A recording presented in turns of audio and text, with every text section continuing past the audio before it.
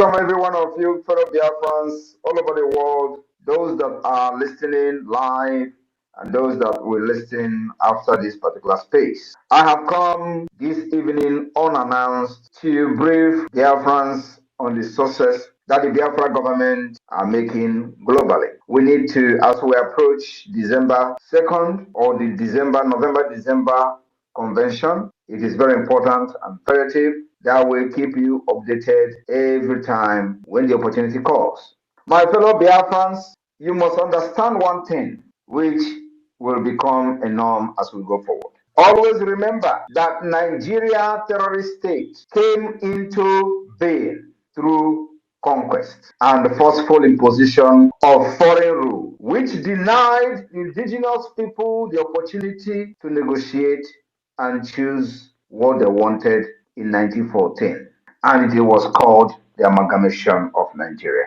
Today, we are no longer comfortable in this amalgamation. We are no longer comfortable in this conquest. We are no longer comfortable in this injustice, in this faulty foundation, and we say it is time for redress after decades. And of course, as we all know how government works all over the world from history, somebody have to rise up to brutally, ruthlessly resist them, especially when the government become evil, like Nigeria. Somebody have to get up and lead that change. And that's exactly what we are doing today.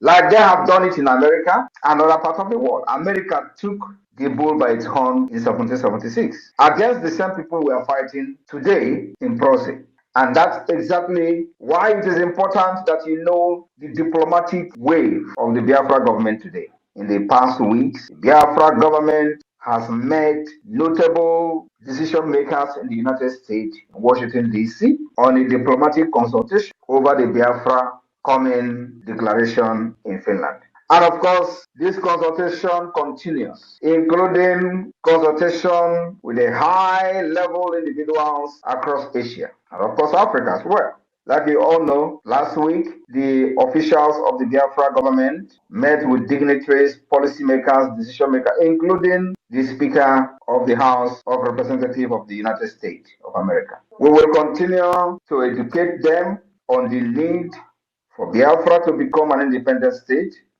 We will continue to educate them on the need to support the declaration of Biafra. We will continue to educate them on the need to also support the Biafra self-referendum, because Nigeria thought by locking the door of the constitution, they have defeated everybody. But we have smarted them. So this consultation will continue even after the declaration of the 2nd of December 2024, until those who have what it takes to pursue and support the recognition of Biafra will understand the need for them to do so. My fellow Biafrans, I want you to understand one thing, that the civil disobedience that we have used for the past 3 years have yielded the exact and even more than the result we required and we expected from it. And you know, with all the propaganda, the blackmail they use trying to demonize our people, demonize them, not to continue to sit at home, they failed. And let me tell you, you know, one of the things they usually come with is that, oh, you are destroying the economy. Oh, the sit at home, because of the sit at home, they have lost billions in the South. Now, let me make it very clear today. Any day they come with such nonsense, ask them, when the sit at home was not there, they were making this billion. What have they done with the billions? Ask them, what have they done with the billions? And what have the sit at home now done to stop that thing they were doing with the billions? Ask them, what have they done when the sit at home was not there and they were generating these billions? Did they use it to build road? The answer is no. Did they use these billions to build hospital? The answer is no. Did they use this billion to build social amenity for you? The answer is no. Did they use this billion to give you national insurance scheme? The answer is no. Did they use this billion to give you free education? The answer is no. Then why are they now so worried about losing these particular billions to the sit at home? Do you know who it is affecting? It's affecting them. That billion they were looting is what they cannot loot again. And everybody is hungry. All of them. Ask them, how have this sit at home destroyed ordinary man's economy? They were not sharing those billions with them. How have this sit at home or this billion that they are talking about affect an ordinary man who goes out and sell market and feed his family? And if he didn't go tomorrow, he will go the next day to sell and feed his family. It doesn't affect them. And that is why our people discover that actually it is very, very effective. They keyed into it. The people that are subjugating our people to slavery were the one shouting and crying of economy. The economy that the common man never benefited from. The economy that a common man will never benefited. Before they could train their children in school, they will suffer and suffer and suffer. Why these people are making billions through the revenue that they generate from different states. Today, they are losing that revenue and they are crying of economy. I want you to understand also that for those of them today that are surprised of the wave that the Biafra government is making globally, using our lobbyists from different dimensions that we are using for the liberation of Biafra, they are surprised. They call it fake. They say it's a photoshopping. You can imagine. We will be posting Speaker of House of Representatives of the United States of America. We post it on Twitter, our finance minister. And so, as we are today, as a government, we will now be posting fake image of high, top-rank officials of the United States of America on Twitter, claiming that we met them. This is the level of idiocy of the people who have been shouting Biafra for many years. Because that's what they did, actually. Of course, they cannot even Photoshop reasonable people. But most of the things they posted for many years were all Photoshop. Many of them, everything is Photoshop. The Photoshop that I said I'm going to bring sheep, they use it to feed their ego, feed themselves on social media. The Photoshop where I posted the guy that died in Russia, which I have refused to make a video to today. The Photoshop, everything about them is Photoshopping. That was how they were fighting Biafra. Now, that's why nobody ever took them serious. But today, we are not in Photoshopping in the government. Everything is real.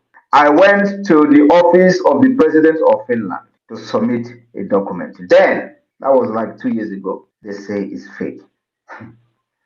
And with my level in Finland, I will be posting that I submitted a letter to the office of the president of Finland and it is fake.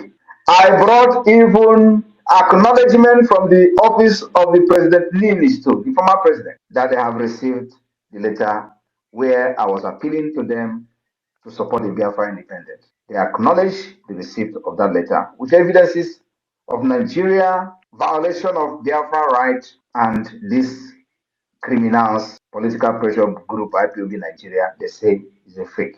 I want you to understand that they remain criminals and fake. They remain Nigeria political pressure group. Otherwise, under IPOB Mazen Amdekano, he was looking for 100 men.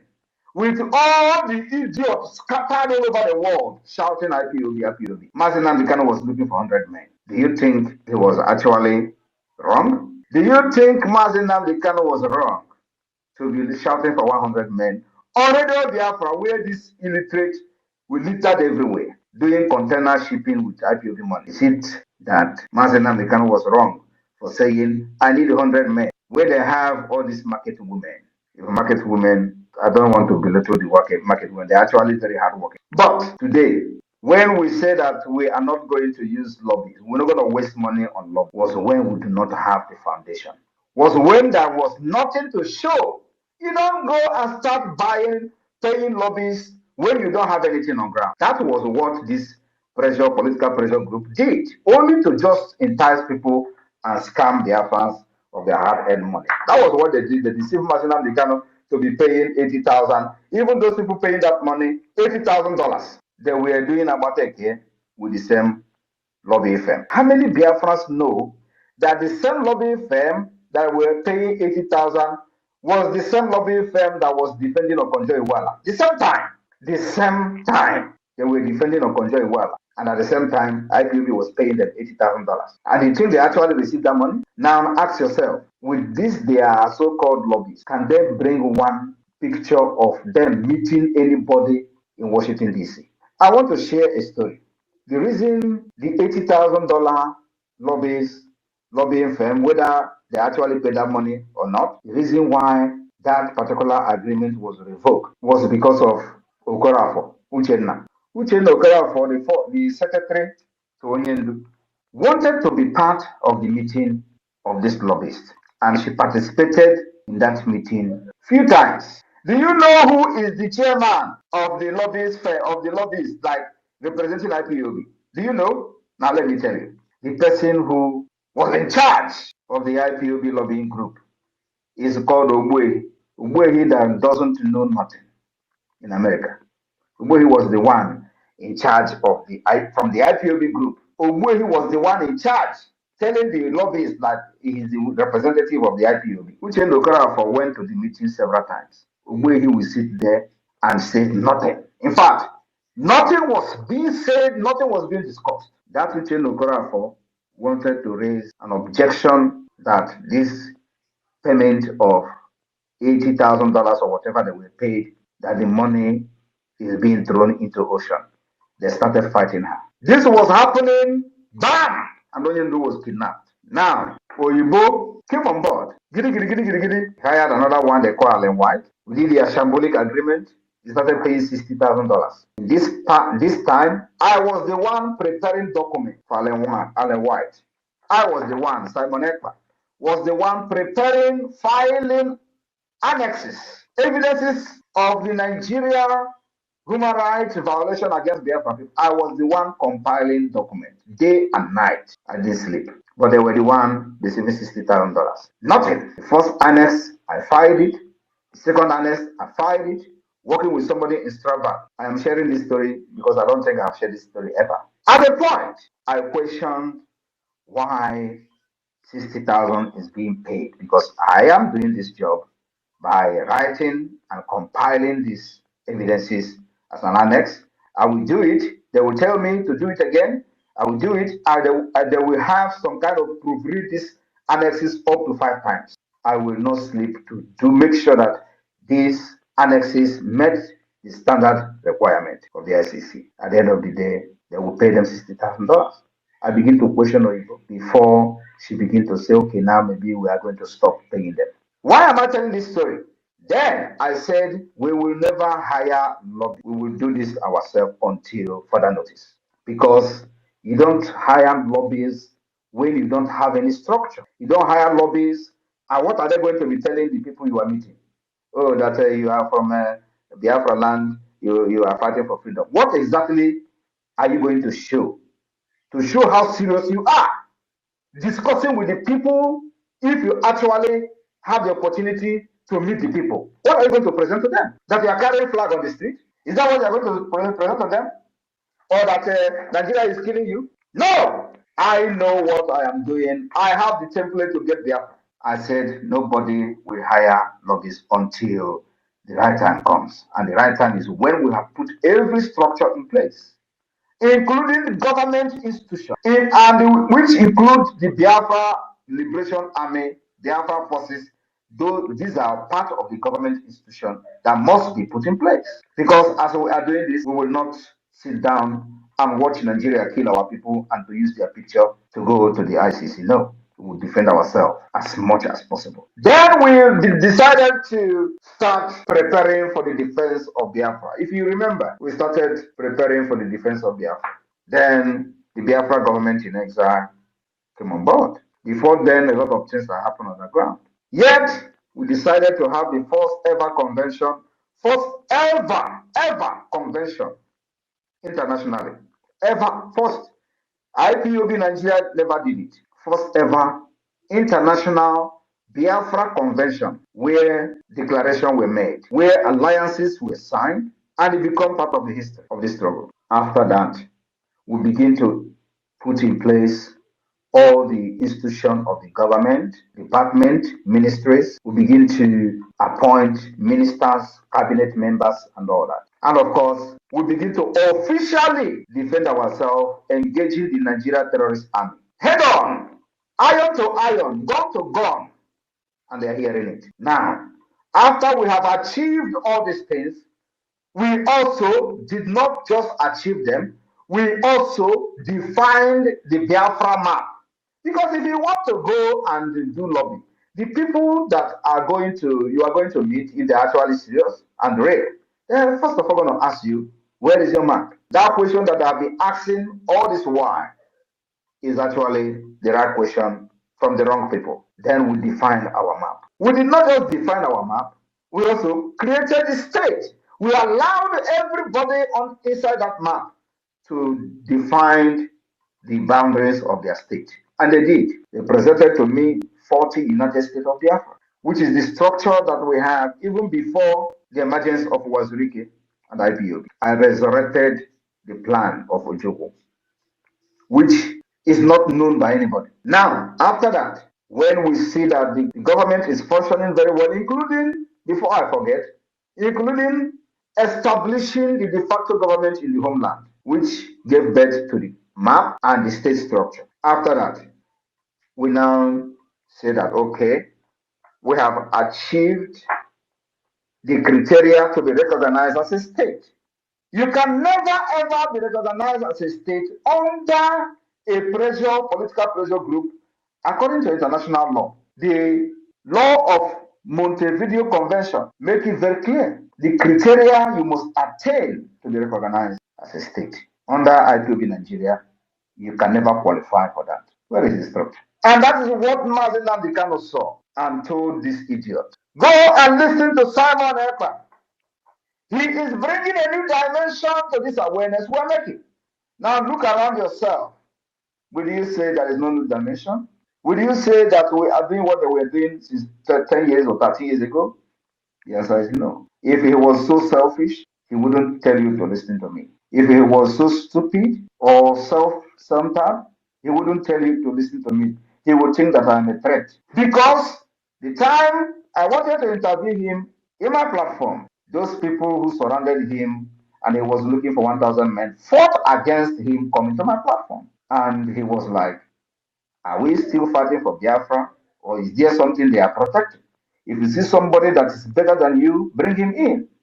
That was what Mazen Namdekano did. They were saying, don't go, don't go, don't go. That night he was on call, or everywhere they are in the world, they were calling him, don't go, don't appear, don't appear.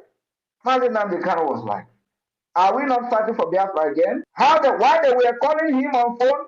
I was on the phone also with Uche Okorafor's mother. And I was listening and hearing Mazen Namdekano on the phone. Don't go. He didn't take oath. Oh, that guy is a traitor. They have given us information from Finland. What information did they give to you from Finland? The information that Simon Ekpa is somebody in Finland.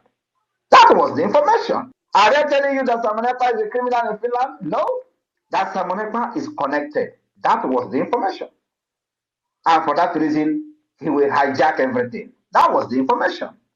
But did he actually come to hijack? The answer is no. But Mazen Namdekano saw somebody who will change the face of the agitation for Biafra. And he was happy. And today, that thing he saw in me is manifesting. And I told him and promised him, if you are ready, really, really ready to fight for this Biafra, I will be the first person. And you are ready to do anything. I asked him, are you ready to do anything on live broadcast to get Biafra? And before he answered me, I said, hold on. If you are ready, I will be the first person to follow you. Now, if Mazen Namdekano approved doing anything for Biafra, why are they fighting what I'm doing today, which is actually anything? Ask them. Ask yourself. Why are the people who followed him fighting me when I am actually doing anything to get Biafra? Because he promised me that he will do anything to get Biafra. But of course, like I said, if they were actually with him, he will not be looking for 100 men. Where IPOB all over the world was contributing money and in millions of dollars. If I'm not mistaken, IPOB could have up to $5 million. Where is the money today? There is nothing, absolutely nothing to show for it. When we took over this agitation, now in liberation, there were no gun, not even AK-47. Everything you see Biafra Liberation Army using today, we bought it from scratch. We did not snatch gun from the terrorist army. Under IPOB, they were telling them to go and snatch gun. We did not snatch gun. We buy every single gun you see them using today. And of course, minus those ones we are manufacturing by ourselves. And it will continue like that. Then when we have decided that now we have met the requirement according to the Montevideo Convention to be recognized as a state, it is time to bring in the lobbyists. Because when you see them today, they say, oh, is he not the one who condemned lobbyists? Is he not the one who condemned IPOB saying he's not going to hire lobbyists? Why should I hire lobbyists as a political pressure group? Now that you that have hired lobbyists and paid 80,000, which you did not actually pay, as a matter of fact, what did you achieve? Can you show me where the lobbyists arrange a meeting for any IPOB member in Washington, D.C.? The answer is no. Because the money, some of the money were actually never paid to them. But the people who were seated as the committee, which way he was leading, they know what happened to those 80,000 every month. Today, how much are we paying? We are paying $10,000 every month to lobbyists. And look at the result. You will know that the people who are lobbying for us are not after money. It's a public information. It is not hidden. But IPOB, they will hide it. Or IPOB Nigeria, not even IPOB, IPOB Nigeria. They will hide it. They say, oh, we don't want to. You see them telling you, oh, you are exposing your lobbyists. Why should we be hiding what we are doing for a nation, for a country, for independence? You don't need to hide it. And of course, now that we have met the requirement according to the Montevideo Convention, some of them don't even know what is Montevideo Convention. They are just shouting, oh, let us go and outside and protest. During the time I traveled Nnamdi Kanu, I read the Montevideo Convention and he was shocked. He was shocked. I want all of you to go and watch the interview I had with him. He was shocked when I read the Montevideo Convention to him, because I don't think any other person among them knew actually what is Montevideo Convention. I read the Montevideo Convention to Nnamdi Kanu, and go and listen to that interview and listen to the comment he made after I read that convention to him. He said, wow, you never knew that I knew this. I want you people to go and refresh your brain. Watch it. I came to this Biafra prepared. I said that no, after me, I will handle freedom to the new generation. Nobody will fight for freedom again from Biafra land. That is what I'm doing. It does not matter. I said I will turn to a beast and still Biafra will come. So if you think that you have seen half of it, no. The harder Nigeria become, the more brutal I also become to free my people. I want you to understand that now that the Biafra government has met the requirement according to the international law to be recognized as a state, that is where our lobbies now come in. So everything we are doing, you are going and presenting who you are to the people that can influence the recognition of Biafra. From the Washington, D.C., from Asia, from Europe, from Africa. You will go and show who you are. The government you are representing has a map. The government you are representing has conducted self-referendum. There are evidences everywhere of how the self-referendum is being conducted. We have recorded over 50 million votes. You can't beat that. That is what we call outsmarting the terrorist state of Nigeria. And they were taking us for a joke. Today, they are no longer taking us for a joke anymore. They are calling ICC to one man, Simon Ekpa. And they tell you, oh, the time they were catching him as a Nnamdi, why didn't they make it public? Why would they make it public? Because they thought Nnamdi Kanu is the only person that was talking genuinely. And once they capture him, Biafra is dead. And of course, they celebrated the kidnap of Nnamdi Kanu in Abuja, including the one some people were kneeling down thanking God in Lagos. Oh, They came every now and then to grant national interview on national TV that Biafra is dead.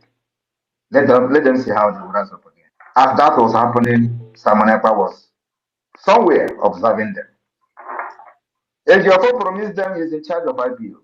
Where is he today? He's gone. I want you to understand, mark my word now. Once Mazi Nnamdi Kanu is out, IPOB is gone, dissolved, completely dissolved. Mark my word.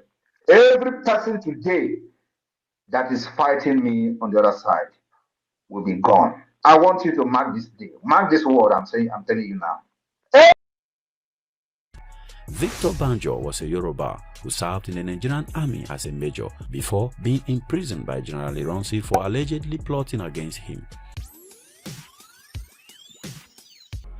The federal military government had underestimated Biafra from day one, but the Biafrans took advantage of this obvious mistake from the government and now have the war seemingly under control. This was quickly allowed to slip. In fact, the Biafran forces only got as far as Ore. Meanwhile, another unexpected turn of events had happened. Unknown to everyone, the commander of the Biafran forces in the Midwest had turned traitor.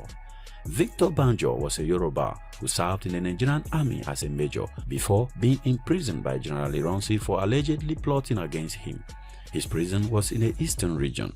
From here, he was released by Colonel Ojukwu at the outbreak of the war and given a commission in the Biafran army. Why Ojukwu chooses Banjo to command the troops marching towards the west has not been fully explained. But the two soldiers were good friends and Ojukwu had full confidence in his abilities. Secondly, being a Yoruba from western region, Banjo was familiar with the terrain and could use the language to convince the Yorubas in the occupied territories to support the war. With the rank of brigadier, Banjo commanded the S Brigade that marched into the Midwest and down to Ore. According to his own confession after he was unmasked and arrested, he had concluded after August 9 that he would enter into talks with the leaders of the West, notably Chief Awolowo. He asked Ejo to act as a mediator between himself and Awolowo, but Ejo declined to take the risk. According to Banjo, he would later relay messages using the sideband radio of British Deputy High Commission in Benin. A British official communicated these messages in German to another official in the High Commission in Lagos. The message was passed on to Chief Awolowo. The plot Banjo revealed was typically Yoruba in its complexity. He was to destroy Biafra by withdrawing troops from the Midwest under various pretexts, arrest and assassinate Ojukwu, and declare the war over. He would subsequently return to his own region as a Nigerian hero. His past would now be forgiven and forgotten. He went on to say that the second part of the plan, which would be revealed later, was for him and Awolowo to rally the newly recruited Yoruba army to his cause and topple Gowon. This would allow him to take over the presidency of Nigeria and give Awolowo his long-desired premiership. It seems unlikely, though, that the Gowon government was informed of this postscript. Colonel Ifeanyi Juna, who had also been released from prison, a Moscow-trained communist officer, Major Philip Alele, a Biafran Foreign Service official, Sam Agbam, who did some of the negotiation between the two sides while out of Biafra, and several other junior officers and functionaries were all recruited into Banjo's plot. He was ready to execute this plot by mid-September. Despite being frustrated by the lack of action in the West, Colonel Ojukwu continued to believe Banjo and accept his claims of administrative issues, manpower shortages, lack of firearms and ammunition, and so on. True, the Nigerians had grown stronger in the 3 weeks that has passed. The Nigerians had formed 2 fresh brigades through a hasty 1-week recruitment campaign that brought into uniform diverse elements such as college students and prison inmates. This was the 2nd Division that was commanded by Colonel Moritala Mohammed. The division fought back from the western region. As late as the first week of September, the deployment of swift motorized column could have put the Biafrans in a commanding position in the western region. But on September 12, Banjo gave orders to withdraw from Benin City without firing a shot. He was not authorized to do so. Mohammed didn't arrive in Benin until September 21st.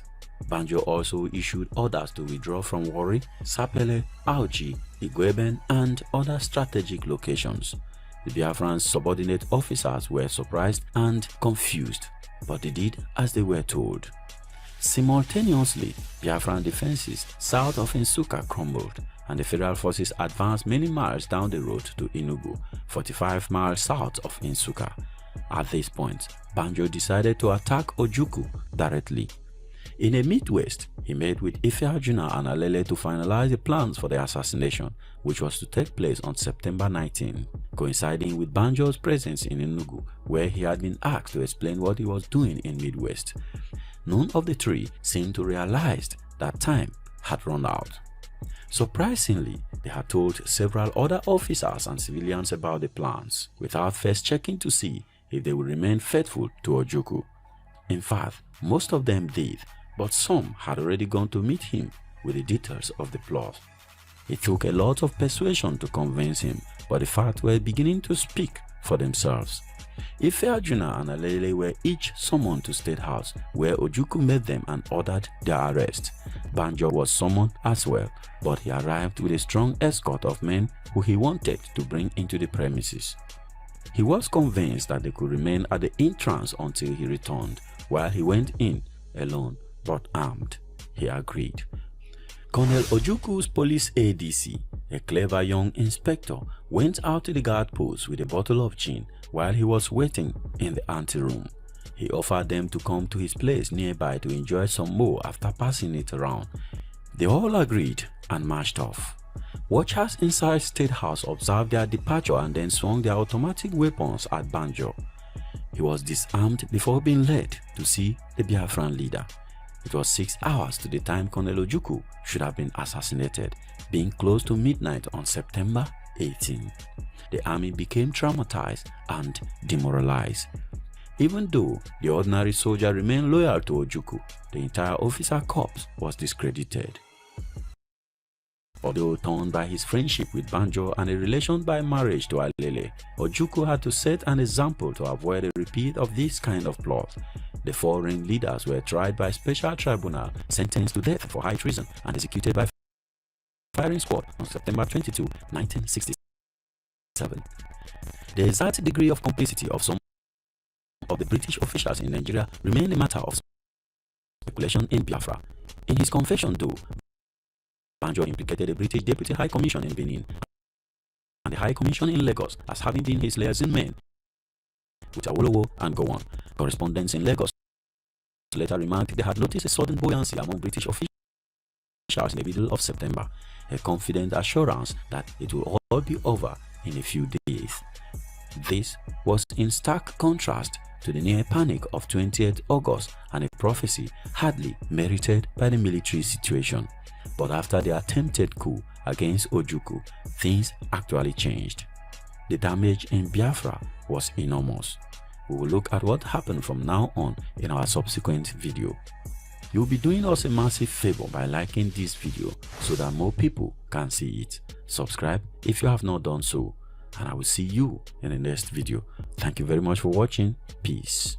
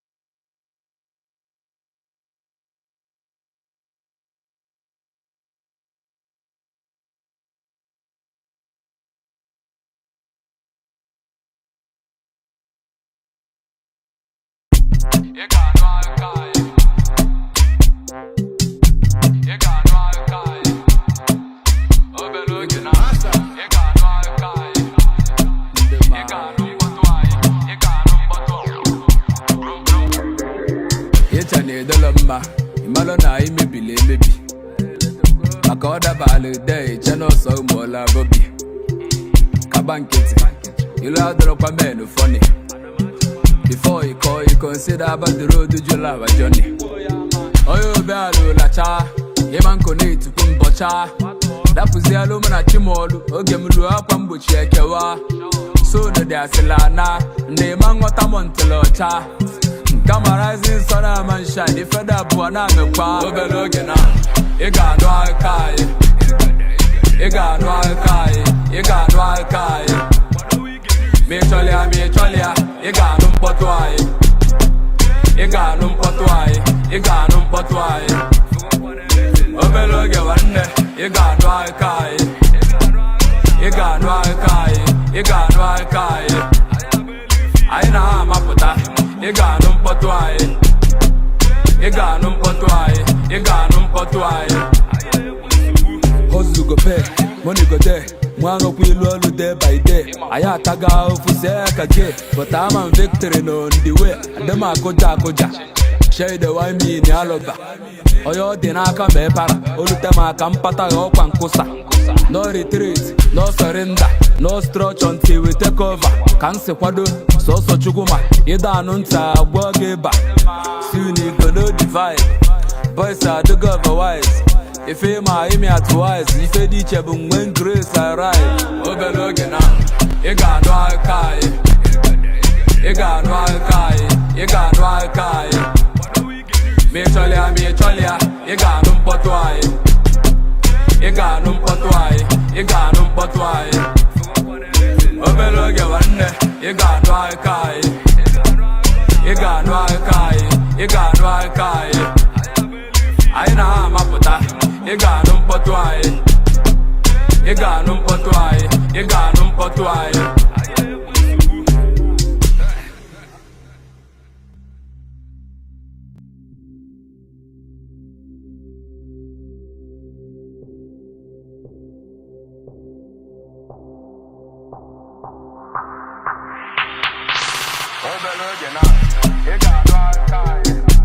Big monster.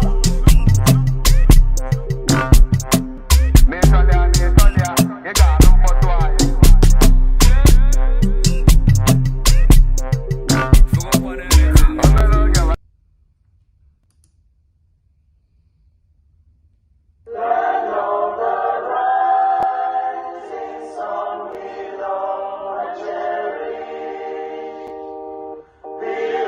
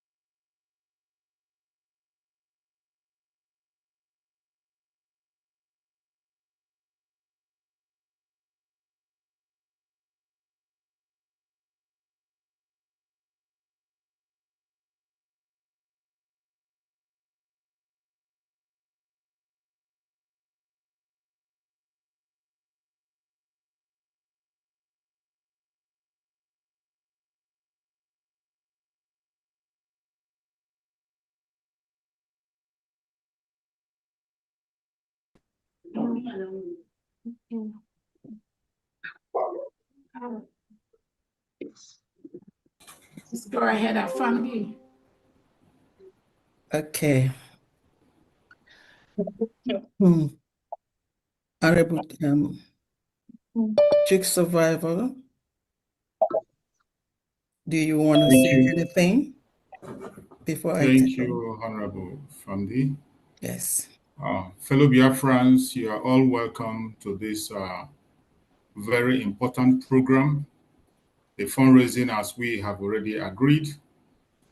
You are all welcome. You know, it's a very special program, and getting updates on situations.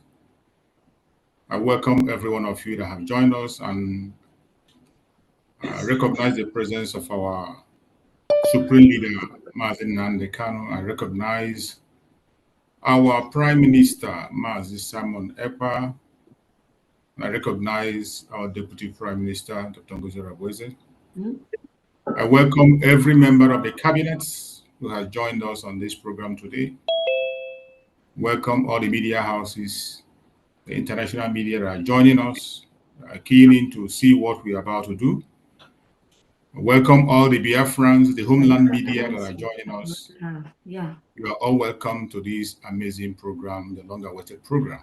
Bye-bye. Before we go forward in the program, I have to introduce our Honorable Secretary of Finance, Economic Development and Trade, who is going to direct us on how the affairs is going to go today. You know that she is in charge of the fundraising and many things. A very trusted hand, a honorable member of the government, Dr. Pharmacist Diana M.A. You're welcome, Honorable. Go ahead. Thank you. Thank you. Honestly, I just can't wait to get this started today. The past 2 weeks and this week have been very, very eventful. Not only just being eventful, we have seen the hand of the Almighty God in the things that we are doing. We all know that our Prime Minister always says that he has a special son. Honestly speaking, we've been witnessing miracles.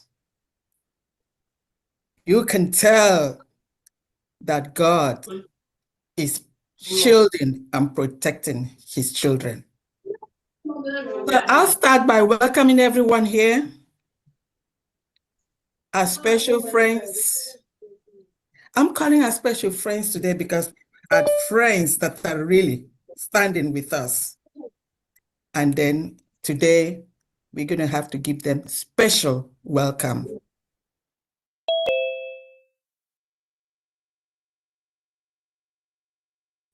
Andy, unmute yourself, please.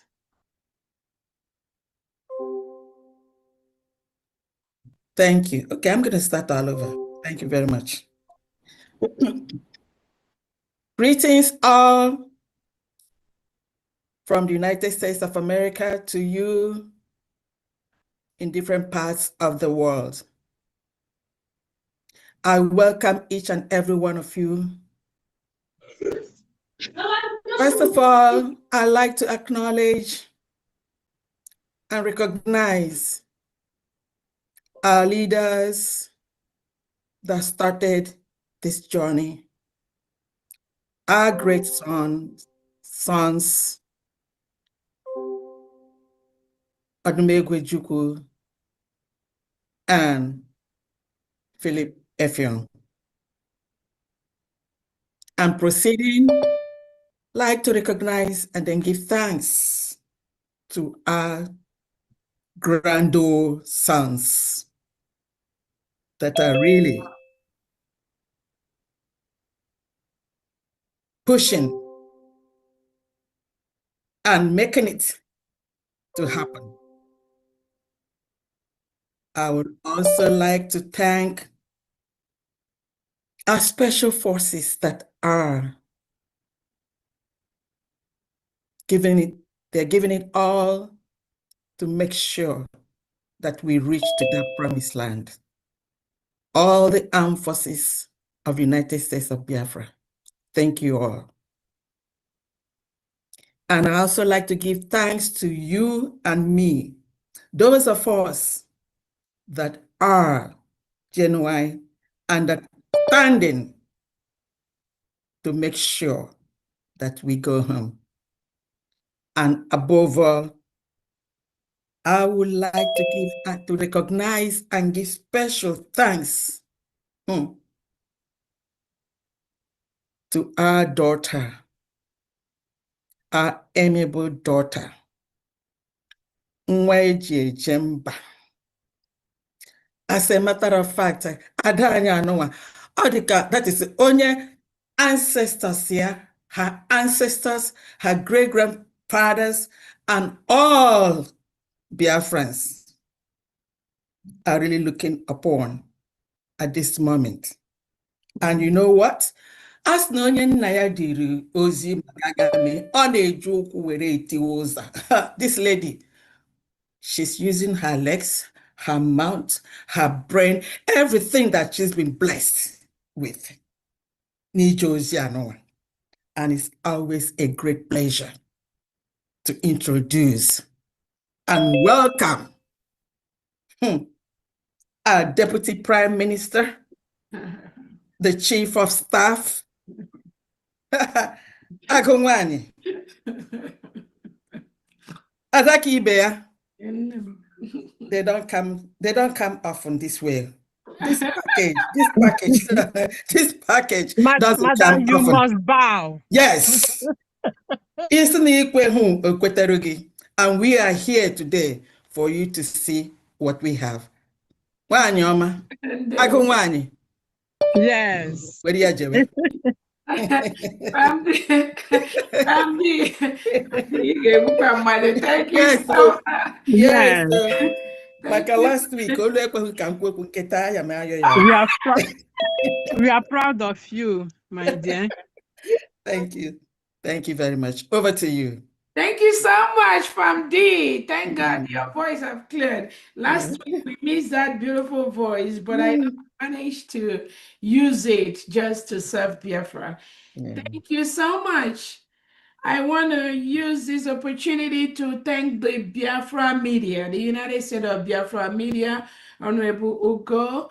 Thank you so much, Chick Survival, those of you that have been working seriously in the background to ensure that everything is going on well. I want to know, is Honorable Tochi here? I don't know, is Tochi here or not?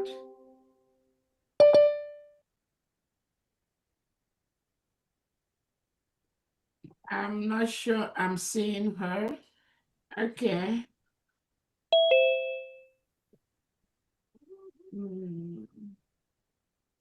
I don't know if she's here or not. Okay. Okay. Let's see. Okay. All right. We'll move on. I'm not seeing her. All right. All right. Thank you so much, Biafrans, for logging in today for our regular weekly fundraising. I want to use this opportunity to thank you all that have called into this Zoom for us to do what we do every weekend to raise money to build our new nation, the United States of Biafra. But before we do that, we want somebody to lead us in a 2-minute opening prayer for God to direct whatever we're going to do here today. Anyone can do that, please. Our precious Father, in the name of Jesus, I give you all the praise and glory for today. Thank you, Father, for the breath that we have. Thank you, Father, for the provisions of the resources, oh God, to handle every affair of this gathering today. And thank you, oh God, for the Biafrans, oh God, across the world, and those who are standing for the truth. Thank you, Father, for the divine support over our leader, Nnamdi Kanu, and our leader, Prime Minister Simon Ekpa. Thank you, God, for the strength and agility, the wisdom, the knowledge you have granted unto your daughter to pilot the affairs of this Biafran, oh God, nation. We thank you, God, for all the cabinet members. We thank you, Father, for all the governors and ministers. We thank you, God, for all the men in the field, our landmen, our military, oh God, the defense forces, and all, every one of them that are toiling every day. Thank you for protecting them. Thank you for preserving them. And thank you, God, for the donation that is going on today. And I pray and I continue to believe the heavens that you will rain down, God, the resources. For the earth is the Lord's and the fullness thereof. Nothing shall stop, oh God, us and stop what you have already ordained and destined. That finances will never be a problem. You will provide all our needs according to your riches in glory by Christ Jesus, as you replenish the purses of those who have been given and continue to give. Thank you, Father, for the end of this day. It shall rain down as usual, and your name will be glorified. In Jesus' victorious name we pray. Amen. Amen. Amen. Amen. Amen. Thank you so much for that prayer. Again, I want to thank everyone that has called into this meeting today for us to do what we know best how to do to build our new nation, the United States of Biafra, which was declared in Finland, November the 29th, 2024. Let me start by thanking all Biafrans and friends of Biafrans, the media, the press, all of you that have taken out time from your busy schedule to log into this fundraising. I know some of you will be like, why do we have to do that every Saturday? Because you have your own life to live. You have businesses to attend to. You have events to attend to. You have to share that and devote this particular moment for our fundraising, where we raise money to build our new nation, the United States of Biafra. I thank you so much. Please, if your phone is open, can you mute your phone so we don't get background noise, please? Once again, I thank the media for what they do for us. I thank the cabinet members, the United States of Biafra cabinet members that are here present for what they do every day to ensure that we all go home as quickly as possible to our motherland to build our nation. I thank you all for that. I want to use this opportunity. Can you please track who is making that noise, media or the COS? I want to use this opportunity to recognize our Onyendu, Nnamdi Kanu. All of us are aware he was at the court yesterday on the 13th, right?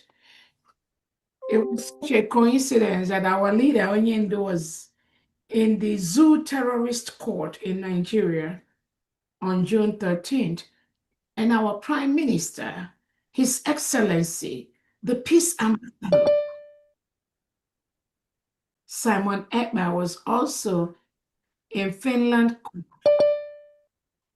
on the same day, 13th of June.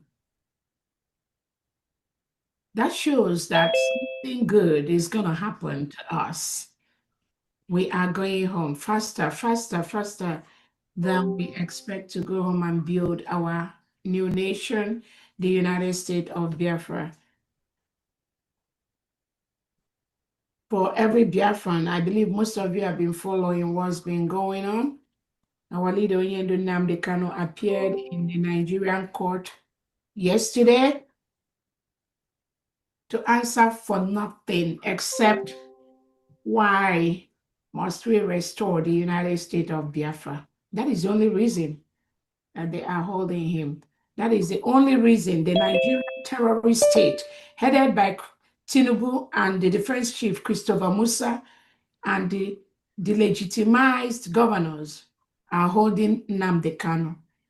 Forget all that story they are telling. Forget all the shenanigans. Forget all the lies Nigerian government has been cooking every day against innocent Biafrans, against our leader Nnamdi Kanu. Forget all that. Nigeria is a terrorist state. They are the criminals. Nigeria went to Kenya, collaborated to rendition our Onyendu Nnamdi Kanu from Kenya to Nigeria. They blindfolded him in a mafia's gangster way. They moved him in the night, blindfolded him, tortured him, beat him.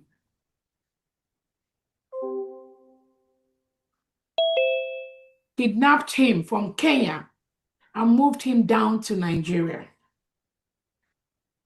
That was what Tinubu and Christopher Musa did. That was what they did to our leader.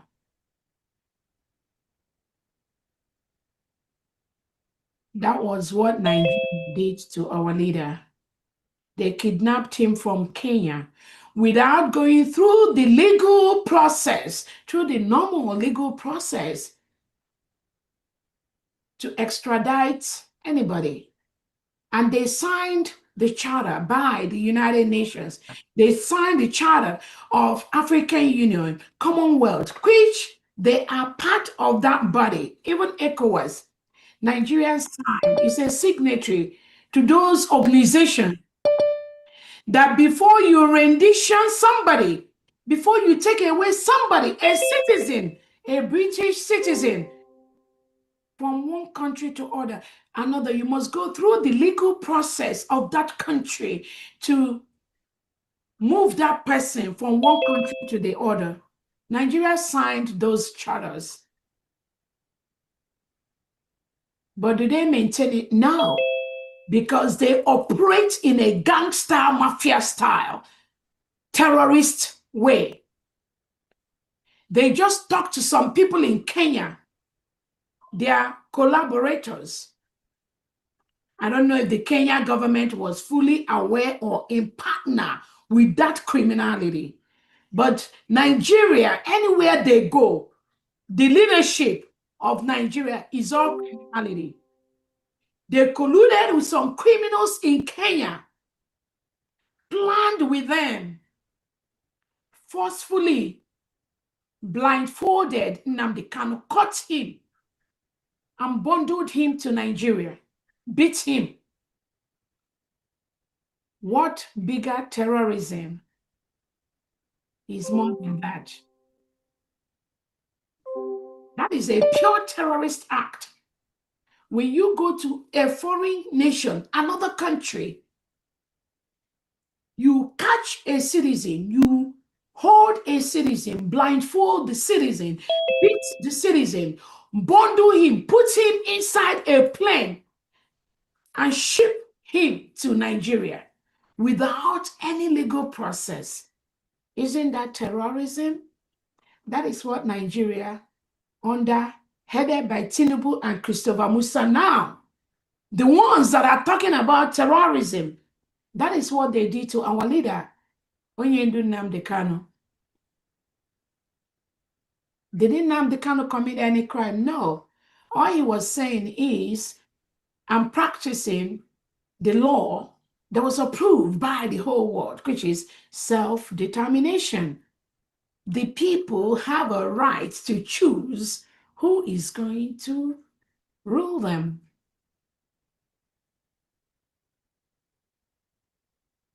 All our leader Nnamdi Kanu was doing was to promote that, sensitize Biafrans let us know we have the right to choose our leaders, not the terrorist leaders imposed by the Nigerian state to Biafrans, killing people, reintegrating non-terrorists, giving them AK-47, reintegrating them into the military and police, sending them to the southeast and other zones to kill innocent indigenous citizens.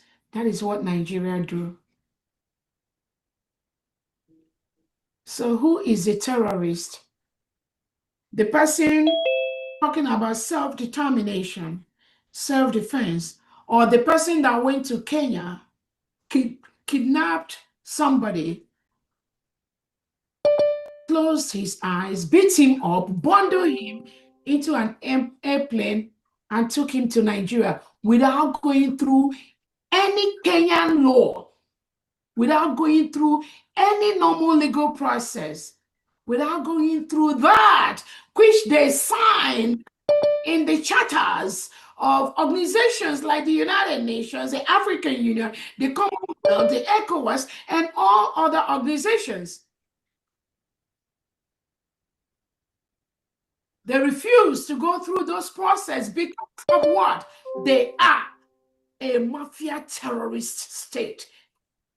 Those organizations like the United Nations, the African Union, the ECOWAS, that they signed to be member of, they do not respect the laws of those organizations.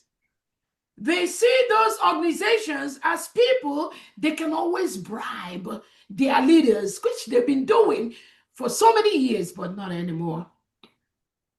So they bribe, they go there and bribe their way into the leadership. They bribe their way into electing people that hold sensitive positions in these organizations. And then we are asking if these organizations like the African Union, the European Union, the organization, European Union on Human Rights Commission, the ECOWAS, the Commonwealth, if Nigeria is bribing people that work for you to commit crimes against humanity,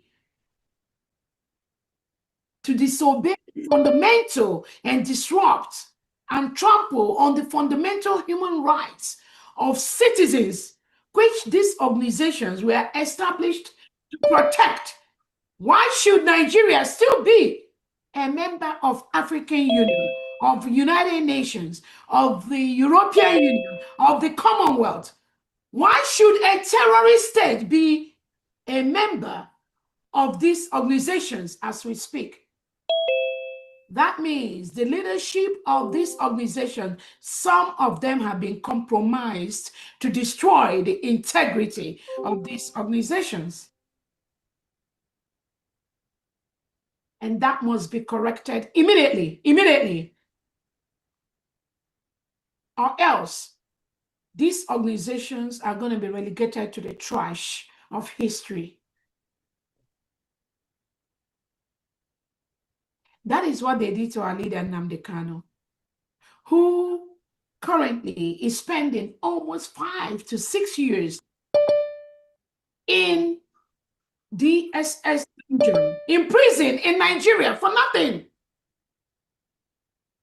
Nigeria President and Christopher Musa, they are holding Nnamdi Kanu for almost 5 to 6 years for nothing except let my people go. We have the right to self-determination. We have the right to rule and choose who is going to be our leader. Nigeria felt can never happen because they are a terrorist mafia organization. They can jump into any country in the world, pay people in the police department, in the justice department, bribe them and bundle innocent citizens away from those countries. That is what Nigeria has done for the past 100 years. Not anymore. Not anymore. So we Biafrans gather today to tell our Onyendo Nnamdi Kanu, we appreciate you, we cherish you, we honor you for your resilience, for your persistency. Do not let them push you. Do not be compromised, because the United States of Biafra has been declared. That which you seek is here already.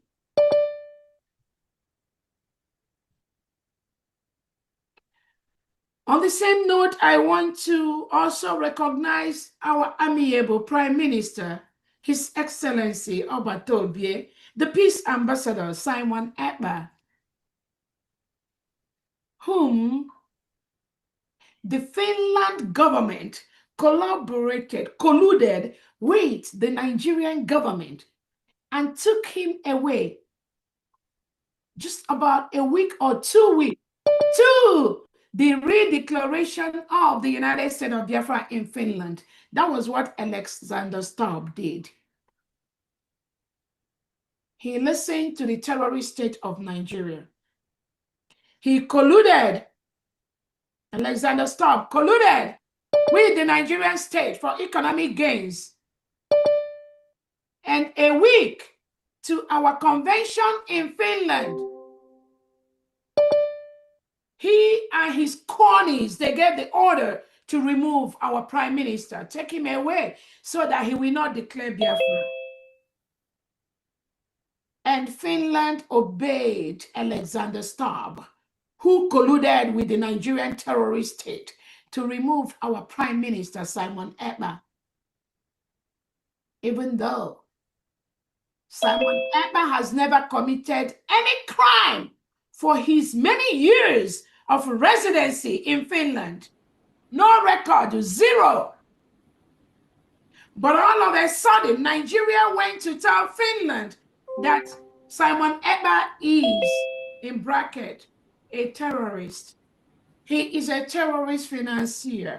He is instigating people.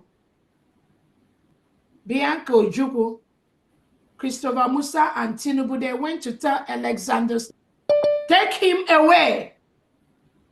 He is a terrorist. But Alexander Stubb, you did not ask them what is the reason why you think they branded him what they branded him, which he is not. No, you did not do that. All you did is that your legal department, the highest legal department in Finland, you went on this manhunt to clamp Simon Ekpa down. You picked him up on your orders.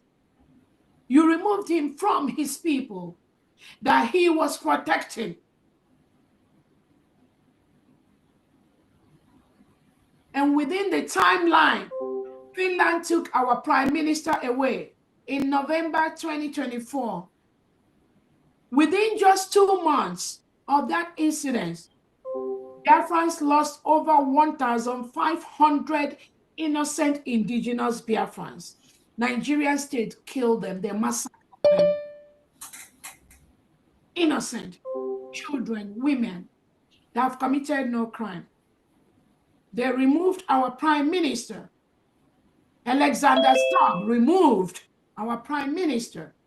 And Tinubu and Christopher Musa, they went on the massacre. They invaded Biafran territory because they know we are going to declare our independence in Finland within that timeline. They killed many, many innocent Biafrans. They invaded, they burnt many homes. That was a plan between Finland and Nigeria state. There are no two ways about that. Do not be deceived. No story. This is exactly what happened. And the intention is to stop the restoration of the United States of Biafra, nothing more, because the United States of Biafra is where the mineral resources, the rich oil, that all these foreign countries, you bribe your way, you buy them, it comes from Biafra land. That is why Tinubu and Christopher Musa is ready to kill all Biafrans as long as that oil gets to you. Not anymore. I promise you, not anymore. You cannot come and kill us and take our oil to go develop your country while our own people are lacking the basic amenities in life. They lack everything.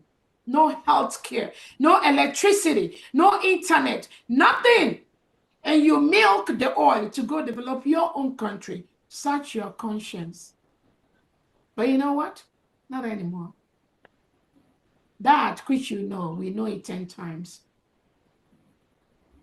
So our Obatobia is currently in Finland court. The case has started. And you know the funny part of that? The witnesses that Bianca, Ojukwu, Tinubu, and Christopher Musa brought to Finland court to testify against our Prime Minister, Emma. The witnesses they bribed to come are people that belonged to an organization that Nigeria state have labeled a terrorist organization.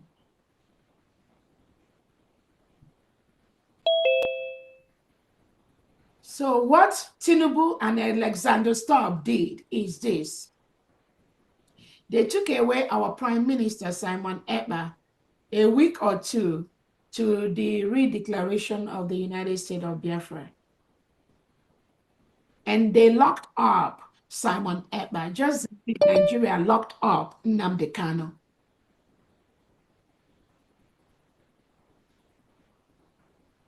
And now, they locked up Simon Ekpa without indicting him for any crime yet. It was investigation. They isolated him. They tortured him physically, mentally, with all the imminent health conditions of death.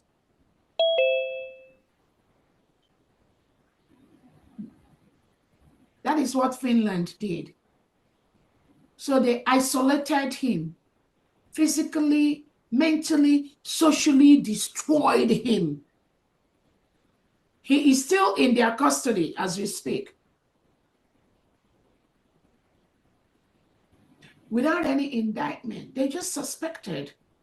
They say they suspected inciting us.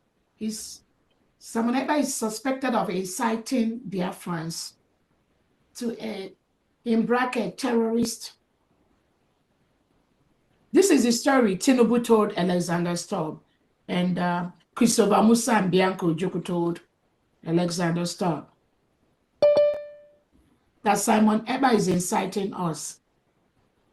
So what did Alexander Stubb do? You didn't investigate before you lock him up. You didn't indict him before you locked him up. Nothing. It was under suspicion, as reported to you by the Nigerian terrorist state, a country that has been declared the most dangerous place for Christians in the world to live. Alexander Stubb listened to them. He believed their lies. And he ordered them to take away our Prime Minister Simon Ekpa in Finland and lock him up while the investigation goes on. Why didn't you allow him to stay in his home while this case continued? He is a member of the major Finland political party. He holds position in the transportation department of Finland. He is contributing as a local politician in Finland. So his integrity is very, very high. There is no reason why you know he can commit any act of terrorism. You know him to be a young, decent guy.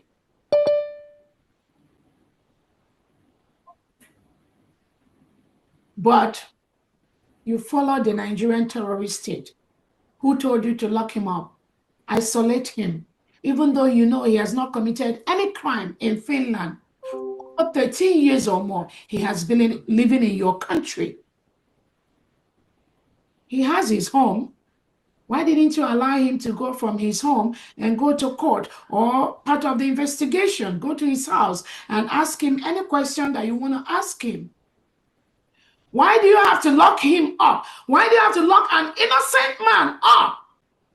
Because you listen to Tinubu and Christopher Musa and Biako Ojukwu, people that are ruling, terrorists, people that engage in terrorism, people that kill thousands of Biafrans in Biafran land, in the Middle Belt, in Northeast Nigeria, in Northwest Nigeria.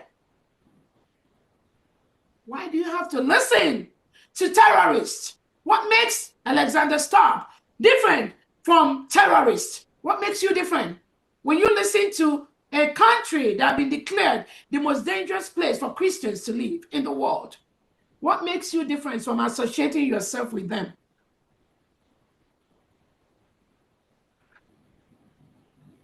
Then you locked Simon Ekpa up, and now you colluded with Nigerian government to go and bring 3 members of IPOB. This is an organization that the Nigerian state has declared a terrorist organization. So Alexander Stubb, you colluded with Bianco Ojukwu and Tinubu and Christopher Musa to invite members of an organization that Nigeria declared a terrorist organization. You invited them inside Finland to testify against an innocent guy, Simon Ekpa, who is just fighting for the freedom of his people from the terrorist state of Nigeria that kill his people by the thousands every week, every month. If you do not know the history, why don't you follow the real legal process? That someone is innocent until proven guilty. Why didn't you allow him to be in his house while you go through the investigation process? Do you have to lock him up, isolate him, beat him up, tie his hand, deny him of food? He feels sick. Most times his medical practitioners come to Finland prison to visit him. You refuse that visit. 2 people you can never refuse visit in prison all over the world.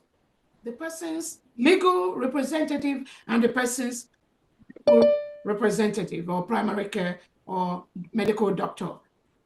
These 2 individuals, we have proved that Finland refused the medical providers of Simon Ekpa to see him, where they isolated him. And we are talking about one of the freest countries in the world. Now the world knows that Finland, what you say during the day is is different from what you say at night. We do not want countries like that for their names to be written in gold or in history, because you are not making the world a better place. Now you're holding Simon Ekpa because Nigerian told you to hold him. Did you ask Nigeria how many Biafrans, innocent Biafrans, men and women that they have murdered? As we speak, the Nigerian state is in Biafra nation, our nation, killing thousands, killing hundreds of innocent Biafrans. Just because of what? Just because we are Biafrans. Finland, did you ask Tinubu and Christopher Musa what is their machine guns? What is their vans? What are their bullions doing in Biafra land? Did you ask them those questions? Why are they killing innocent Biafrans for nothing? No, you did not ask. That does not concern you. That is not what United Nations, that's not what Commonwealth, that's not what African Union is all about. No, it's all about you helping any government that you have a common interest with. It's not about humanity. It's not about the basic and fundamental human rights of people. No, Alexander, stop. You don't care about that. You care more about the oil contract you and Tinubu is talking about. I promise you, you will never, ever, ever have such contract in Biafra land. The oil comes from our territory. So I want to use this opportunity on behalf of all Biafrans to thank our Prime Minister for your resilience. Thank you for what you do. Thank you for standing up to this subjugation, this terrorism, this intimidation. Thank you. Thank you. United States of Biafra has been declared as a sovereign state with all the legal documents we need to confront any nation in the world, any person in the world, including Finland and Nigeria. That which you seek has been declared and has been obtained. Be not moved. I want to use this opportunity to thank all the Biafran Liberation Army and the Biafra Defense Forces scattered in the 40 states of the United States of Biafra. We will continue to build one of the best military in the world with all the trainings, both international and local, that they need to defend our land and our people from the reintegrated and rehabilitated terrorists of the Nigerian state. Your task is to defend our people. That we will do efficiently, very, very well. We have only one nation, the United States of Biafra, with one leader, Onyendu Nnamdi Kanu, our Prime Minister, His Excellency Simon Ekpa, and the Deputy Prime Minister, and the surrogate to our Prime Minister, Dr. Orobeze. That is the only government we have in Biafra. Anything anybody is telling you is not right. Biafra is a continuum. From Odumegwu Ojukwu, we move. It is a continuum. To Wazulike, we move. It is a continuum. To our leader Nnamdi Kanu, we move. It is a continuum. To our Prime Minister Simon Ekpa, we move. It is a continuum. To my humble self, Dr. Orobeze, it is a continuum. Anything outside this process, anything outside the instruction of these individuals is a fallacy.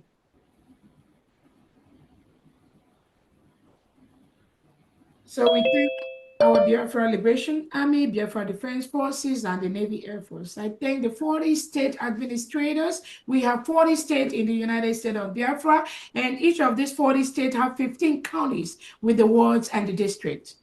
In each of the states, we have the state commanders, the military commanders, putting our military together. And we have the 15 state commanders putting the military together. We have the ward and county. I thank you so much for what you do. We don't make noise.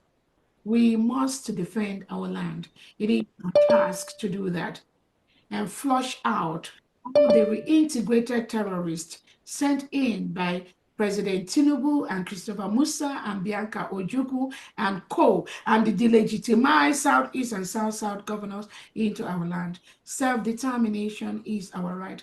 Over 50 million Biafrans voted between January 1 and November 28 to vote to exit Nigeria. Over 50 million has voted.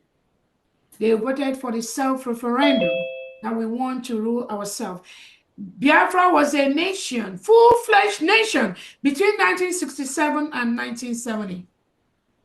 And we fought a brutal war with Nigeria. At the end of the war, it was declared no victor, no vanquished. But the criminality of the Nigerian state, with the Fulani oligarchies that are doing all this criminality, it continues to date. That is why the Biafra today is never, ever going to be the Biafra of 1967 to 1970. So I thank all the 40 state administrators, their commissioners, and all the executives that are playing role, putting the structures, hiring thousands of Biafrans to start work immediately as we flush out the Nigerian terrorist state from Biafra land. Thank you so much. Do not be moved. It is our nation. It is our land.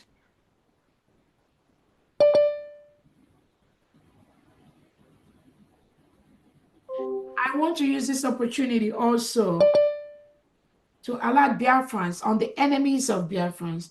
Just like we have those 3 criminals that went to Finland, hired by the Nigerian criminal state to go and testify against our Prime Minister, Simon Ekpa. The same way we have some criminals that have walked around our Prime Minister in the ex-BRGIE cabinet that have sued the current United States of Biafra cabinet members.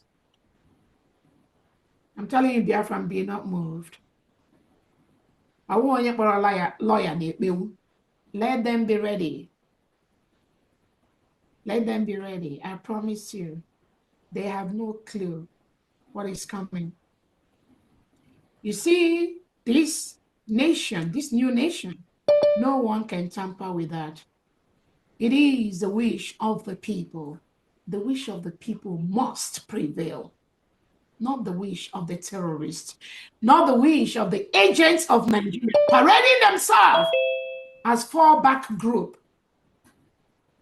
These are paid agents of the Nigerian state. Just as their counterparts are doing in Finland, they are doing anywhere they are, but they have failed.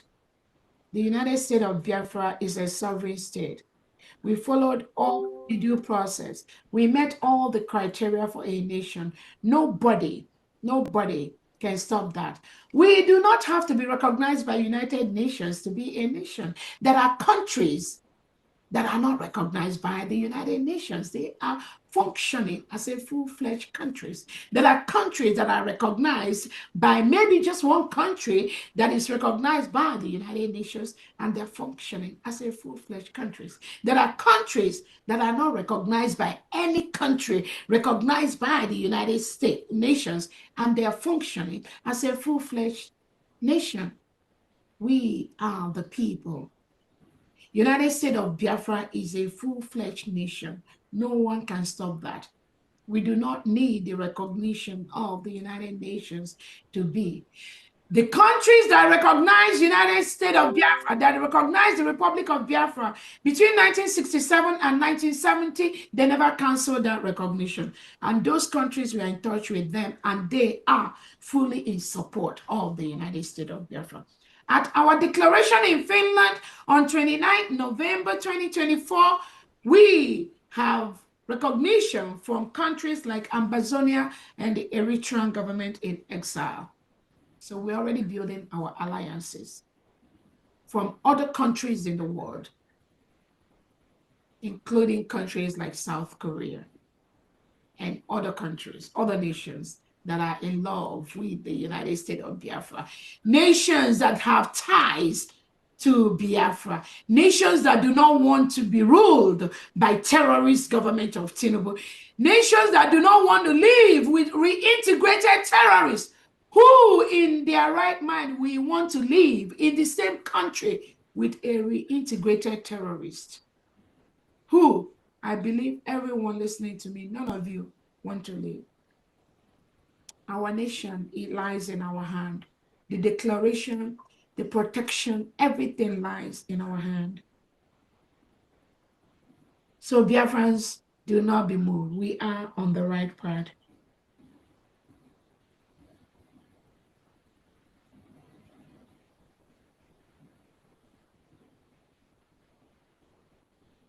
The United States of Biafra has opened their Washington, D.C. location. Our United States of Biafra Constitution and Declaration document is on Amazon. I tell everyone here, please go ahead and purchase yours. We are building one of the best countries in the world. The Nigerian state continues to kill our people, innocent men, innocent women, innocent children. The pictures are all over social media. This is a country ruled by President Tinubu with the defense chief Christopher Musa and their foreign minister Bianca Ono that went to Finland to file paper against our Prime Minister Simon Ebb. Actually, she filed it at the Finnish Foreign Embassy in Nigeria, from where they gave order for them to pick up our Prime Minister. Bianca Ono, shame on you. That is how the Nigerian terrorist state roll. They believe they have somebody in the United Nations in the top government platform. They believe they have somebody in African Union in the top government executive platform. They believe they have somebody in Commonwealth. They bribe their way into all these organizations and continue to make the world a very dangerous place by reintegrating non-terrorists that go about killing indigenous Christians, indigenous Nigerians, indigenous Biafrans, displacing them from their home, burning their homes, destroying their farmlands, their economic power. That is what Nigeria do. Any country that associates themselves with Nigeria should be ashamed of themselves. It is a terrorist state. If you were doing that before, now I am giving you that information so that you can knowingly, with the information you have, remove your partnership with the Nigerian state. The Amnesty International have reported about the forceful disappearances of indigenous Nigerians by the Nigerian security agents. At a meeting I had earlier today with the citizens of Edo State, the governor of Edo State narrated how he was picked up from his home around 1 a.m. in the midnight by the Nigerian state. They picked him up. He did not commit any crime, nothing. What was his crime? Just being a Biafran, just like me. I am a Biafran. That was all. The Nigerian state, on the orders of Christopher Musa and Tinubu, they invaded this innocent Biafran's home, picked him up in the middle of the night. He narrated to us today how they took him to Enugu, from there to different Abakaliki prison. Guess how long he spent in the hand of Tinubu? 1 year and 4 months. A year and 4 months. No crime. He didn't steal anybody. He didn't commit no crime. Nigeria, Tinubu, and Christopher Musa locked him up for a year, 1 year and 4 months. And he told us how they will not allow his family member to see him.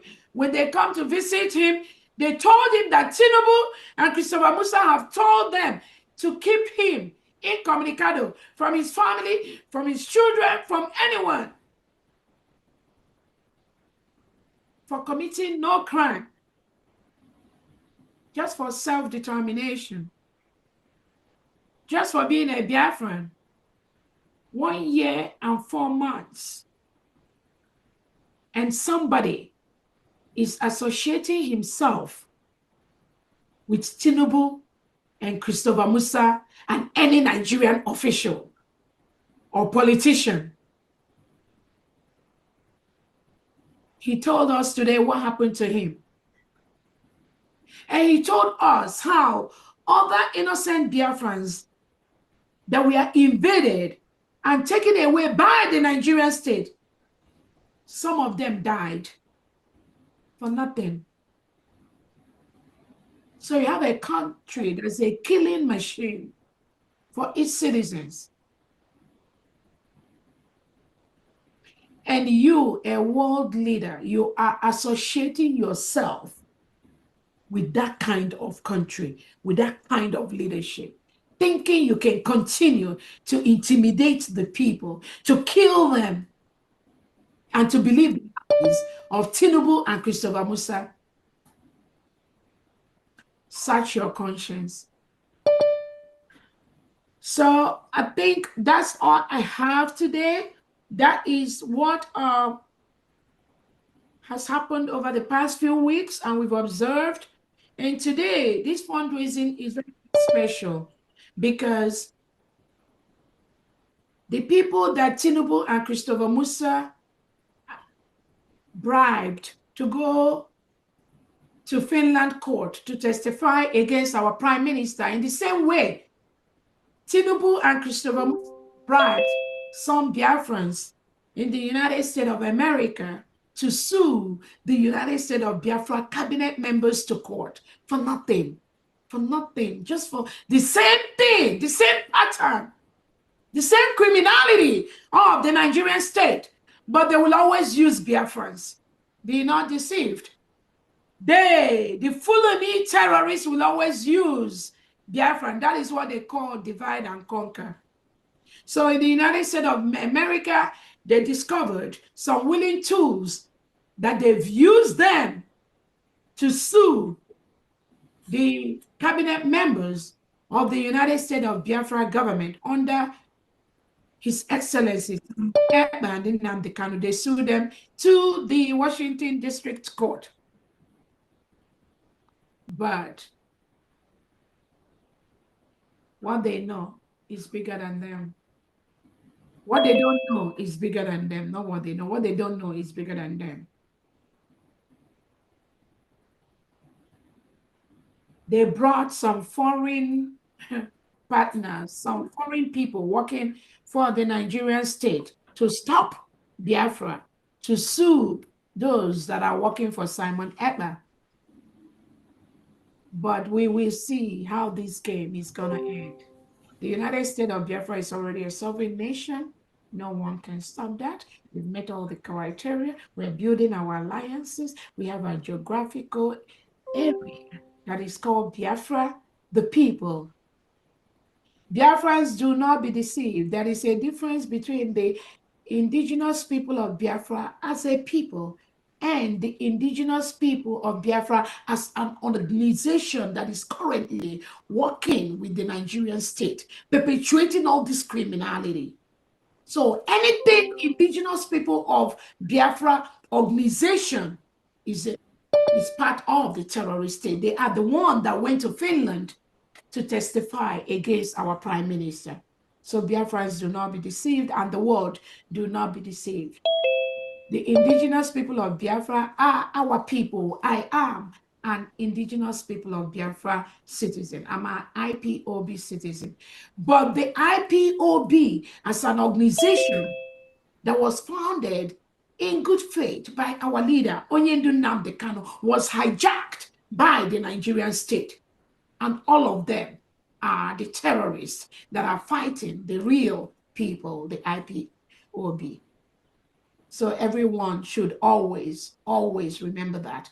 There is nothing like IPOB organization in the whole United States of Biafra. They are terrorists working with the Nigerian state. That is why they call them as witnesses against our prime minister in Finland. Those were IPOB organization members.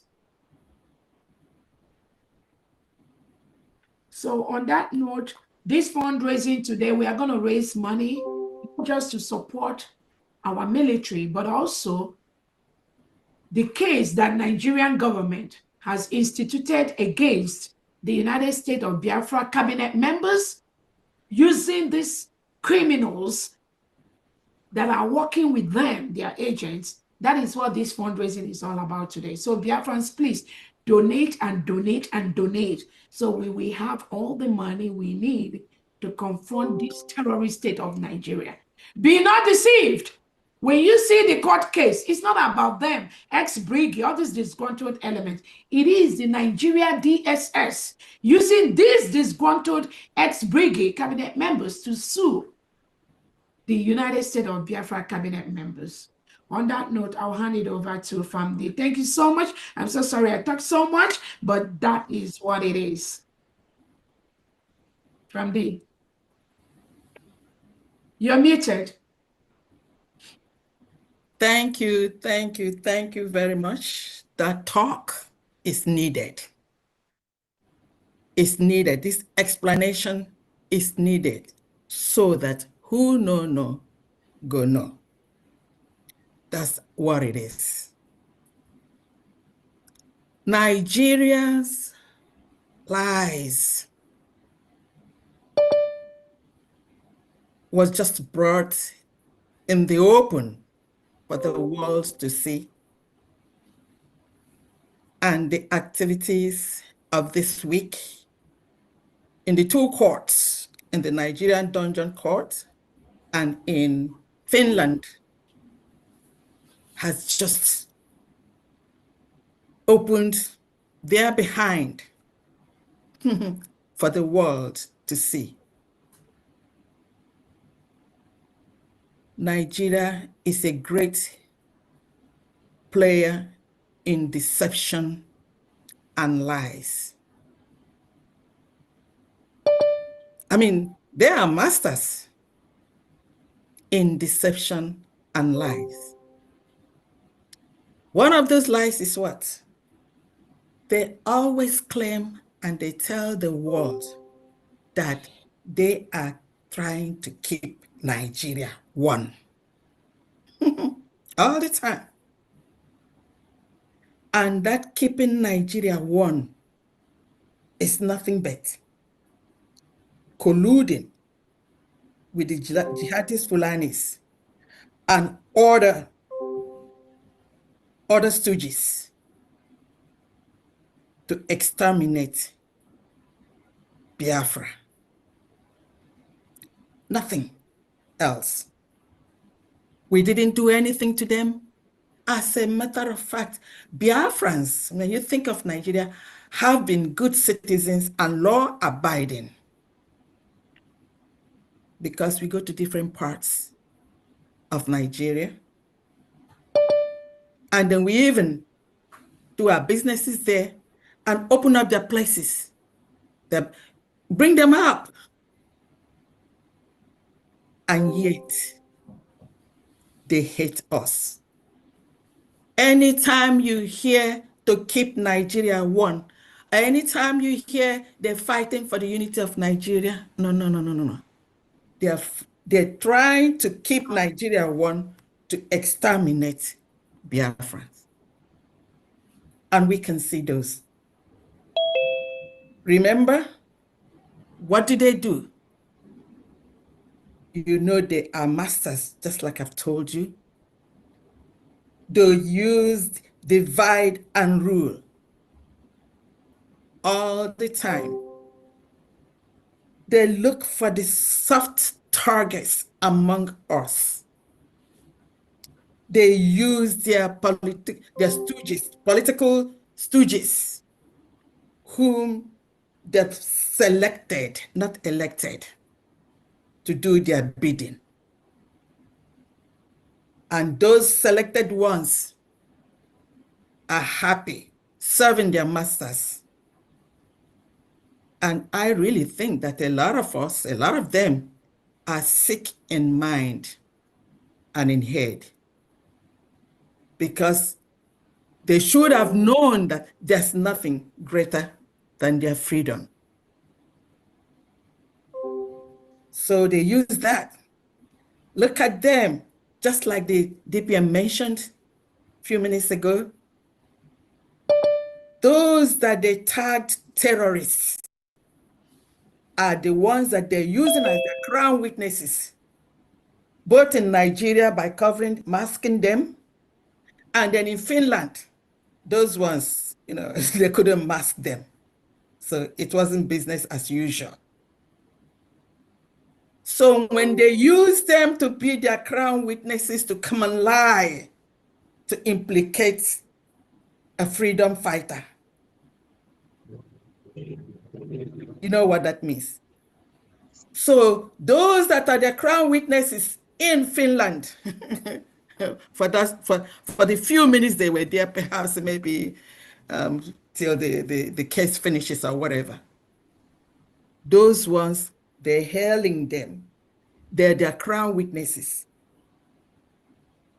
That's why they are liars. Nobody lies like Nigerians. Nobody lies like Nigeria state. We know what they're doing.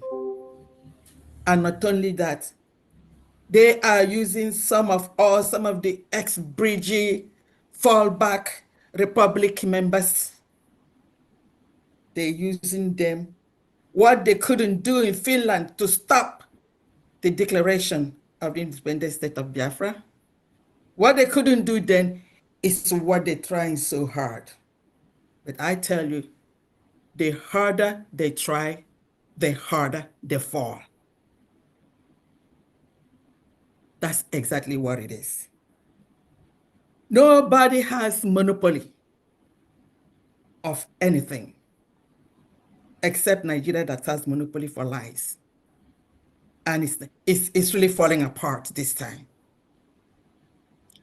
Biafrans, each and every one of us should know that at this stage, the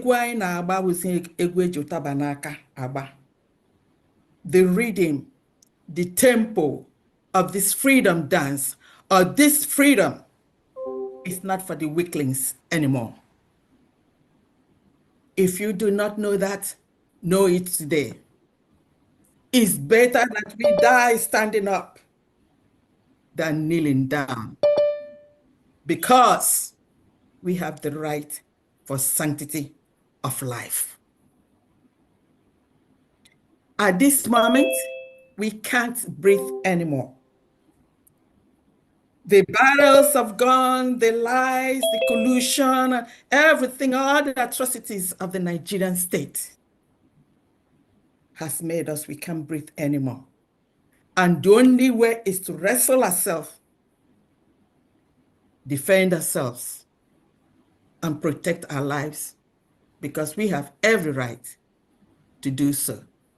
So it does not matter who they use, whether they use IPOB, members or ex-members or, criminals, or they use even your sister or your brother.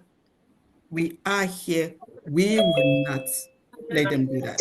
We're going to defend ourselves in any way that we can. Brothers and sisters, Biafrans, the dice is cast. And we are here today, just like the DPM has mentioned,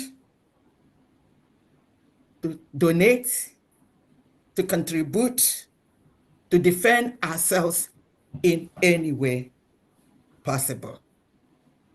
This is a victory that we must all have. So everyone, I welcome you. No one will claim now that they do not know what is happening. You've heard it all. And you know what? The sound of truth and Biafra freedom is what is ringing. And we are here to ensure that it comes to fruitful end. And then we're going to rejoice with happiness and then glorifying our Almighty God for what He is doing for us. Welcome, everyone, and let's start. Thank you. Thank you. Thank you very much. Thank you, FAMD. And I know there's somebody, Chook Survival, that wanted to show a brief of the lawsuit that these criminals took the United States of Biafra government, cabinet members, just a brief of that. This case is already in court, and we are going to see to the end of that. But Biafrans, be not moved.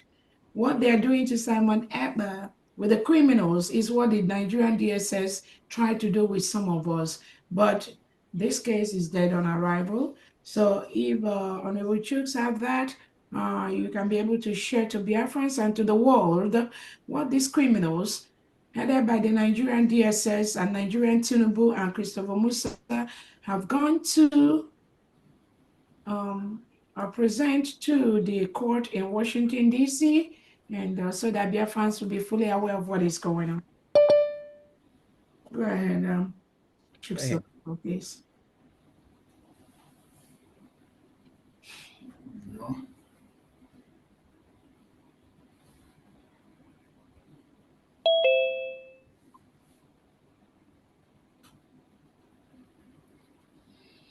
You can read that Chuk survival and just go down and explain.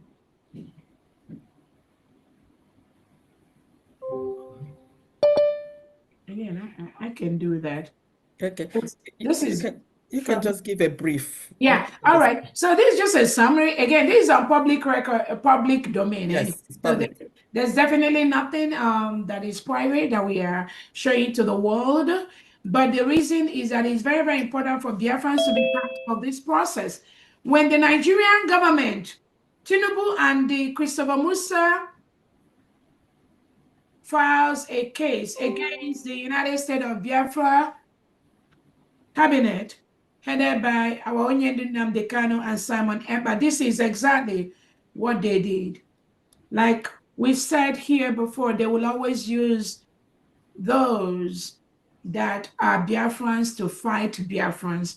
Just like in Finland, they use those people that are working for the Nigerian state that are Biafrans to testify against our Prime Minister, Simon Ekpa. This is exactly what they did. So let's go up. Let's start from beginning. Honorable Chuk survival. Okay, so this is a history. And the case they said is Biafra Republic government in exile versus United States of Biafra, Biafra Republic government in exile, de facto corporation et al. Timothy J. Kelly presiding, date 5/5/29/2025, date of last filing 6/3/2025. So this is, remember, the United States of Biafra, the Biafra history is a continuum. Please go up again. Go to the beginning. So it is a continuum from the Ojukwu, our Honorable Ojukwu, to Wazlike, to Nnamdi Kanu, to Simon Ekpa, now to the United States of Biafra. It is a continuum. Nothing changed. Nothing. The basic need, the basic reason for Biafra is the same: to leave a country that reintegrates non-terrorists into the community, into the police, into the security. Even these terrorists, as they are reintegrating them and giving them AK-47, giving them GPR, giving them all kinds of ammunitions, they will use these ammunitions to launch, to target countries like the United States of America, like Britain, like other well-known countries that don't engage in this criminality. That is what the Nigerian state do. But they won't tell you that. Tinubu and Christopher Musa, they will come to you in Dubai. They will come to you in Saudi Arabia. They will come to America. They will go to Britain to ask you to give them arms, to give them money to fight the terrorists. Be not deceived. They are the terrorists. Do not give them anything, because they are the one that encourage the terrorism. Yes. Nigerian government policy is to reintegrate non-terrorists. Exactly. That is why every month you hear that they graduated 5,000 Boko Haram. Mm-hmm. The next month you will hear they graduated 5,000 ISWAP, ISIS and all that. Next you will hear they graduated 5,000 Fulani terrorists. That is what the Nigerian government do. They use their money, the money you give them, to send these people to build them homes, give them houses, and they use that to reintegrate them into Nigeria. So when Tinubu and Defense Minister Christopher Musa come to you, America, Britain, France, Japan, any country in the world, Saudi Arabia, Turkey, Dubai, Mauritania, when they come to tell you that, oh, Nigeria is filled with terrorists, give us money to... No, do not be deceived. Tinubu and Christopher Musa are the one that reintegrates those non-terrorists. It is their policy. They bring them in to help them win elections. They bring them in because they are in high numbers. They integrate them into the system and tell them to go and vote so that they will continue to be in power. That is one of the major reasons they bring them in. So when they come to ask you to give them money, the Tucano jet that America gave Nigerian state, there was a specific instruction not to use that jet in the southeast and south part of Nigeria. Today, Christopher Musa and Tinubu are using those Tucano jets in the southeastern part of Nigeria, killing innocent indigenous Biafrans. So they've broken that rule. That enough will make America not to give Nigeria any single support again, because all they care for is to kill all the indigenes that come from the oil-producing section of Nigeria, which is the southeast and the south-south. So no matter the thousands of barrels of oil they promise you, be aware now that that promise is on the blood, the blood of innocent citizens. So stop it. Do not do that again. Look for other resources. Look for other ways to develop the resources. Look for other ways to build your resources, to give to your own citizens, to give your own people. Do not build your wealth on the blood of innocent and indigenous Nigerians and innocent and indigenous Biafrans. So as I was saying, the Nigerian state has taken the United States of Biafra cabinet under Simon Ekpa, whom they are holding in Finland, and under Nnamdi Kanu, whom they are holding in Nigeria. Now they see that despite holding Nnamdi Kanu, despite holding Simon Ekpa, the United States of Biafra has been declared. So now they realize it's no longer about an individual. It's no longer about Nnamdi Kanu. It's no longer about Simon Ekpa. It's not about me. It is about the wish of the people that can never be extinguished. That is exactly what is happening. So what did Nigerian government DSS do? What they did is to now rally around some ex-BRGIE cabinet members that were around Simon Ekpa, and now tell them to go file a case against this United States of Biafra that have been declared. It's all about the Biafra. Do not be deceived. It is not about any other thing except the realization, the protection of the United States of Biafra, which every Biafran have vowed with their blood. They must protect it this time. Nobody will stop that. That is what Nigeria is missing. So when they tell you international community stories that they will continue to give you the oil, you will continue to lay the pipe on the ground to suck the oil from Biafra land to Europe, I'm telling you, that is not going to happen anymore. The earlier you cut off that relationship and allow the people of Nigeria to live and allow people to exist and allow people their life, the earlier you do that, the earlier history will judge you as an individual, as a president, as a country that cherishes the fundamental human rights of individuals more importantly than any economic gain. So this is what these criminals perpetrated by the Nigerian state have done using their DSS. So they filed this history 5/29/2025. That was the day before we opened our Washington, D.C. embassy. It was a Thursday because our event was on a Friday. Yes. So they used this individual called Amandabiri that works with Modern Globals in Washington, D.C. And Elias Gonzalez is one of those individuals planted by the Nigerian state as a lobbyist. He's not a lobbyist. He was planted by the Nigerian state to disrupt, again, to stop the restoration of the United States of Biafra. Thank God, the crop of Biafrans that are here at this time are people that we are 10 times ahead of everything that they are planning.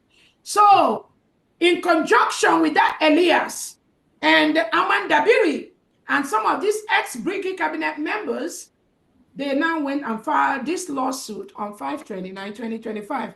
If you can go ahead. So the docket summons 1/63/2025 electronically as they sued. You can see there's a request for summons to issue filed by Biafra Republic government in exile. You can see Dabiri Abkenari, that is his name.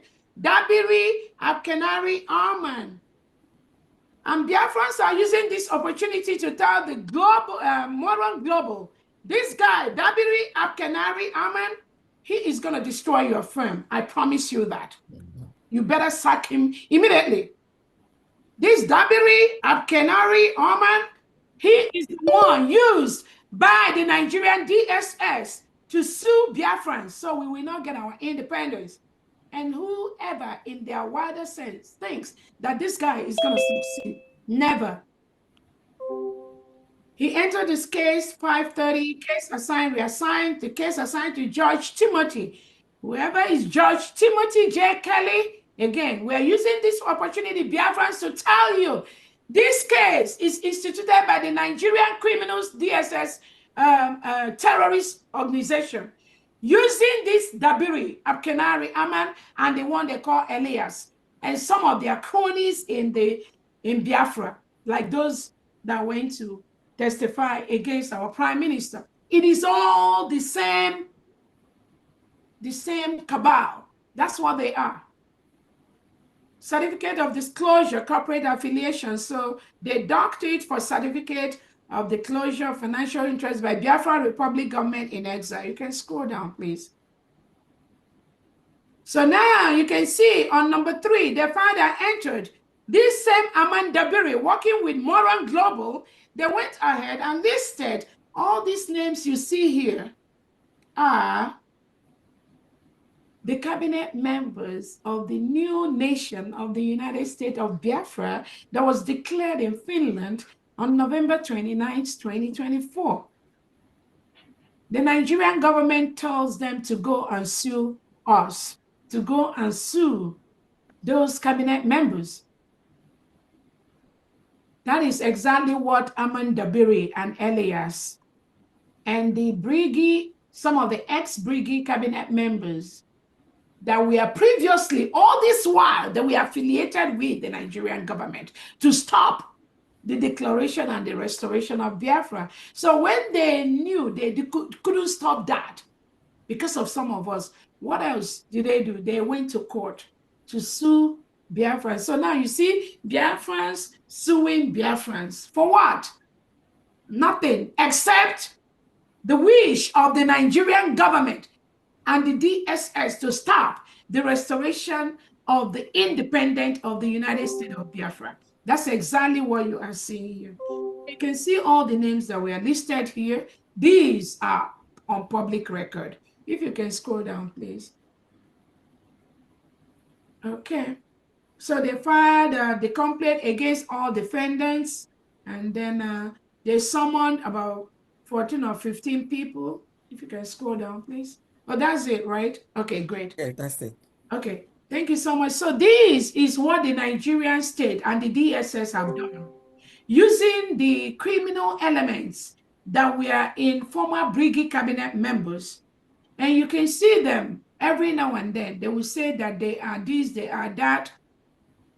They use them, they colluded with them. Now, Nigerian government, using this Aman Dabiri and Elias and whoever they are working with in Biafra, they've sued those that are working for Simon Ekpa and then Nnamdi Kanu. So again, this fundraising today, we need all the money from Biafrans, from friends of Biafrans.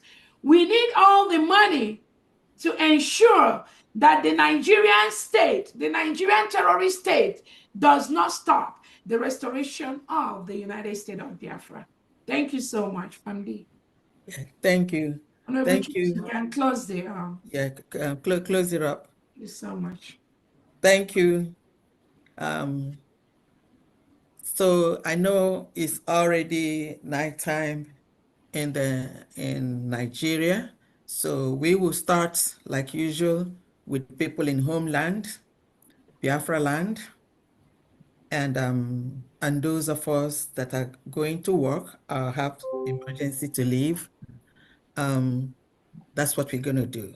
And then today, we're just going to make it straight, not much accolades or things like that. We are really here today for something very, very serious. And we are ready for it. no shaking.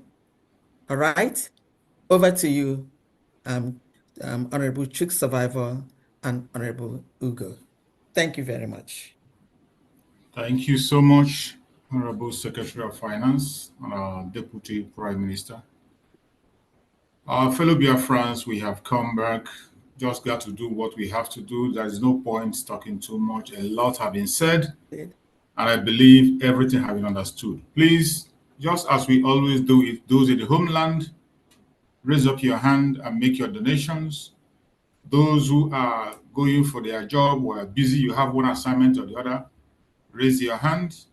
We attend to you first, more especially those in homeland. Please raise your hand, make your donation. Very important to attend to those in homeland first of all.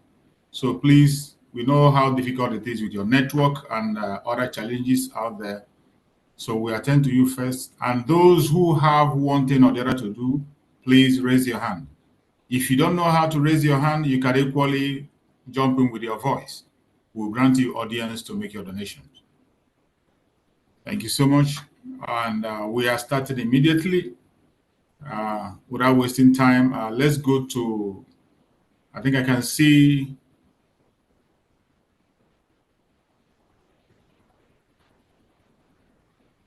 Anedio Kori. Anedio Kori, please unmute yourself, make your donation. Yeah, thank you, my brother. Thank you, Honorable Cabinet of the United States of Biafra. Thank you, my Deputy Prime Minister, Mama of Africa, the mother of Biafra. Thank you so much. Yes. For keeping standing there for us. Making our prayer for coming to reality. You are making us proud with all your cabinet. I continue to bless you and make this to be fully, our nation fully restored so that we can go back home and enjoy what you are fighting for us. Thank you so much once again. So today I'm donating for Italian and 2,000 a year.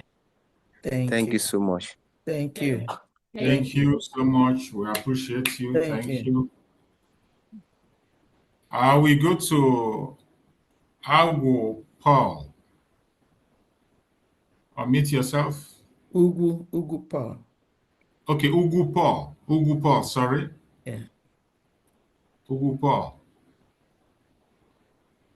Go ahead, Ugu Paul. Yeah. Sorry. Are you hearing me? Yeah, we can hear you. Go ahead. Okay. Thank you, Honorable Chooks, Survivor. It's Ugu Paul and not Agu. Yes. Yeah. Ugu Paul. Sorry for that mistake. So sorry. Thank you very much. Greetings, Biafrans. Good morning, good evening, and good afternoon, depending on your time location. Good evening, my Honorable DPM, Dr. Mrs. Ngozi Arabeze. You have said it all, and we've all heard you. And just to be brief, I'm anchoring your speech, which you said, Biafrans, do not be moved or do not be shaken. I'm anchoring it on Psalm 121, which says that those who trust in the Lord, that they are like Mountain Zion. We Biafrans, we trust in Eze Chukwu Okike Abiama. We are like Mountain Zion. So we should not be moved or shaken. Thank you, our able DPM. And my fundraising today starts as follows. Number one here is Chijoke Okafor, 20 Ejemma. Chika Okafor, 25 Ejemma. Ezo Hadan Okafor, 25 Ejemma. Felix Okoro, 5 Ejemma. Innocent Ojoho, 10 Ejemma. Sunday Anyalewechi Uchendo, 10 Ejemma. Frank Okpala, 15 Ejemma. Thank God Ocho, 20 Ejema, Ifeanyi Agonia, 15 Ejema, Alowere Tedus, 20 Ejema, and my humble self, Paul Ugu, 30 Ejema. Total for today's fundraising is 195 Ejema, but when we were remitting, we remitted 200 Ejema. The receipt has been forwarded to our able Finance Secretary. Thank you all. And may Ezechukwu bless us all and be with us. Where is this from? Where is this Head from? of Mission, Greece. Okay, thank you. Thank you very much. I forwarded my receipt to you. Thank you. All right. Thank you so much, Mazi Ugupo. I appreciate you. Thank you. Thank you very much. You're welcome. Coach Chooks, unmute yourself. Coach Chooks. Imazi, survivor, and good evening, my DPM. You're welcome, bro. Donating 5,000 AJ. Okay. Thank you so much. So where you donating from? Where you calling from? From Izana State. Okay, all right. Thank you. Thank you so much. Thank you so much, Coach Chooks. God bless you. I appreciate you. Thank you. Mazi Godfrey, unmute yourself. All right. Excuse me. Whoa. Hello, can you hear me? Yeah. I think you logged in two places. Which one are you using? You're logged in two places. That's why you're having that echo. Could you just take out one and use one? Yeah. Okay, I got it. Okay, can you hear me now? Yeah, I can hear you. Yes, on behalf of our administrator, Edith, this is Florida. Okay. Edith today, she's on transit, so I'll take over as usual. Okay, she's giving in 100 gem from Edith. And we have one other piece, N9jeria 100 gem, and my very self, Dr. Nuga, 100 gem. So Florida today. Okay, for instance, excuse me, Wanda is specifically given for the case, the court case. So I think she wanted to mention that specifically, okay? While Edith and I were generally given for the course anyway, okay? If somebody comes in and gives something, I will come in tune. But so far, Florida is giving in a 300 gem for today. Thank you, my people. Yeah. Thank you so much, Dr. Noah. Thank you. Thank you. Appreciate it. All right. Thank you so much. Let's go to Blessing. Blessing is on. Unmute yourself, please. Okay. Good day, everyone. God bless you, our honorable, glorious Madam, you must bow. God bless you. Bless the cabinet, every one of us. Please, by God's grace, I just want to donate for the 40 states of Biafra, the sum of $250. I mean, I'm sorry, 250 a gemma. Yes. Last time I made a pledge. I made a pledge of 50 gemma on behalf of our DPM, but I haven't remitted it. So I'm going to remit it right now. So by God's grace, I will give you 300 a gemma by the grace of God. 250 for the 40 states of Biafra, then 50 for the previous pledge I made that I have not remitted. Thank you so much. God bless you. Thank you so much, Madam. Yes. Is that California? Which state? Which state are you again? California. Yes. In California. Don't mind us. We are moving forward. Drawback. Yes. Thank you. God Thank bless you so much. We appreciate Bye-bye. you. Thank you. So Mazi, I'm sorry, fam. I'm gonna send it to you right now, okay? All right. Thank you very much. It's all right, bye. Okay, let's go to Mazi Chidi Membis. Unmute yourself, Mazi Chidi Membis. Oh, choose survival. Good evening, Biafrans. You're welcome, my brother. You're welcome. Okay, on behalf of our OEC, our island mission, because he's on a mission. He's not so he asked me to represent him. Okay. So we call out for today's donation.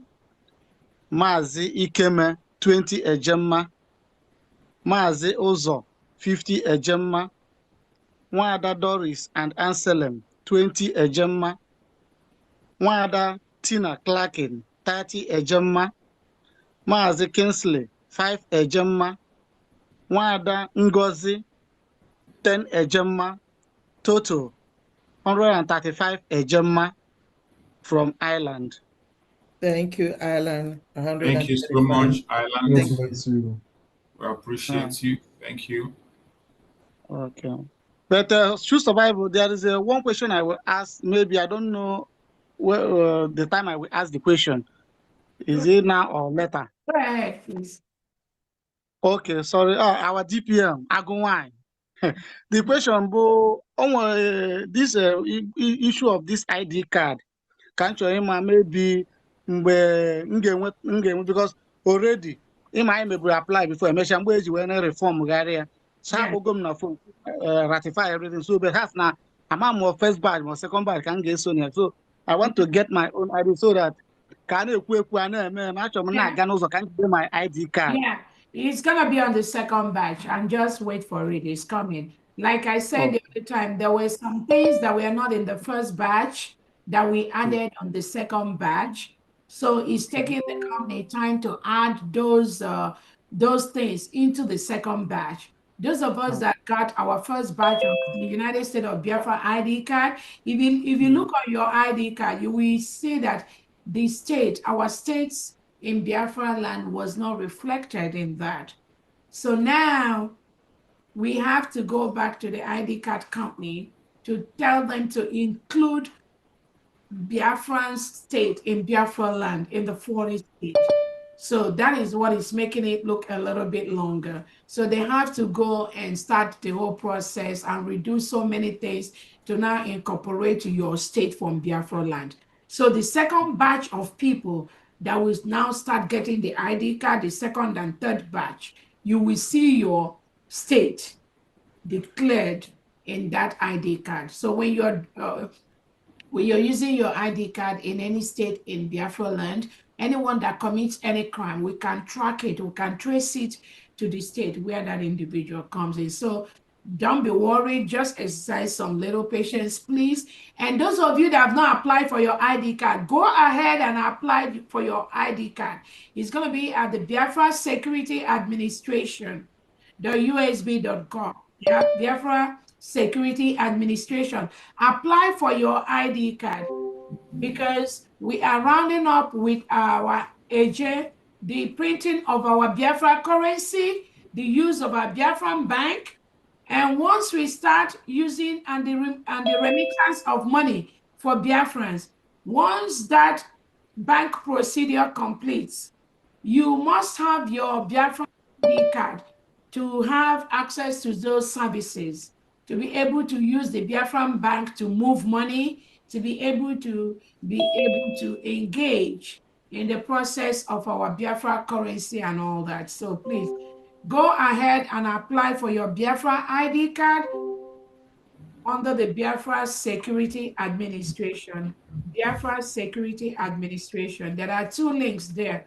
One is one that you will click to apply. That is look for the latest one that requires just few information that you need to put in. Please go and apply. So if your name is going to miss the second batch, which they're already working on, your name is going to appear either on the 3rd batch or on the 4th batch. Thank you so much. Okay, thank you. I go on. You are. Let's go to Agubuzo. Unmute yourself.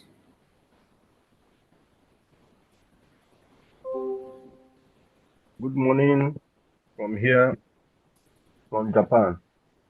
Okay. Welcome. I want to greet everyone in the house. God bless everyone.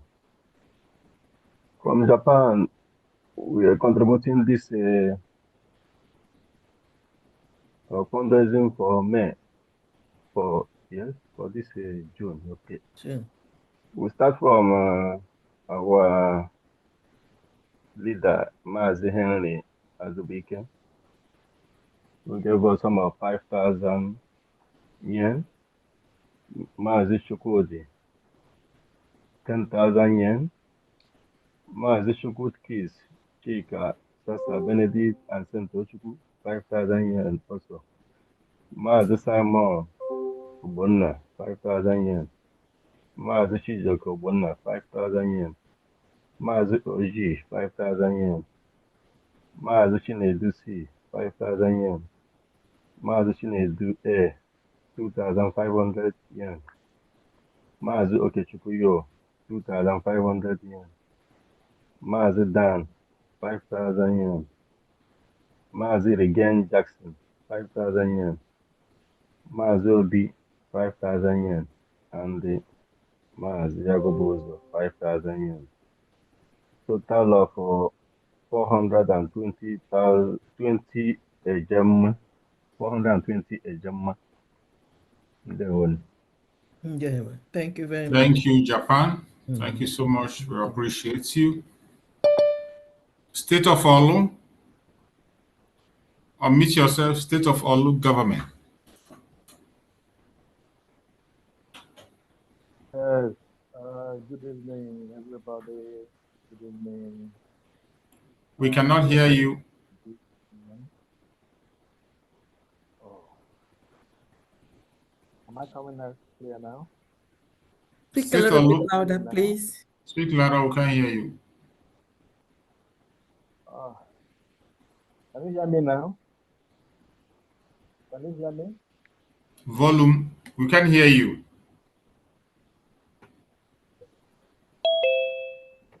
Can you raise your volume, please? Can you hear me now? Yes. Okay, it's better. Okay. I want to greet everybody. Our able DPM, Mama Biafra, chief survivor, Dr. From Diana, and every other person in the house. I greet you all. There is something very significant that happened yesterday. Yesterday happened to be my birthday. I didn't want to announce it elaborately because of the two court cases, one in the homeland here and the other one in Finland. So I just shared the information in one of the small groups. And our people blessed my day. And in fact, I came to understand that Chukwu Okike Abiama made the coincidence to happen. My day to be the day for these two court sittings. So, everything that I was blessed with yesterday, I'm turning it over for the support. Oh, Bagiri. Wow. Are you there? Yes. Hello? Yeah, we can hear you. Go ahead. Go ahead, we can hear you. Okay. So, donating a total of 70,000 Wow. for this cause. Wow. Wow. Thank Happy you. birthday. Happy birthday. Happy birthday. God bless you. Happy birthday. Thank you. Thank you. Thank you so much. We appreciate Was that the Olu State Thank you. Thank you. Who was that? Yes, yes. Is Olu State Governor? Yes. Yes, Oh my Big Mama. goodness, let us sing happy birthday to him. This is, oh my goodness. Please, 1, 2, 3, go. Let us sing happy birthday to him. Happy birthday to you. Happy birthday to you. Happy Happy birthday. Happy birthday.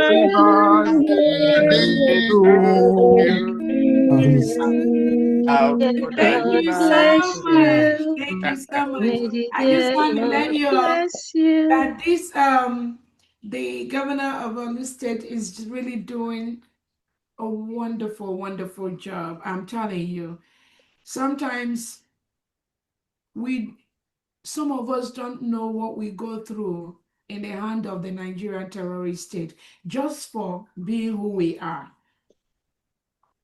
Just for being who we are. I'm going to post the first-hand experience of the Edo State governor that was taken away by President Tinubu and Christopher Musa, locked up in the DSS dungeon for 1 year and 4 months. A year and 4 months. And the people working there told him that it was an order from Tinubu and Christopher Musa that nobody should see him. He was kept incommunicado, just like what Finland is doing to our prime minister. For nothing. These are innocent individuals just because they're different. I'm going to post his first-hand experience of what Nigerian state did to him. And the reason why this is so painful is not just happening to him. It is happening to thousands of innocent Biafrans. Some of them never had the opportunity to come out alive. He described how they beat him. He said they beat him like a goat. Just be on the lookout. After this fundraising, I'm going to post the first-hand report of this innocent Biafran that was taken away by Tinubu and Christopher Musa, just the way they went to Kenya and take away Nnamdi Kanu. They told Alexander Stubb to take away Prime Minister Simon Ekpa. I will post it. And you will all hear from him how the Nigerian DSS, these criminals, these terrorists hired by Nigerian state, how they beat him like a goat, not like a human being. He said he was bleeding from both ears for committing no crime. He did not commit any crime. He was just a Biafran and propagating Biafran. He does not want to live in a country with reintegrated terrorists. That's all he said. And Tinubu and Christopher Musa sent the DSS in the middle of the night, 1 a.m. in the middle of the night. They came to his house. They knocked on the door. They broke down his door. They break, and that is their pattern. Every single Biafran, Tinubu and Christopher Musa send their DSS to in their home. They break down. We have the pictures. I have the live pictures of how they enter these innocent Biafrans' homes. When they knock, they break down their doors. I have the video evidences, I have the recordings, and I'm ready to present it to the European Union, Human Rights, and to the African Union. And they went in with torchlight. He said there were about 6 hillocks. So when you see those hillocks by the Nigerian state, that's what they used to kill people. And they were up to like 12 or 18 of them. DSS people that came to his house in the middle of the night. Why should we, in this century, be afraid to sleep in our homes in Biafra land? When Christopher Musa and Bianco Ono and the delegitimized Southeast Governor Soludo, Uzodimma Oti, sent these reintegrated terrorists to our homes, in the middle of the night to our mother's homes, our father's homes, our grandfather's homes, break down the door with innocent children sleeping inside those homes. They break the doors and take them away, take their fathers away, take their mothers away. Anybody supporting this evil? Anybody supporting this evil? You have yourself to blame. To your own children, not even to Biafran, to your own family members. You will have yourself to explain and blame to your own generation. And they took this innocent man away for a year and 4 months. They released him, I think, in January or February. 1 year and 4 months.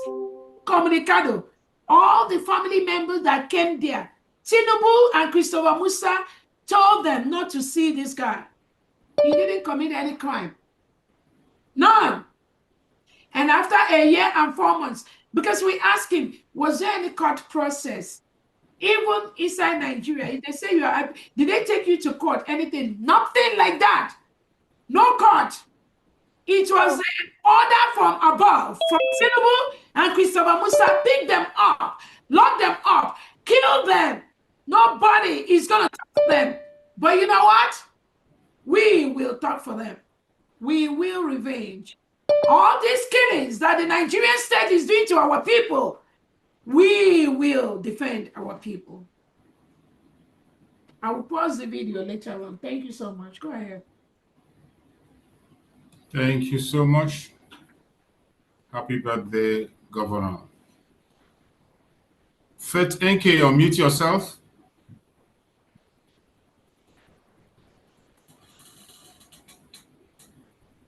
Faith NK. Can I come in, sir?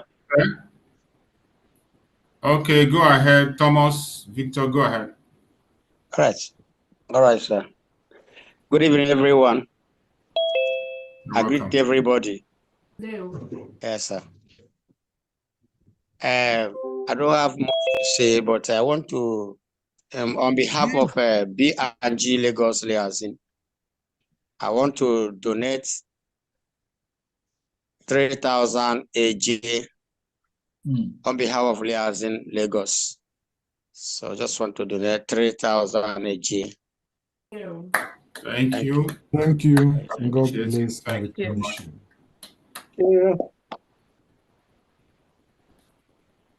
Faith NK, are you there? Unmute yourself.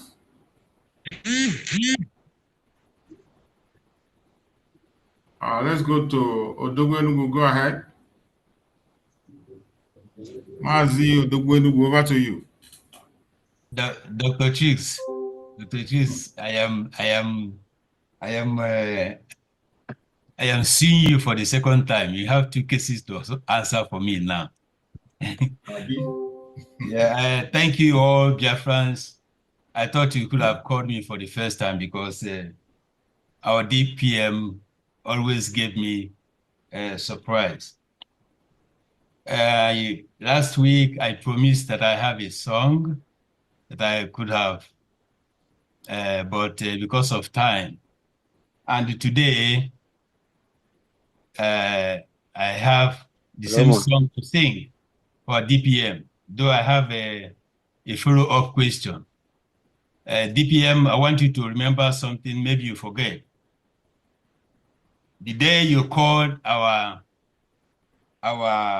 angels to come and speak, one of our potential angels told you, Dogwenugu is reminding you now in case you forget, that ni mugo Biafra, ni mugia. You have given birth to Biafra and you are giving birth to Biafra. These are the impossible things you have done. When I was disappointed and disheartened in Finland, when I didn't see Prime Minister Simon Epa, I was hopeless about the declaration of Biafra. You stood up. And you declared Biafra. That had been my dream all my years. Ojukwu wanted to get an embassy for Biafra, and I wish and I know Nnamdi Kanu wanted to do the same thing. The same thing with Obatubi, Simon Epa, Agudo. But they couldn't do that. On the 30th of May, Dr. Rabeze, you stood at the Washington and declared and opened the first embassy of United States of Biafra. I gave it to you, ma. Thank you very much. So I said in Igbo, you have done it and Biafra have done it. But that is not my song today. Before I go on with my song, Fandian, from last week, we are owing from Sweden 70 ejema. But on Sunday, I paid one person, gave us 40, and I paid it on Sunday with the receipt. So we have now remnants of 30 ejema for last month. After Dr. Orabeze's speech this night, I received an animus of 50 ejema again for the support of your speech and the fundraising from Sweden. As you people know, we have end of the month for our fundraising. So I'm going to put all of them together. At the end of the month, we are going to bring up our fundraising. I don't know, Famdi, am I cleared? Okay, let's run it by me again. You say you had a previous 70 ejema. Balance of 70 ejema, yes. Okay, is that correct? Okay. Yes, but I paid 40 on yes, yes. So out of that 70, you paid 40 now, right? Yes. Plus the 50. What is the 50 for? The 50 for today, our donation for today's fundraising, but it will be at the end of the month. Okay. Okay. So you're not really paying anything. So this is just for notation. Is that correct? Yes, yes. Right. An emergency for this month. Thank you. Thank you. So I want to go on for my song. DPM, my song says in English, stand up. And I wish as an Anglophone, everybody knows about this song. And I want Biafrans, please, to manage my voice today as I sing. Stand up for Jesus, ye soldiers of the cross. By his royal banner, it must not suffer from victory unto victory. His coming shall he till every few is vanquished, and Christ is Lord indeed. Stand up for Biafra, with trumpet call to the mighty of it is his glorious day. He who amen against but you red courage right with danger and strength to strength. Oh, amen. Courage rise with danger and strength to strength. Oh, Oh. Thank you. God bless you. Thank Hallelujah. you. Thank you. And I God want to bless ask my you, question, Mazi. please.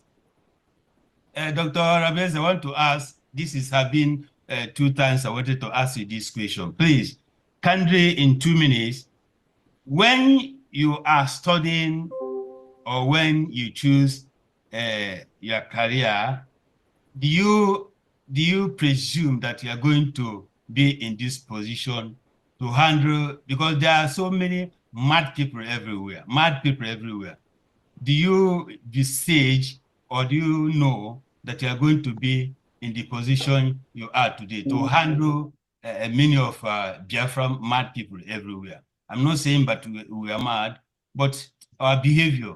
How can a Biafran be seeing a Biafra for Biafra?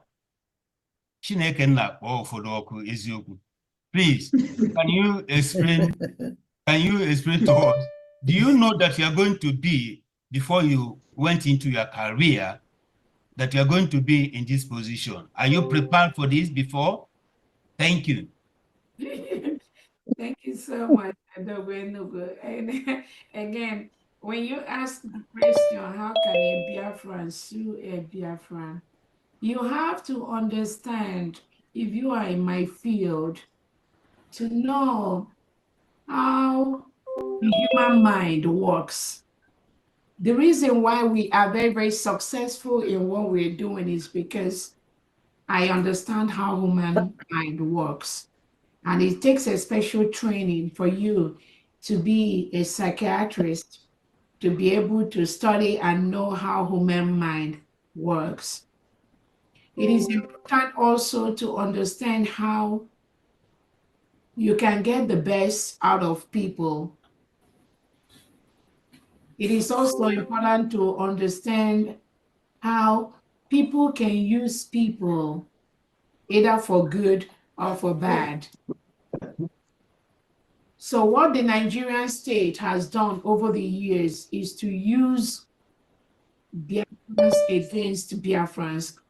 If you look at the history of the Biafra-Nigerian Civil War and Owazurike, how one of the delegitimized governors took the executives, those that are close to Owazurike, to go to the court where Nigeria locked him up, and then convince him to abandon Biafra struggle. And then you also have to study how our leader Nnamdi Kanu, those that were following him, that became the DOS, now turned against him and started working with the Nigerian state and sold the ESN that Nnamdi Kanu established for a good cause. They turned them over to the Nigerian state. And now, if you understand all that, and how even in BRGIE, ex-BRGIE, how some of the people that were leftovers, I call them leftovers from Nnamdi Kanu, that came into BRGIE, continue to tow the same part. Sometimes when I do it, it looks so easy, but it takes somebody that have what we call the sixth sense to be able to fish out, study, and understand the pattern. There is a pattern, but it's not everybody that can understand that pattern. Some people just do things on the surface, but when it becomes something you've gone to school to study, human behavior, human psyche, how people perceive things, how people behave, it makes my job easier. Not that it makes it easy for me, but it looks easier when other people look at what I do. But I think it is a very, very difficult task for an ordinary person to be able to decipher, to be able to understand the manipulations of the human mind, to be able to understand how people who commit crimes can turn around and say that you are the one committing the crime. And they want to deceive those that are following them that you're the one doing the wrong thing. Meanwhile, they are the ones doing the wrong thing. So to some degree, when you listen to our leader Nnamdi Kanu, listen to PM Simon Ekpa, where he always said that those that are incompetent always challenge the competent ones. And when Nnamdi Kanu says that what they do is what they project on other people, when you start putting all this together, as a psychiatrist, I think it becomes easy to know when these individuals are doing these things. Honestly, for me, because of my years of training, it is so easy for me to figure them out. But for ordinary Biafrans, it may be very, very difficult. A lot of Biafrans were torn between these manipulations where somebody who is actually doing the wrong thing keep telling somebody that following them, that trusts them, that they are the one doing the right thing.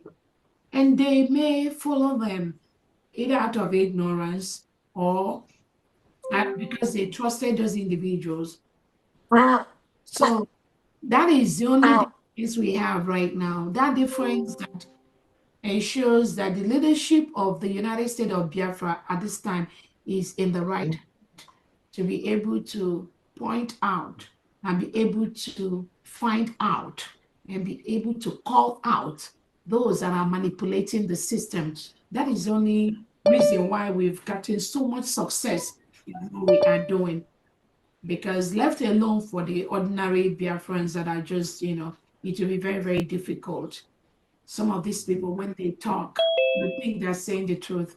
They talk it so convincingly to, just like somebody that came out and said that I am a Fulani woman. I lived in the northern part of Nigeria. Some people that trusted that woman, they believed her. So they talk it so convincingly that if you are not somebody who have studied human behavior and how humans can manipulate people's brain, you will think that what they say is true. Just like the Nigerian state, the Fulanese, the way they manipulated Finland, the lies they lied to Finland. They went to Finland and presented, that Biafrans, Simon Ekpa is giving order from his room, and people follow the order. That Simon Ekpa is the one trying to tell Biafrans what to do, and they do that. Biafrans, Simon Ekpa, he gives command in Finland, and it happens in Biafra land.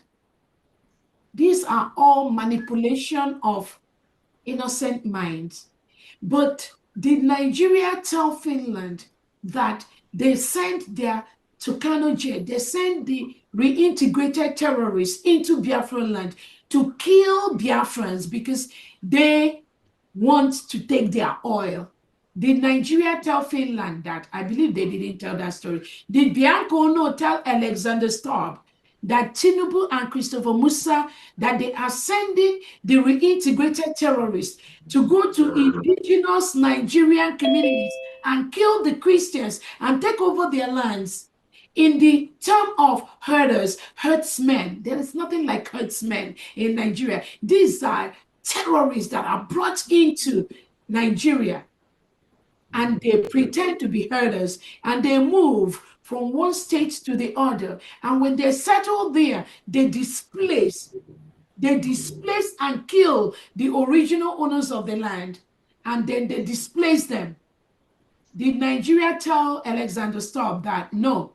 When Bianco went to the Finnish embassy in Abuja to report Simon Ekpa, did Bianco tell them that Tinubu and Christopher Musa have their reintegrated terrorists they hired wearing Nigerian military and police uniform in Biafra land, killing innocent Biafrans? Did they tell them that? No, they didn't. She didn't tell them that.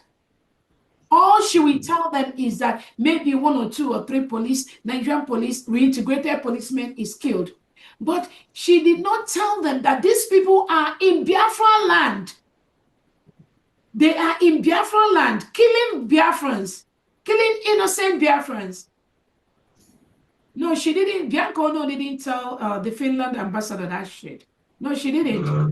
So again, it's all about the manipulation of the human mind. The reason why Biafra is successful is because I studied human mind. I studied how people manipulate other people. I studied the people's thought process. I have to study how what you say from your mouth is different from what you're thinking. That is how we are succeeding. I can, in 2 minutes, figure out if what you are saying is different from what is going on in your brain. And if you do not have the capacity to study and know that, you can never, ever get Biafra. So again, I think that's the answer to your question.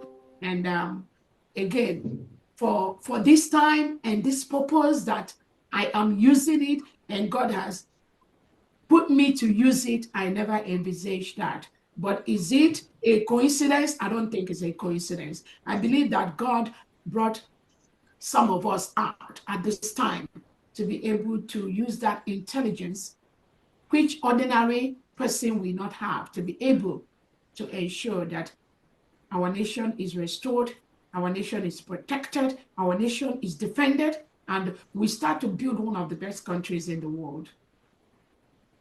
Thank you. Please, DPM, please permit me to add that God has prepared you for this moment, just like He's prepared N9jeria, because at every stage, because at every stage of this struggle, for this Biafra, God prepares each person for each particular stage. N9jeria came and opened our mind. Tamoneka came and showed us how to confront our enemies, not to be afraid. And now you have come, because this is what God has prepared right from time. Prepared you even without you knowing it. Because God is the person in charge, but He needed people to prepare them for this time, for this day. And we appreciate everything you're doing. We appreciate it and we acknowledge it. Yeah. And it's a grace for us to continue to move forward with this direction God is leading us through you. Thank you. Thank you. Thank you. Thank you. Honorable Go 247, are you there? Go 247, are you there? Honorable Joshua, unmute yourself. Go ahead.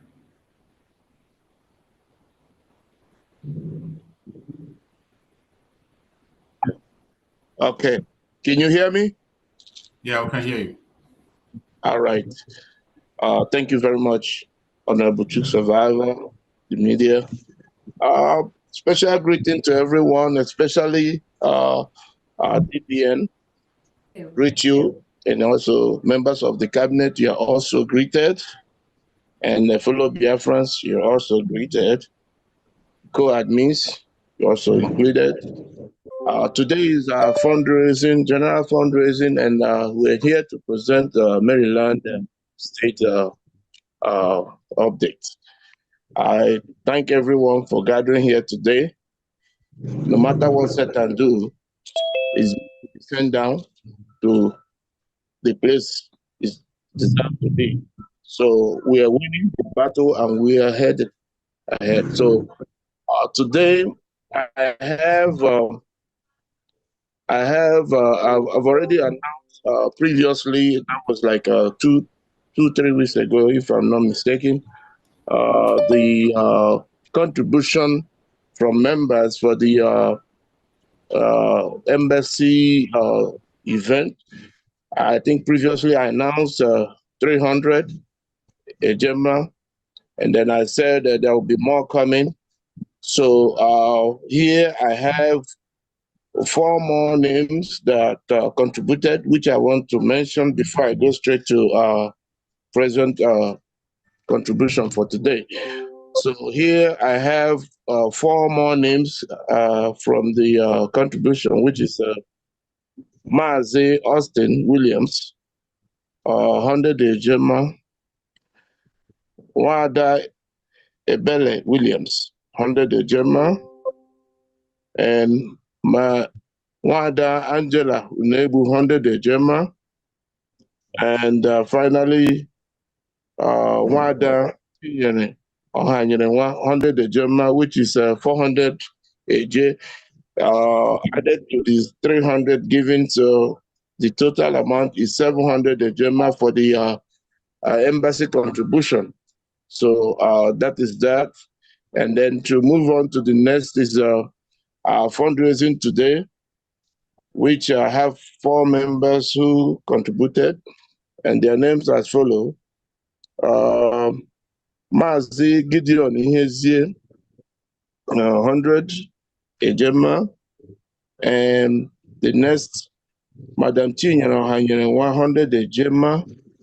The next, Madam Eunice Opara 100 ejema, and Madam Joyce Alfred 100 ejema, and then the last, Mazi Livinus Anoyemere 100 ejema, which is 500 AJ for today's contribution from Maryland state.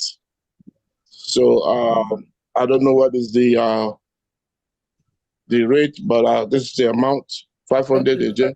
Okay. Thank you. Okay, just let's run through it. Earlier you said you had 300 for last week, the Washington DC, right? And then for today also Washington DC 400. That gives you a total of 700 for Washington DC. Is that correct?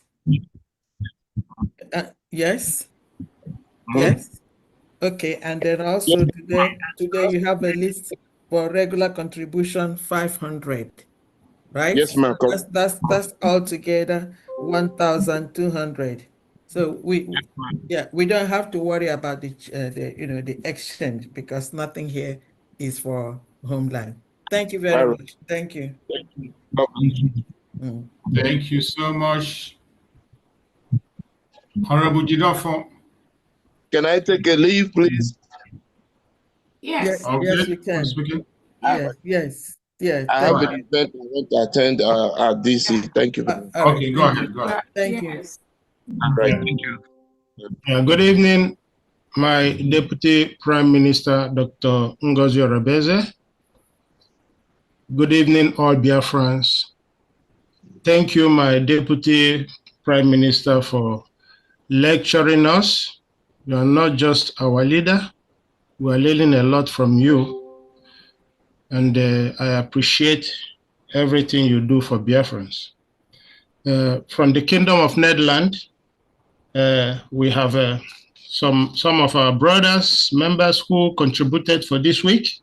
Okay. And their names are Alex Ofodire, 28 ejema, Maazi Ezugu, 21 ejema, Maazi Ugo Nweke, 21 ejema, Peter Jeremiah, 21 ejema, Sonny Best, 21 ejema, Maazi Boniface Okoro, 32 ejema, correct? Maazi Victor, 22 ejema, Honorable Apostle Dr. Steve Ajubi, 50 ejema, and my humble self, Honorable Jidofo Machie, 100 ejema, and we come up to the total of 316 ejema for this week. All right. Thank you, everyone. Thank you. Thank you so much. Thank you. I appreciate you. Thank you. Thank you. Let's go to Mother Dorothy Ngozi Okafor. Unmute yourself. Okay, good evening, everybody. I greet our DPM, Honorable Dr. Ngozi Orebeze. Thank you for all you do, and all your cabinet members, and all the genuine Biafrans. Okay, my name is Dorothy Ngozi Okafor. I'm from Georgia, the new rep. I'm here The for new rep. Please let us all welcome Dr. Dorothy Ngozi Okafor, She is the new rep of the United States of Biafra government, the state of Georgia. She took over from Onyami, who is so busy in the Defense Department of the United States of Biafra. Thank you so much, Dr. Congratulations. Congratulations. There is so much change. Congratulations. Thank you so much. Yeah, well, congratulations. Okay, our donation today is Dalo. Thank you so much. Thank you. So our donation today is a collective effort, and as we agree, and our meeting, the last meeting I met, we said we have to call it together. The donation is 360 ejema, okay, and we also have 150 ejema for Atlanta State. So 50,000. yes, make note of that. I will send the people that have donated to our. Who do I need to send it to? From D to from yeah, please. Okay, for I'm pleading to our people, for those ones who have donated. Thank you so much. For others who have not donated, okay, please, I'm pleading that our government needs you. Also, your state needs you. And for what we're doing today, you have heard our DPM said we need money for all the court cases. Thank you so much, and God bless. Okay, can I give you my number? Do you have my number? Yes, please. I'll write it down. Okay. Okay.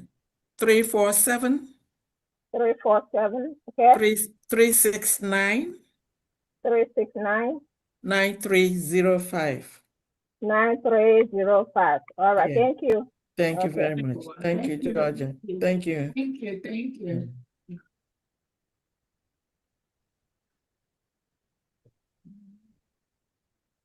Okay, let's continue. Okay, let's continue. Okay, okay, all right.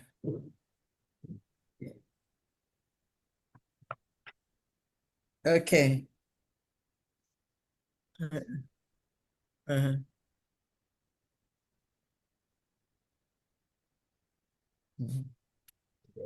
Thank you.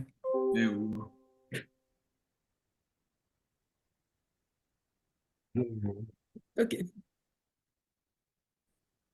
Yes. Okay.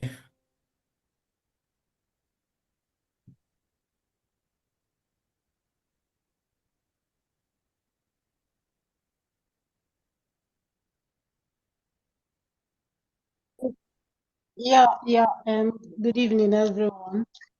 Is that Germany? Yeah, Germany. Yeah. Okay. Okay. Good evening.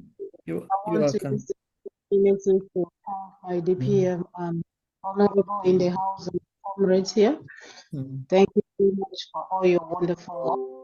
I want to use this opportunity for this week. Germany is donating 30 ejema. Thank you so much. How much? I didn't get that. 430 ejema. Thank this you. week. 480. All right. Thank you. Thank you. Thank you. Okay. Thank you very much. Thank you.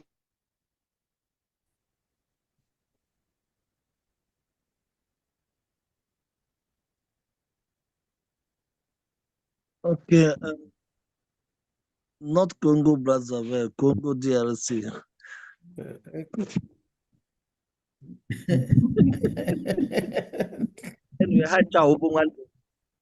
Yes, so me, my dad, the history.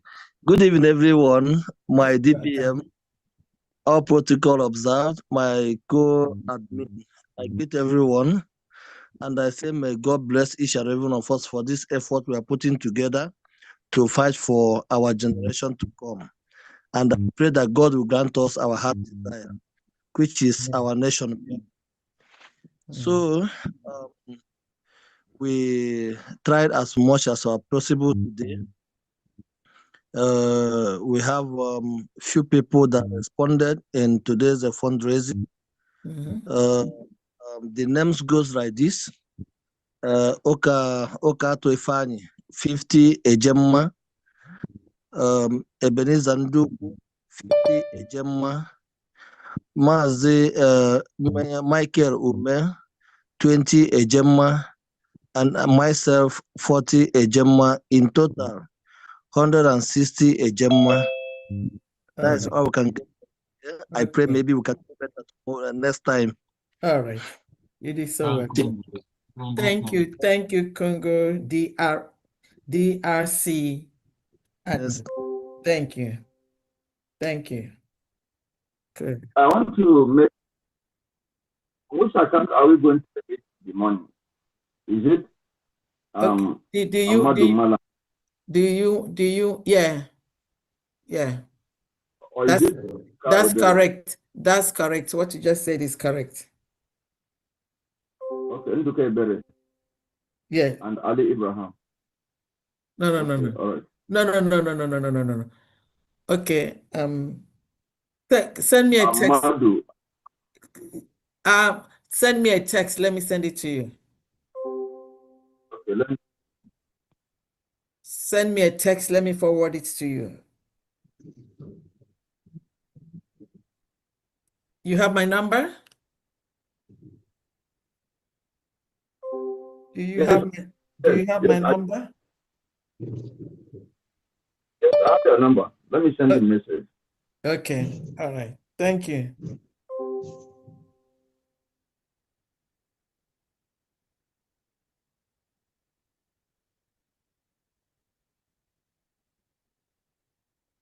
So please, can I speak? English WDC. Not now. I'm in the middle of Can I give my update, Biko? Huh? Yes. All right. Okay. Can I open my video? Yes, go ahead. Those that are going to work, you can always jump in, please. Because Thank you, my DPM. To be waiting. Good evening, Biafrans. Go ahead and open your video, ma'am. I think you can be able to open it right now. I'm trying to. Okay, it's gonna, yeah, I think it's. Okay. Yeah. All right, my video is open. All right. Yeah. Everybody. Yeah. DPM, Adeje Jemba. May God continue to guide you, protect you. Our knees are on the ground until we get what we are looking for. And I want to use this opportunity to tell Biafran, this woman, she is the one in charge of the United States of Biafra, Washington, D.C. chapter. She did so well when we were in Washington. I'm telling you, she was like everywhere. She was like sharing food, packing plates, cleaning. There's not, and I'm like, okay, you need this. I'm hosting. Please. It's only natural. I'm hosting. Please thank her for us. May God bless you. She did so well to host us in Washington, D.C. Thank you so much. Thank you. Thank you. Thank you. Thank you so much, my DPM. Adeje Jemba. Onye nwere gị nwere mmadụ. Yes. All protocol observed. Thank you, my fellow admins. Fam Diane, thank you so much for always being there, answering questions, guiding, teaching. Thank you. Our finances are top notch because you're there. Thank you. Thank you. So I just want to give update from WDC family. Oh, I want to thank Honorable Ijoma and Honorable Ada for a job well done. Yeah. Teamwork made it so easy. So everybody, our embassy is up and running. Oh, you need anything, it's just a phone call away. So make use of your resources. This is the time. Okay. My update. Last week, I couldn't come on fundraising because I don't know, my link couldn't connect. So I will do May first, and then I'll do June. For May, I have Livinity 150, $100 for Dimegu State, and $50 for DPM for opening the embassy in WDC, and $50 for whistle. Wow. Between Daniel, $300. Monthly dues, $100. Ohamadike State, $100, and fundraising, that Saturday fundraising, $100. Madam Chinyere Mark, $300. Monthly dues, $100. Ohamadike State, $100. And Saturday's fundraising, $100. Nwada Gertrude Diala, $20 Okigwe State, and $50 monthly due. Total for May, $870. Now I will do June. Myself, Ngozi E, $100 monthly due. Maazi Livinity, $100 monthly due. Nwada Gertrude D, $50 monthly due. Nwada Farm Esther Ede, $100 monthly due. Total for June, $350. So everything for today is $1,220. Okay. Thank you. All right. Wow. Wow. Woo! Washington family, Thank you so much. Wow. God bless you. Washington is reading now. Washington. Washington D.C. We're popping. Yes. And Dr. Angie, I wanted to use this opportunity to tell Biafrans that our Washington D.C. embassy has really actively taken care of a Biafran that was in Washington D.C. that had an incident, took care of her for about 2 days in the embassy.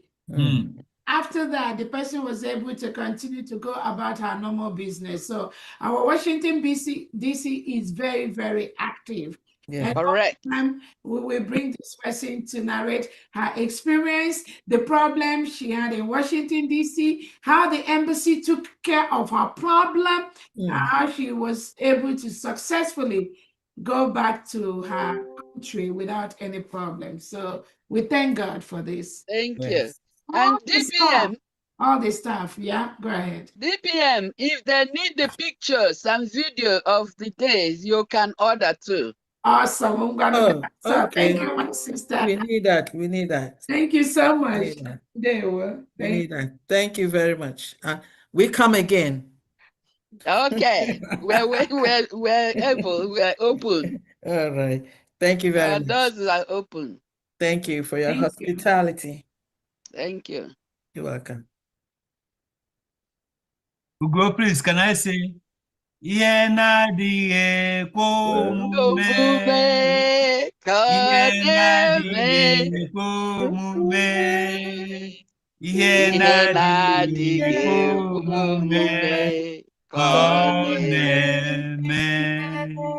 Yes. Thank you.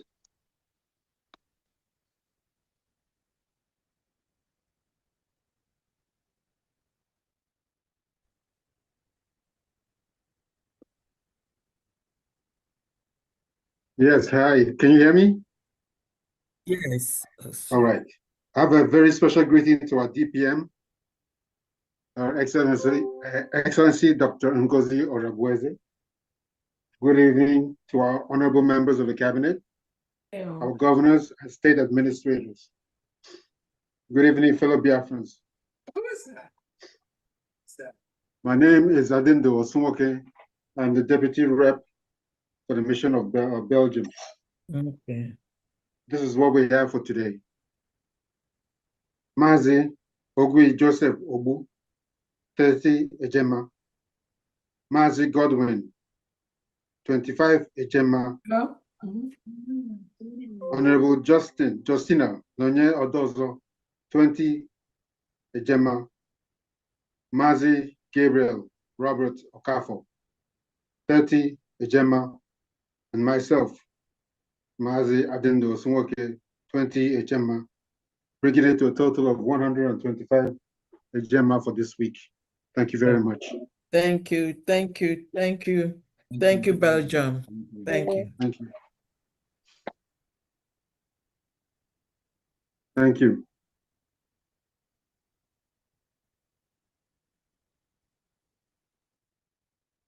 Thank you very much, Honorable Ugo.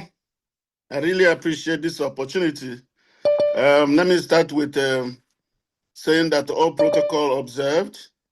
So, but I may talk a little, just a couple of minutes. I just want to continue with where DPM, Agwan, this is your respect. Our family, and making you Agwan give as well. Thank you. So, Honorable EJ, our rep, I'm calling just to name few, but the only thing I want to emphasize is the hospitality that we received in DC. It was second to none. The host, I think DP just touched about it, about the lady that just spoke, how they took care of us in DC. It was so beautiful. The embassy, the hotel, everything, the conference hall, everything was so well planned. Thank you. I really enjoyed myself. It could be a privilege or a coincidence that I shared the table in the conference hall with the new rep from Georgia. So,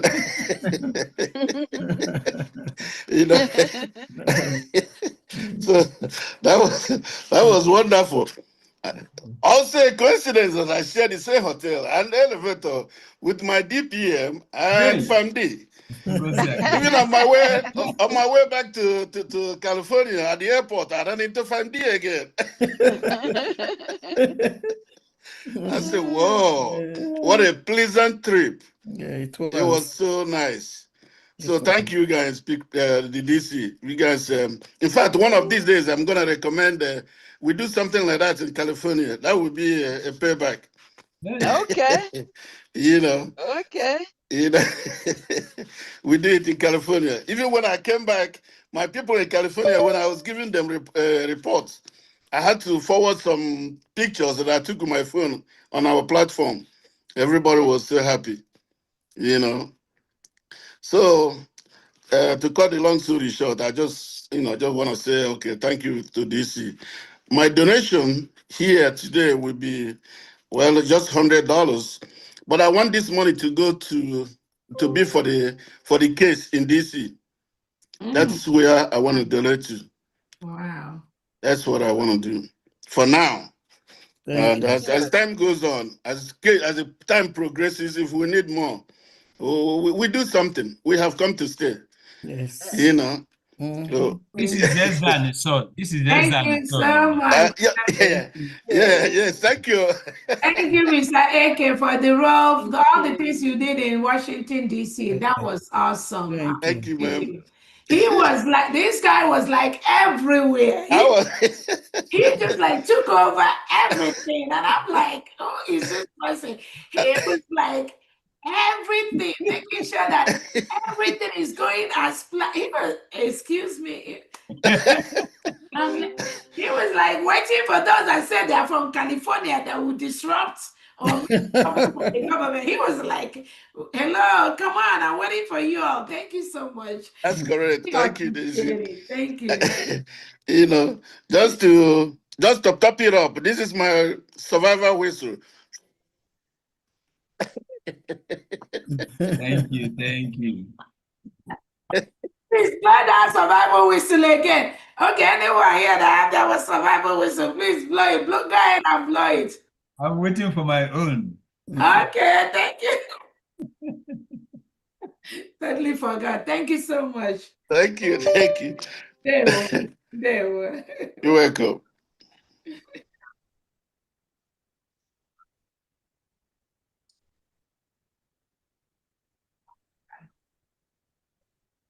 Okay, thank you very much, Mazugo.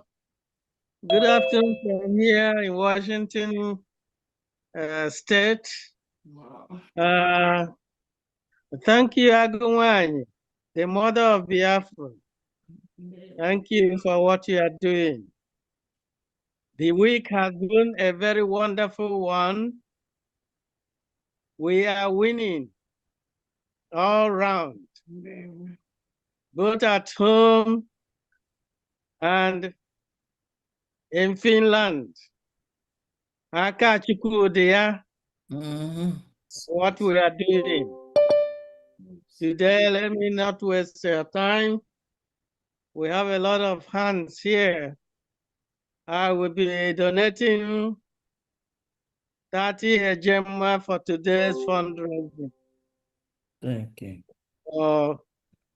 From Washington State. Thank you so much. Thank you. Thank you, Vetra. Well, thank you, Vetra. Thank you. Thank you. Thank you.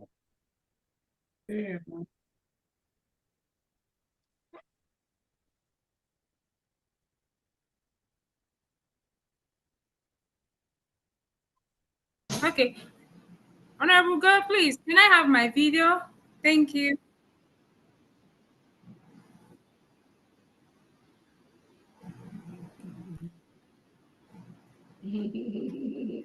Thank you so much. And I thank you, the DPM. I thank you, Honorable Famdi, all cabinet members, great Biafrans, lovers of freedom. Thank you all. Sorry, I haven't been steady because I have a celebration in my house. One of my sons is having a birthday, so I'm kind of busy. That's why. So thank you so much.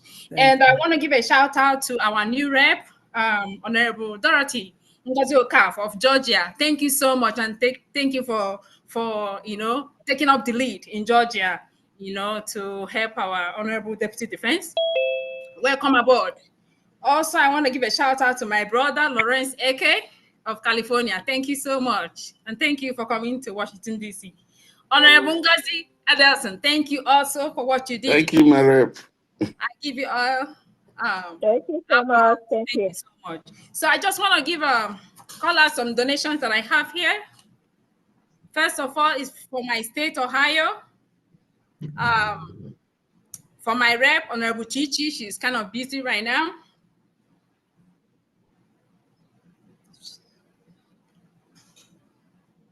Okay, in Ohio State, I have Mazi Augustine Madukwe. He's donating $50 for today's fundraising and $50 towards the legal issues. So in total, Mazi Augustine Madukwe is giving $100 for today. So also I have our Biafran Cleveland family. They are donating $100 for today's fundraising. Thank you so much, and that's for Ohio. Thank you, Ohio. So altogether, Ohio, you have how much? $200. Thank you. Gemma. Thank you very much. Okay. Also, I have to call out the donation from. Just a minute here, please. Just a second.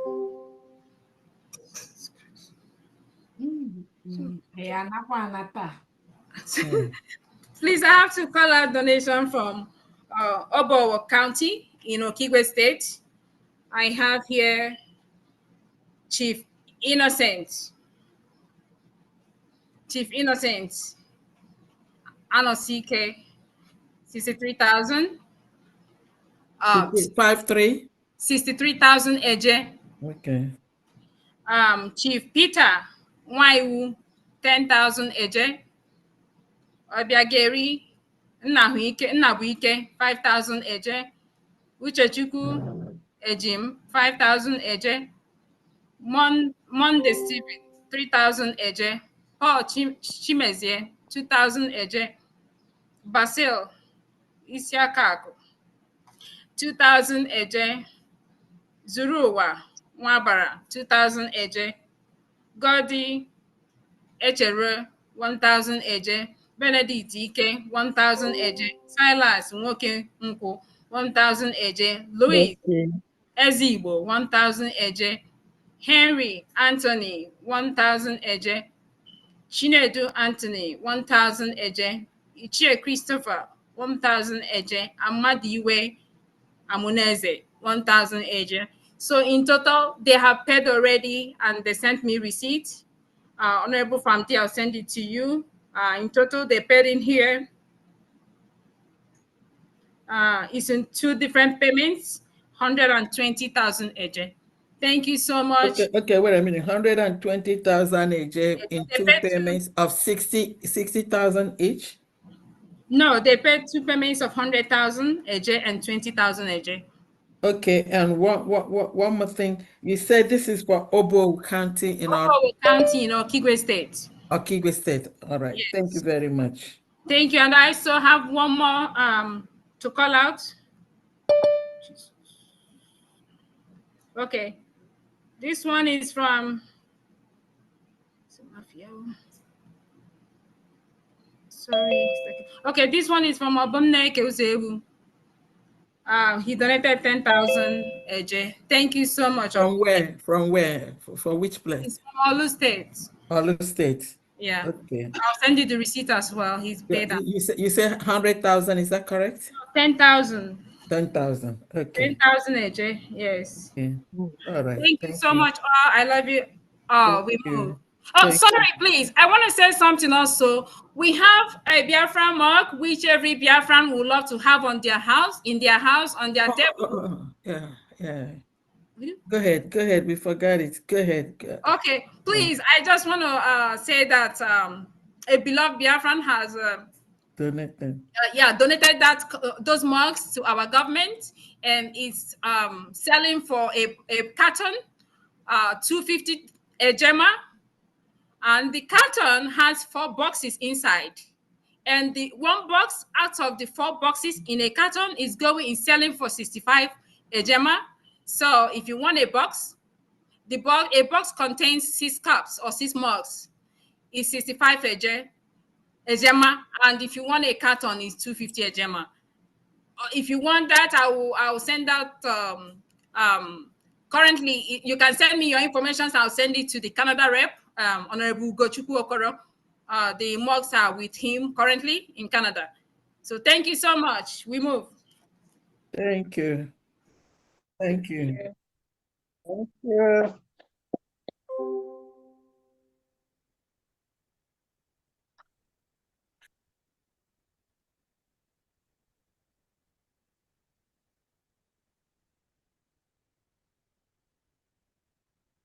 Yes, I am here.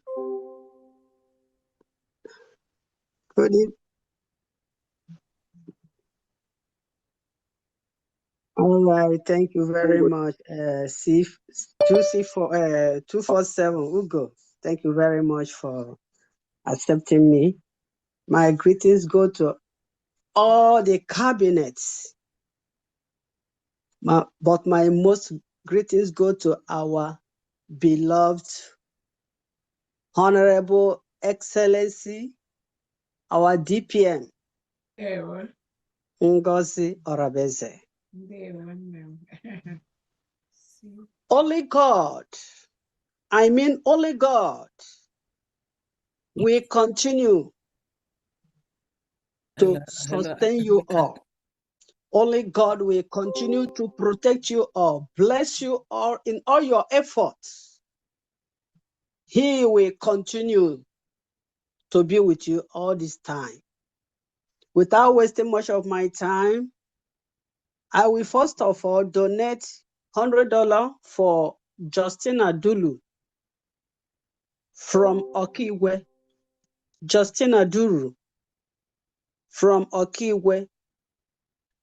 Then my humble self, I'm donating $100 for today fundraising and $50 for our embassy in Washington, D.C. Thank you so much for giving me your time. I'm sorry, I was on the phone, so I didn't hear this. Okay, Justina Dulu, $100. Which state? Okigwe State. Okay. My humble self, $100 for today's fundraising. Then $50 for Washington, D.C. Okay. Making the total of $250. All right. Thank you very much. You're welcome. Thank you. Thank you. Thank you once again. Thank you. You're welcome.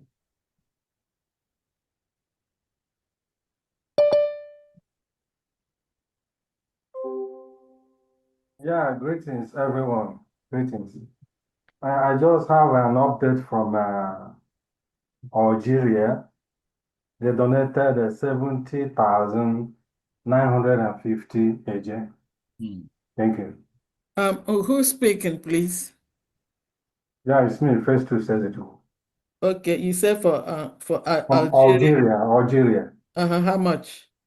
70,950 AJ. Thank you so much. Thank you. Thank you. Thank you.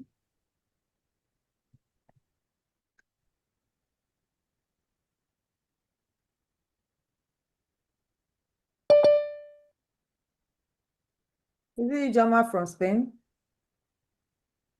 Ah, okay. Good evening, everyone. Happy family. DPM and our government, I'm here to thank you all for all that you do. I will not take your time. My rep will announce my own donation, but I have something to say I want Biafrans to hear. That's why I raised my hand. And it's a big thanks to our government. I don't know that joy can give somebody a headache. Honestly, I have been having joyful headaches since Tuesday. I got this news that I want to let every Biafran know this night. And that news is a very good one. It's all about honesty and truth of this, our government. Yeah. When Mazi Simon Ekpa, our Prime Minister, told us, Biafrans, that we will sleep in Nigeria and wake up in Biafra, people didn't understand it. And this very information I want to give to my people this night is to let them know that we are already in Biafra. I had a call with my auntie, who is 89 years. I called her to congratulate her for her birthday. It has taken time, along the time we have not spoken. I demanded we do it a video one. And in the course of the call, I never called her for Biafra because that is not what I want to discuss. I just want to have fun with her, ask her family questions and questions that bothers me and what I have heard, her own opinion. And on this call, we were just discussing for almost 1 hour, 15 minutes. And from one thing lead to other, from one thing, she's a very intelligent woman. She was just giving me updates that my own mother cannot even give me. I was so shocked. She touched everything with just one question. And I asked her one question about the family. And she told me, my daughter, time has changed. I don't really know what is happening. Our Igbo land has changed, our culture, everything, that she doesn't understand what is going on. She was just giving me instances and she paused and said, when are they going to release Mazi Nnamdi Kanu? I told her that they will release her. She said, amen. She now said, let me tell you, my daughter, in all these things I'm telling you, I know Fulani are surrounding us in the bushes. She told me we don't go. This news is coming from Owerri State. And I want to say kudos to my Owerri governor. He said Fulani is everywhere in the bush. We don't go to farm. He said it's water that our bridges that has collapsed. He said God collapsed them. Because of it, they couldn't even cross. If not, that they would have run them out. But she noticed one thing since this year, she told me. She said, my daughter, do you hear what I said? I said, yes. He said, in all these things I'm telling you, I noticed one thing since this year. But I don't want to talk. I'm still thinking whether it is my imagination or I'm not seeing well, or I don't know. I have not told anybody I'm telling you this, but I'm still observing something that is good. He said, let me tell you, our communities are changing. There is good news. Truth is coming back. I said, what did you say? He said, truth is coming back. Evil is going down. Love is returning. Ha. I said, She said, this thing I'm telling you is what I have been observing since this year within our own community. At times, I told myself, if I'm in Lucian, I said, I go to church, I come back, I visit people, I come back. I have not lost my way. So I think it's in my right sense that I'm seeing what I'm seeing. But I don't want to tell anybody, but I'm still seeing something positive happening that is, to me, he told me, to her, it's so rapid with the bad news and everything that has mixed up with our culture and the bad everything that they imported. And suddenly this year, she's just seeing this change with right before her own eyes. I now called her. She said, yes, my daughter. I said, don't you know that Biafra has come? She said, but they have their released Mazi Nnamdi Kanu. I said, no, but Biafra is here. I said, oh, she said a lot of things. I said, all this good news that you are seeing, you are not in illusion. It's the truth. He said, yes. I said, yes. He said, thank you, my daughter. So why is it so? She asked me. And I told her, because Biafra has come. Biafra has been redeclared last year, November. And what you are seeing is because you have a government. Say what? I say, you are now in Owerri State, not Imo State anymore. She said, what? I say, yes. She started dancing. She started praying. She started jubilating. She said, so in my own lifetime, I have seen this in reality. Oh, God bless you for this call. This is the thing I want to hear. I didn't even know how I got into this to tell you this. I wouldn't have been able to hear this, that I am not just out of my mind, that I'm seeing right. He said, my daughter, good news. Things are coming. Love is returning. Oh, so this is the government. I said, that is the government of Biafra. I said, our DPM always tell us that we are building our government from grassroots. DPM, that is the result of that. Until on Thursday, the same week, this week, I got another information. Out of the blue, my sister traveled from Benin. She traveled last week and she stayed, there was a Muslim vacation holiday. And she said she woke up and people were going to school, work, everybody's going. She said, are you going to school? I thought they have their Muslim. She said everybody looked at her as, you lost your way. What the hell are you talking? And children replied and said, don't you know you are in Biafra? We are not Nigerian anymore. We are Biafrans. Don't you know? We are Biafrans. We are not Muslims. We are Biafrans. And we don't recognize their holidays anymore. That's why you see people going to school. This is a very good news. Very, very good news to me. That is a confirmation of my discussion with my own auntie. In fact, headache of joy. Headache of joy. I didn't know that joy can bring headache like this. I was so joyful. But she said one thing. She said she has been hearing that Fulani is trooping in everywhere. She said for the first time she has seen Fulani in the numbers that she can't imagine in Owerri. And I told her, do not worry.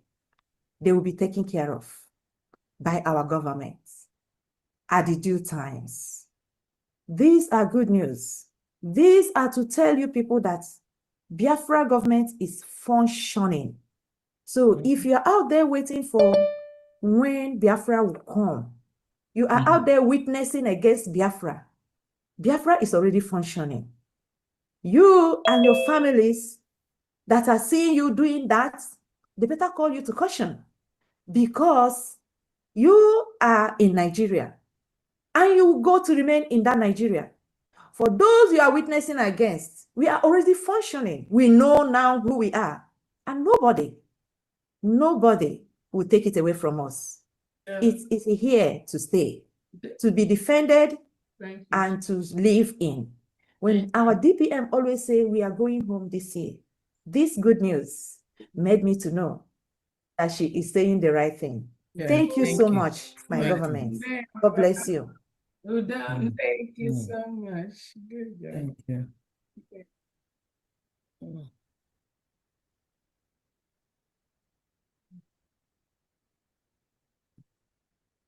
Good evening. Thank you for giving me the mic. And I greet everybody in the fundraising today, starting from our able DPM. Madam, I say, more grace to your elbows. They play the show. Every film we put for them, they show, and with the fear, they will. Okay, one, they will. Every member of the cabinet, all the media teams, everybody that has been making us proud and making things to happen in this new government. More grace to your elbows. More thanks to our able Prime Minister, Odogu, Mazi Ebasamon Njoko, and to Onyendu Mazi Nnamdi Kanu, the one that initiated this Biafran liberation move. Where the whole Biafra are grateful to you. You know you've lost not a lot, almost everything you have, you've lost it for Biafra. It is again for us, the whole Biafra.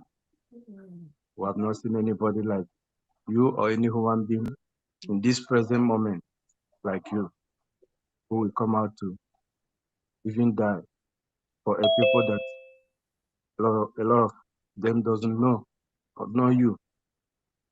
You still stick out yourself and decide to sacrifice everything you have for us.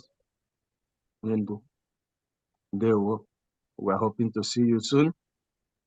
Be with us.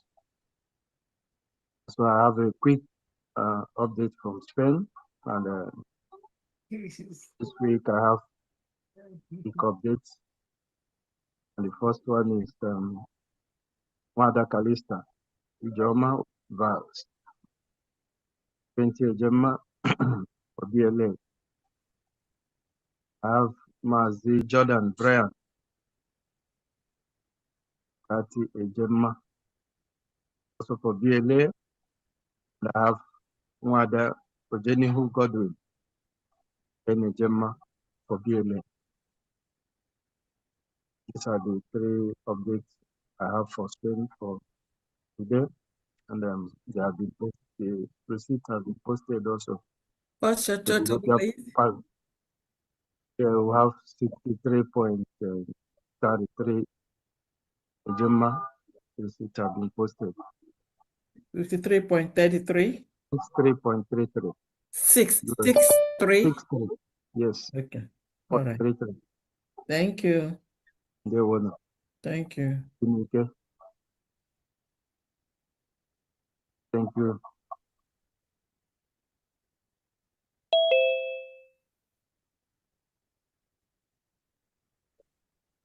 Thank you, Honorable Go247.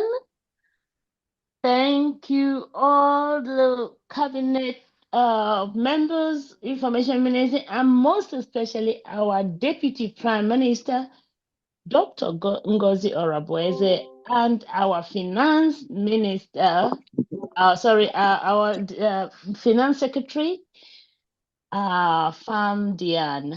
Thank you. Yes, remember I sent you two receipts from Space, Famdian, and they wanted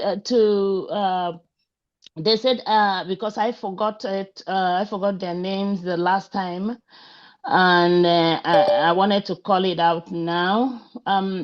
This lady Ngozi donated $20 for Odumegu State, and Miss Margaret Jawa donated a minute, please.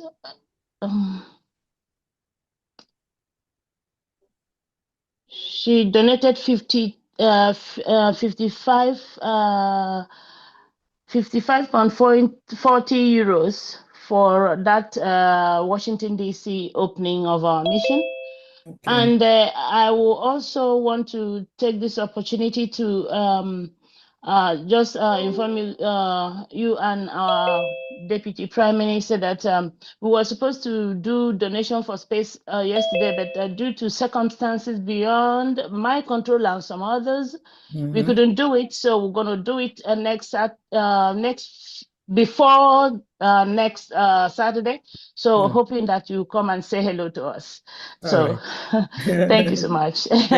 Just a second. So for you got 20 a Gemma for Odumegu by Ngozi. Ngozi, you say Ngozi who? Ngozi, that's what she answers in the space. Yeah. No problem. And then 55.40 for Washington. Euros. Yeah. Yes. For Washington, DC by Miss Margaret. Is that correct? Margaret Jawa. Yes. All right. Thank you so much. Thank you.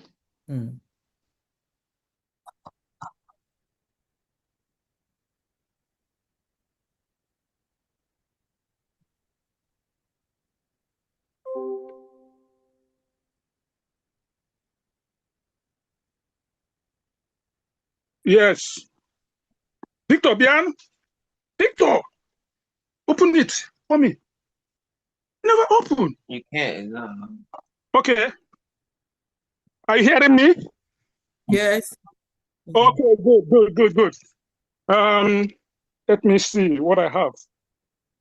Yes. I am Mazi J. Duru, New York. I greet all Biafrans, our leader, Mazi Nnamdi Kanu, our Prime Minister, Simon Ekpa, who is now where he is. God will comfort two of them, wherever they are. Most importantly, our DPM, Dr. Ngozi Orabeze, who have made me proud, who have made the real Biafrans proud, because if not her, we would have not been Biafran today, since our Prime Minister was called to question. In all, I thank all media men and all cabinet members who have been working day and night to see that Biafra is restored. Now, let me say this. Biafra, suing Biafra is a sacrilege. What I will say to those individuals who call themselves Biafra are putting sand in what we are doing, will have themselves to blame when Biafra is restored. Now, let me, Ugo, I know you might be wondering, you will be surprised why you never hear from me for a very long time. I was hospitalized since February. I just been discharged just a week now. So that is why you never hear from me. So I just want you to know that, because you might not know why you never hear from me. Now, yes, my own update goes like this. The opening of embassy in Washington, D.C., $100. Biafran whistle, $50. Donation for Owerri State, $100.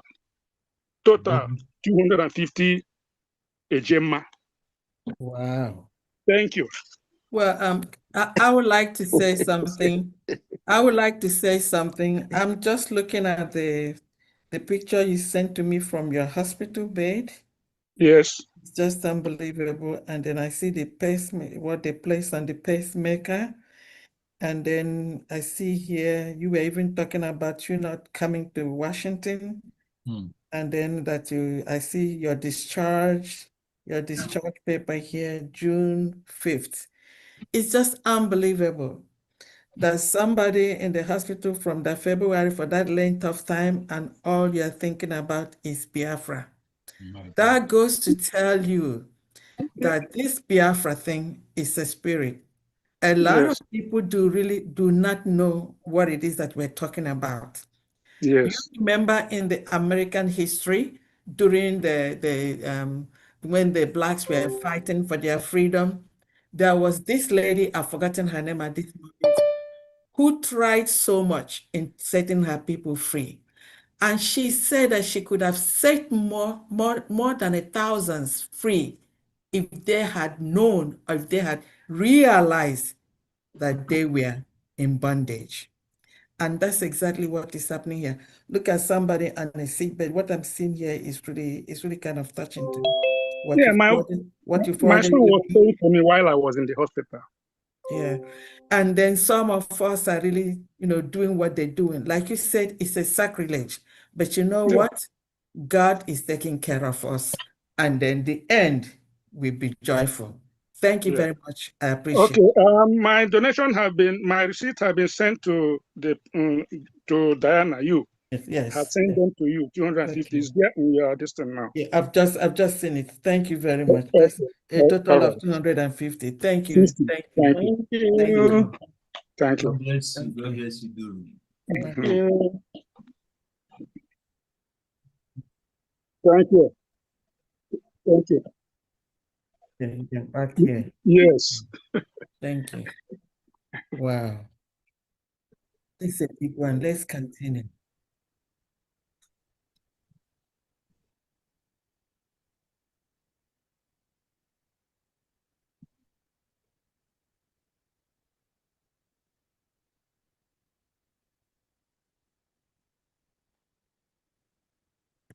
Mazuko, the person she was talking about is Aretobman. Thank you.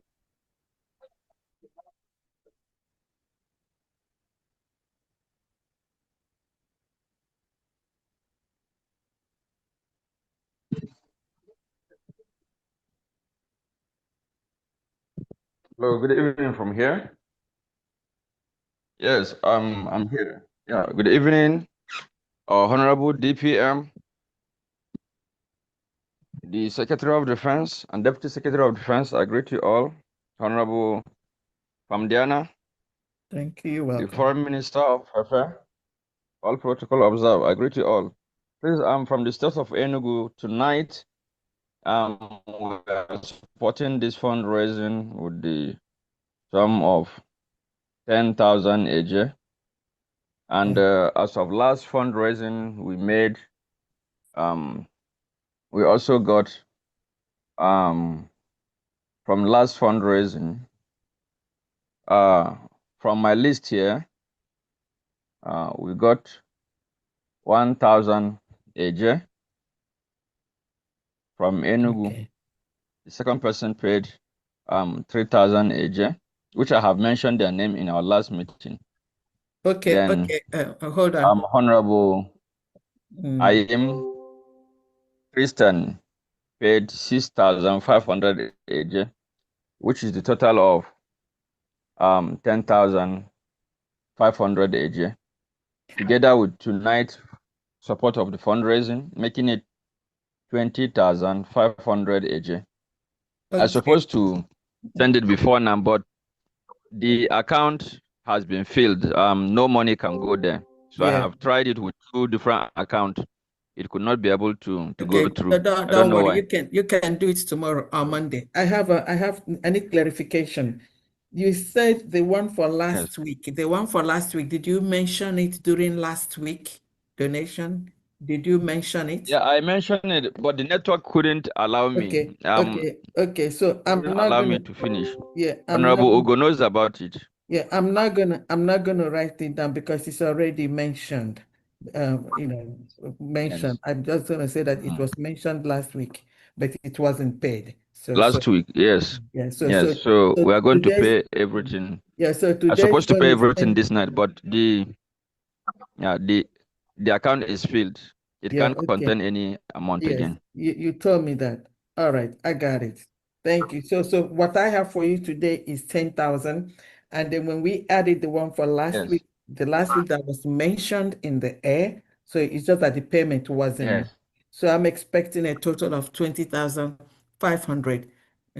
500 AJ. Yes. Thank you so much. Yes. Thank you. Thank you very much. You're welcome. Thank you. Yeah. Thank you, my honorable. Thank you.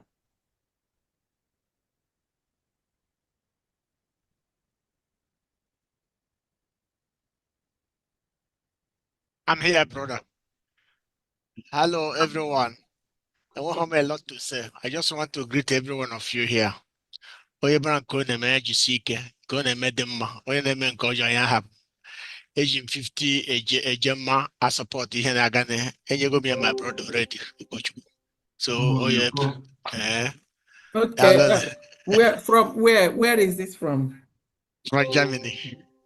Oh, Germany. So it's a 50. Thank you very much. Okay. Thank you. Okay, just see it. You're welcome. Yeah.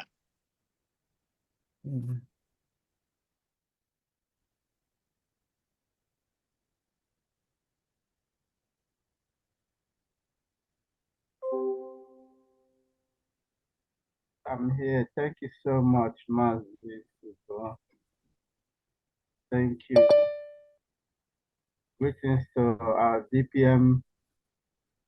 Greetings to our special Honorable Finance Minister. From United Kingdom Mission, we have today Wada Ngozi Ati Ejema. Okay. Is this an update? Not update. I've never. Benchooks? Yeah, it's not update. This is okay. This is you. All right. Yeah. Go ahead. Okay. Number one, Wada Ngozi Ati Ejema.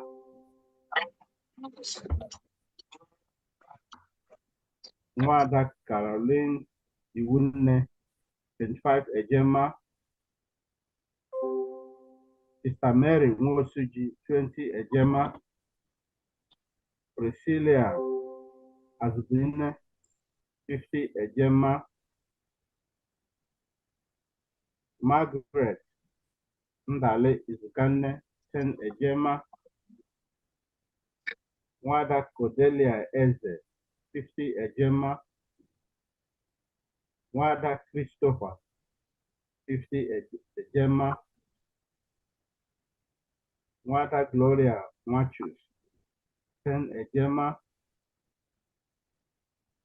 Wada Flora Akubilo 35 Ejema. Anonymous M 50 Ejema. Mazi Frank Okoye 20 Ejema. Mazi Dada Emebo 50 Ejema. Mazi John Chidozie Nwodo 50 Ejema. Mazi Tony Senior Agua 50 Ejema. Anonymous for the lawsuit against Biafra 20 Ejema. And myself for the lawsuit against Biafra 200 Ejema. In total 720 Ejema. I've sent my own personal receipt to you, so you can check it, you can see it. Okay. The suit, is it the cabinet one in here? You mean the lawsuit one? Yeah. Yes, I calculated everything 700. Okay. I have I already calculated that one in a different spreadsheet. Okay, so I will minus it from here. So I'm gonna say 550 here. Is that correct? 750 minus 250. Oh, 500. I'm sorry. 500. Yeah. Okay. So I'm making this 500. The other one is taken care of on the other spreadsheet. Yes. Thank you very much. Thank you. You're welcome. Thank you. Thank you.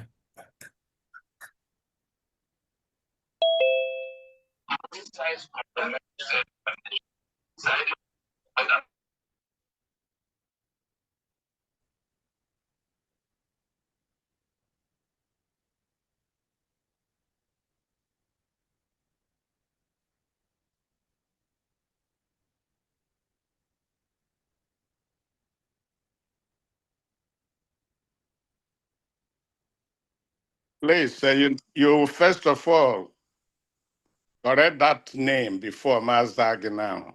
Mawaya Meriegi Wu Charampo. P-Val. It's Peace Valentine, please. Peace Val. Yeah. Peace Valentine. Yes. Yeah, so I am the peace. I am peace that is for everyone, and I am the love that covers everyone. So, okay? Yes. So, thank you, everyone. Thank you, my DPM. Thank you, everyone. My family. Yeah, you're welcome. God bless you there. You're welcome. I'm just giving an update from New Jersey. Okay. My admin is not in town, and she, asked me to stand for her.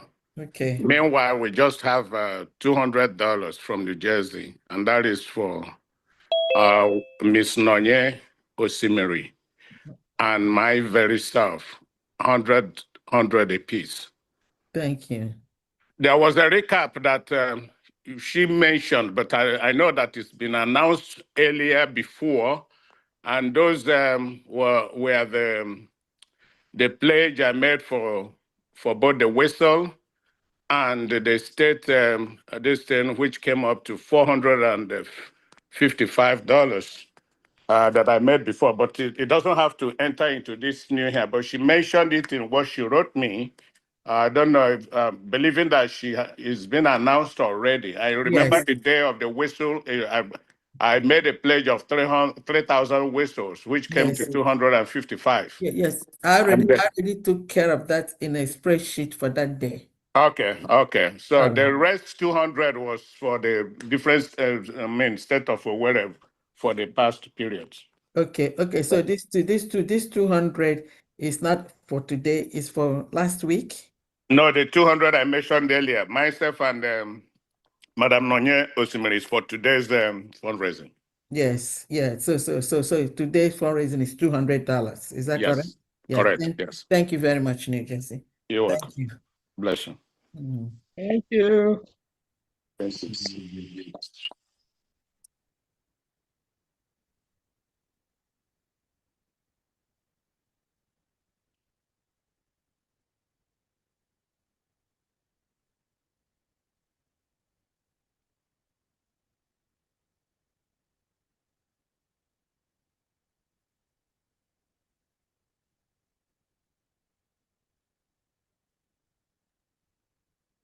Can you hear me? Can I be heard? Okay, thank you very much.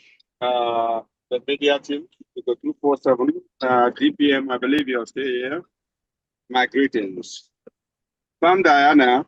You're welcome. I salute you. Thank you.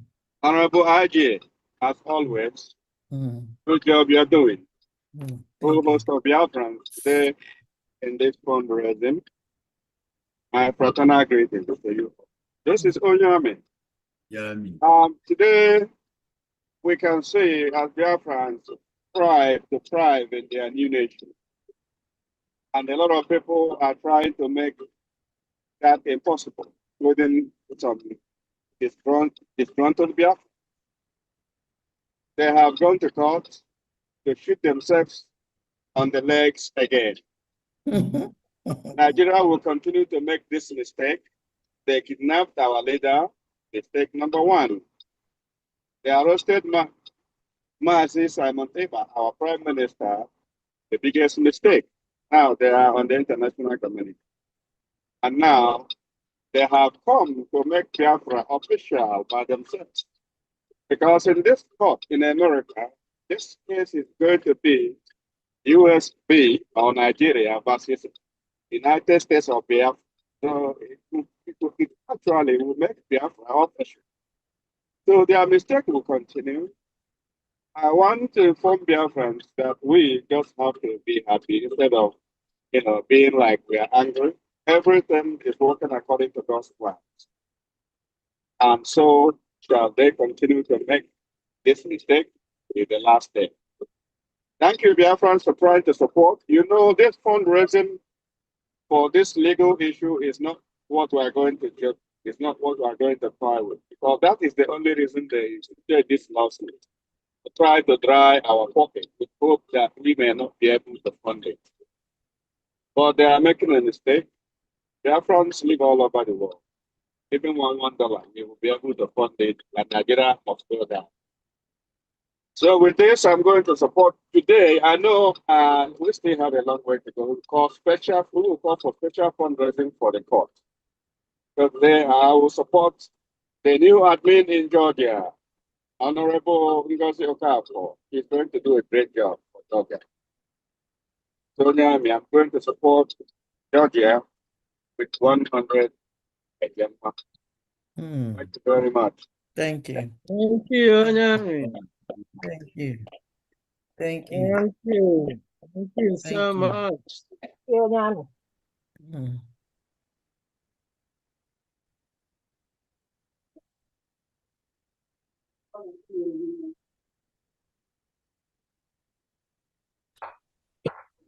Good evening, everybody.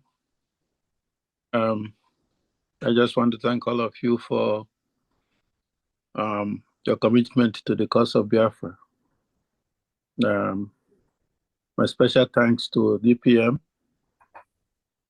You are meant for this job. God knew and put you there. He will never leave you. He will never forsake you. You will do it until it's time to hand over, either to Mazi Simon Eba or to Onyendu Jisinike. Making $100 or 100 Ejema contribution to today's fundraising. Wow. And thank you very much. Thank you. Thank you. Thank you. Thank you. Thank you, Honorable Emeka Okafor. Thank you. Thank you. Thank you.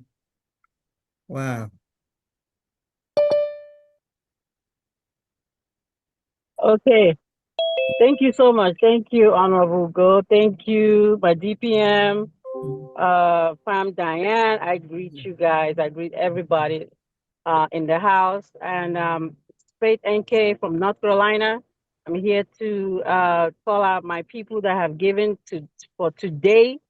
North Carolinians, Biafrans are doing great. They came out today. I'm so happy. I'm so proud. We raised the 350 Ejema today. Wow. I am proud, guys. Wow. We raised, so I'm gonna call out their names. I am so happy that they're waking up. They're seeing. I don't know if it's the suing of Biafra that woke us up, but sometimes we need something to wake us up. And I'm so grateful to my family here in North Carolina. So I'm gonna call out their names real quick.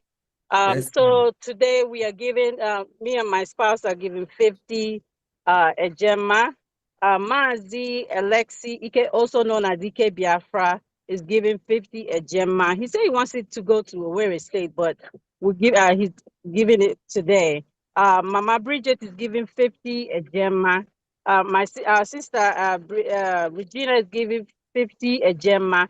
Mazi Ezenwa is giving 50 ejema. Mama Charity is giving 100 ejema.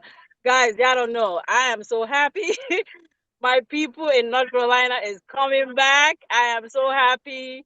So it's a total of 350 ejema for today's fundraising. So North Carolinians, if you're hearing my voice, you guys see what is happening. You guys see the testimony of our sister Ijoma gave me another boost. So please come out and do the needful. DPM is doing great. Everybody in the cabinet is doing great.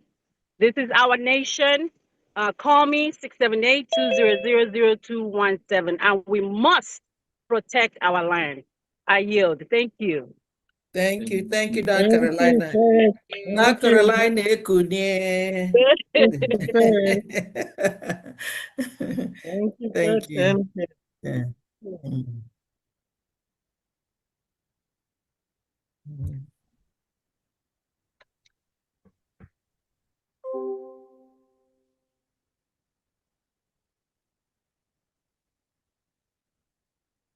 Dewo, it's me. Sorry, sir. I was off connect. That's when I missed my call. I want to greet everyone in the house. I want to greet the cabinet. I want to say thank you so much. Everybody said everything I wanted to say. My DPM, thank you. I can't thank you enough anyway. I just wanted you to know that up until now, I was confused about telling somebody I'm a Biafran. But now, I'm so proud. Oh, where is that? It's a new nation. Where is it? Oh, it's a country next to Nigeria. You heard about that country? So beautiful to say. And people are liking it. The name Biafra. I want to thank all the cabinets. Fandi. Oh, Madam EJ. Oh, my angel. Honorable Ijoma, thank you so much. I love you. Thank you. New York. We're working on it, but we're coming up. I have a Mazi Madi Chuku, who had donated consistently. And I thank you, sir, for your consistency. He had donated $250 today. And we had some pledges that we're going to be redeeming soon. So please bear with us. So today we have $250 for New York State USB. Thank you. Thank you, New York. Thank you. New York. And New York, I think the donation for Mazi Justin Duru is New York. Yes, that's true. Yeah, yes. New York. How much did he donate? Okay, let me see. I think either 300 or 250. Hold on.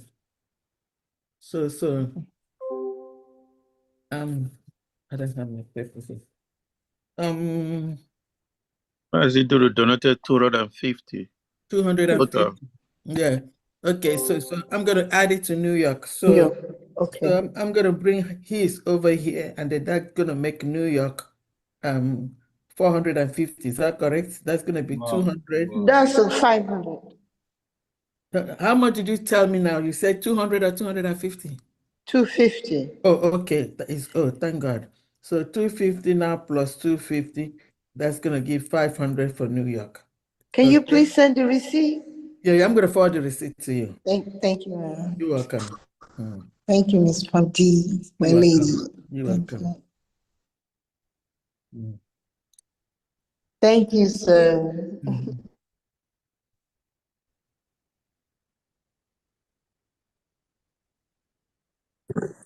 Can you hear me, Ugo 247?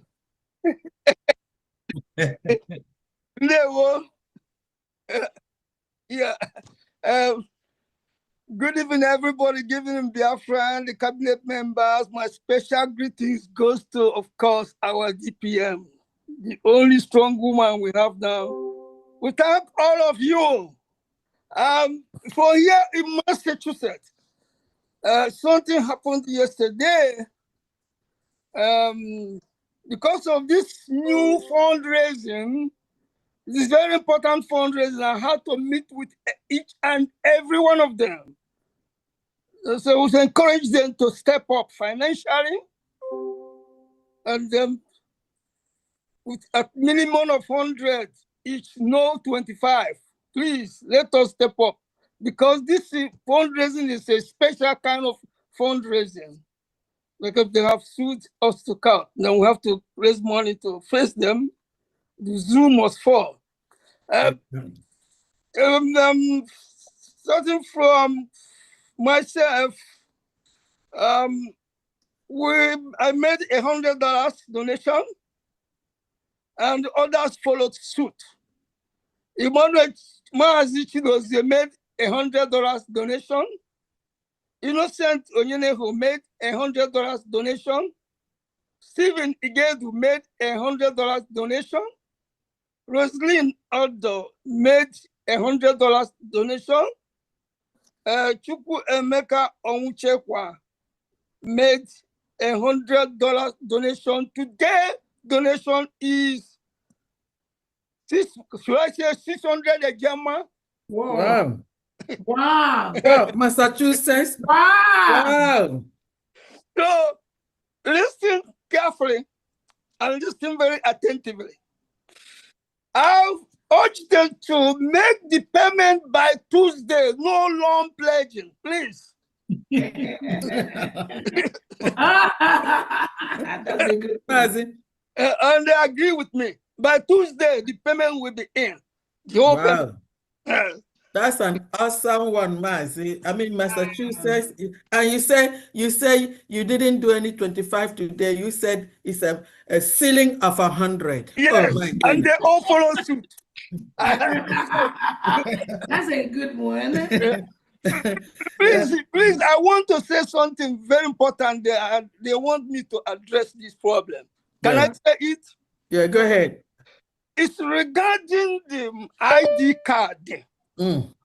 This ID card problem continue to linger. I don't know when it's gonna stop. Here in Massachusetts, we have 4 people crying. They have paid their money, they have not gotten their ID card, including myself. Yeah. So yes. I want to advise that if you're somebody who is solely responsible for this ID card, to step up and finish up this thing and let everybody rejoice. Yes, please. I thank you so much, Massachusetts admin, and I have already addressed the ID card issue before. Today. And again, I thank you so much for what Massachusetts have done to know that these people, the Nigerian DSS suing us, it's not about just individuals they mentioned in that lawsuit. It is suing the whole Biafrans, because all of us, any of us could have been involved. I mean, I don't really need to do this thing. Those 15 people, they mentioned their name. They don't really, what I mean, their name doesn't really need to be there. But why is their name there? Because we are restoring the United States of Biafra. So the criminals and their Nigerian DSS and the state, they think they are suing Dr. Rabweze or Honorable Ijoma or Honorable Ugo 247. Your name is there too. So imagine the criminality. Ugo, you're just keeping quiet. Your name is there.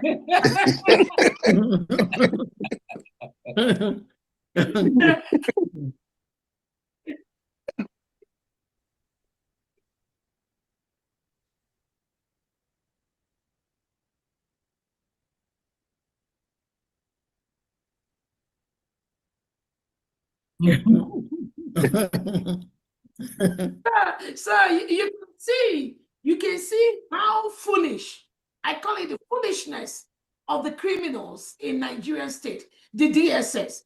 So putting the names of these innocent Biafrans, who all we want is the right that belongs to us, which is the right to self-determination, the right to manage the resources that come from our fathers and our mothers' land, the right to stop them from milking our resources to go and service other people. Why our people, our citizens die of basic things they need. No electricity, no internet, no hospital, no education.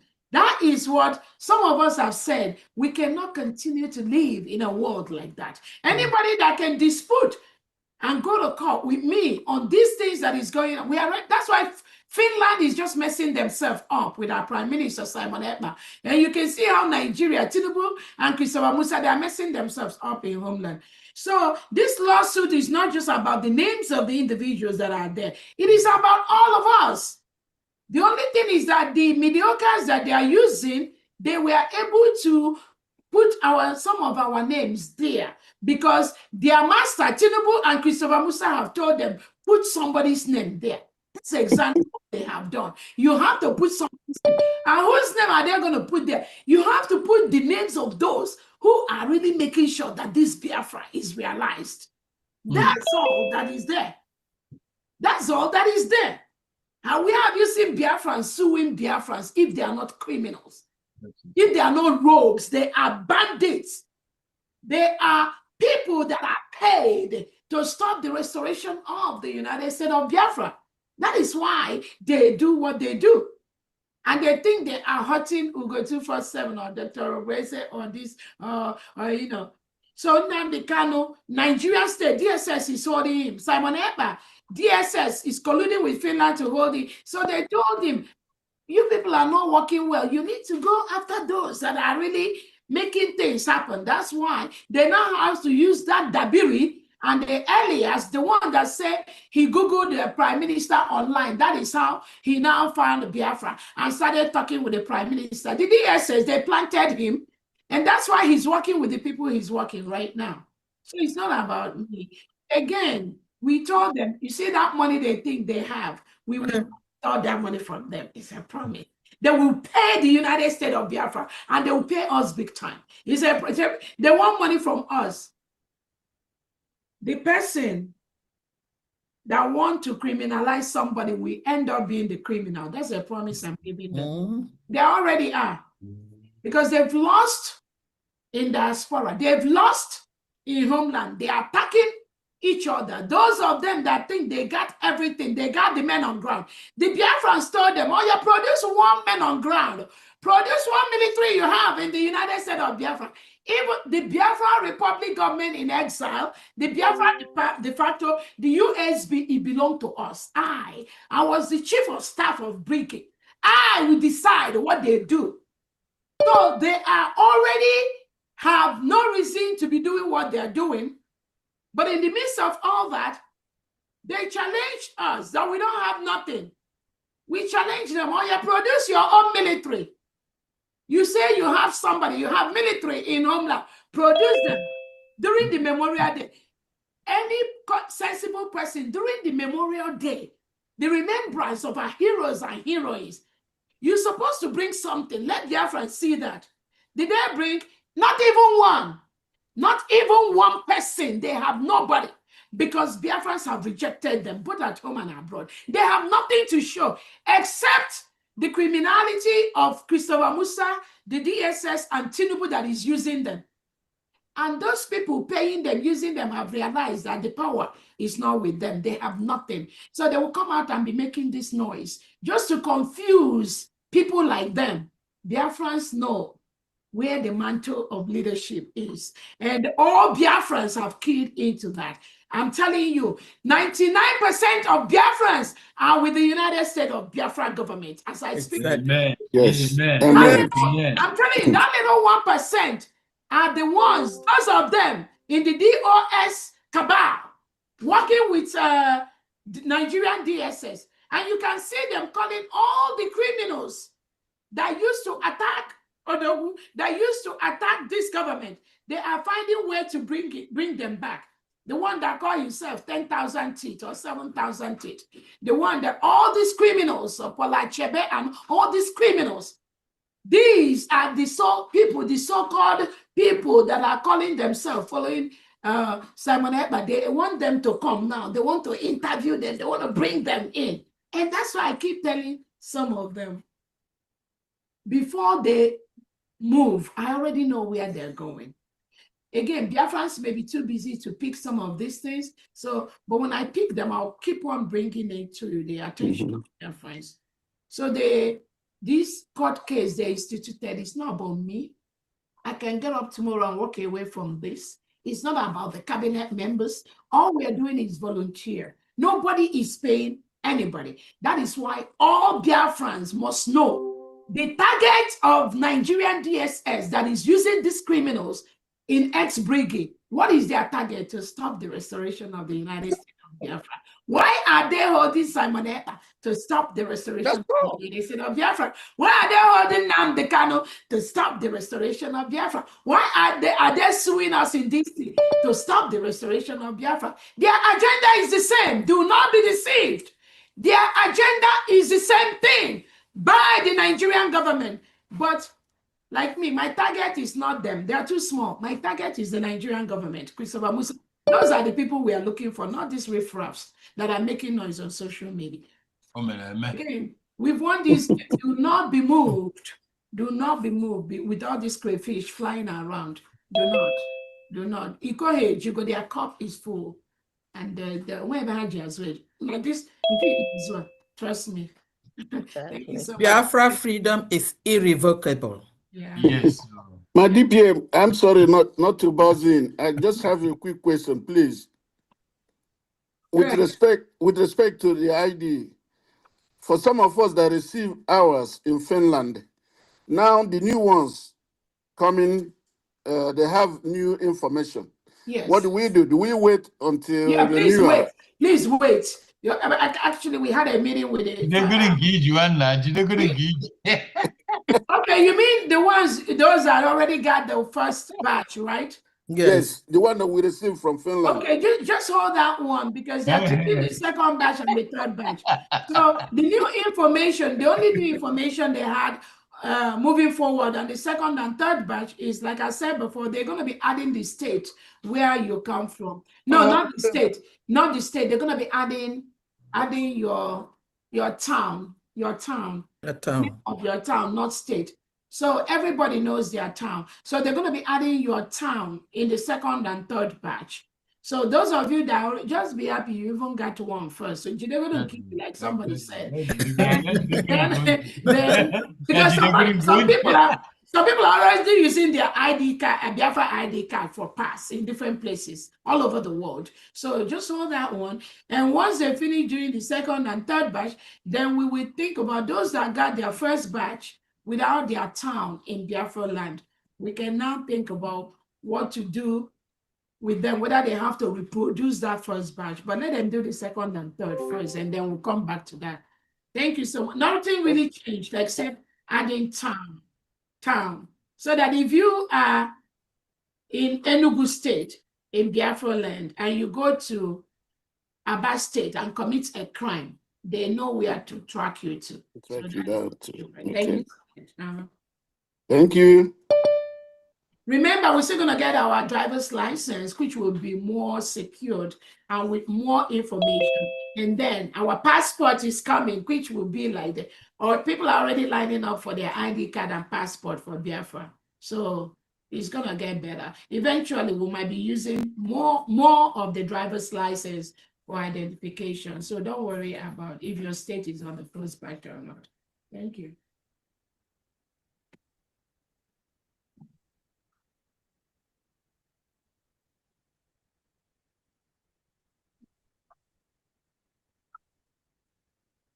No, he already did.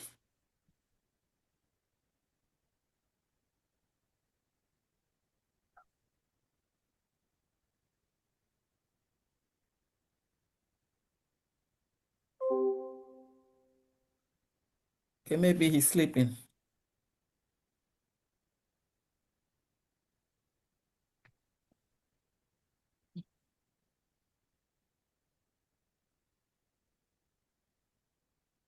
Onyami has spoken. Maazi Uchenna may be sleeping. Okay, call on the Texas admin, Osta Okoro. Hello, can you hear me? Yes, we can. All right, good evening, Biafrans. My greetings goes to the Mazen Nnamdi Kanu, Simon Ekpa, our DPM, and all the cabinet members from Diana. I greet all of you, Ijoma. I greet everyone. Okay, I have myself for $100. I have Sam Aquarando, $100. I have Ugochi Aquarando, $50. I have Matthew for $100, and Ada Ezane Opa for 60. Okay, for a total of 410. Okay, 410 for Texas. Thank you very much. Thank you, guys. Thank you, everyone. Thank you. And happy Father's Day. Yes. The fathers. That's true. Yes. Happy Father's Day to the fathers. Also, congratulations to the is it Georgia? Georgia. Yes. New admin. Georgia admin. Yes. And the new I don't know what happened, but I think I read on the news that and the new what is it? The new communications secretary. Yes. Honorable Tochi. Honorable Tochi. Yes. Yeah. Okay. Congratulations to them. Thank you. Thank you. Bye bye. Thank you. Okay.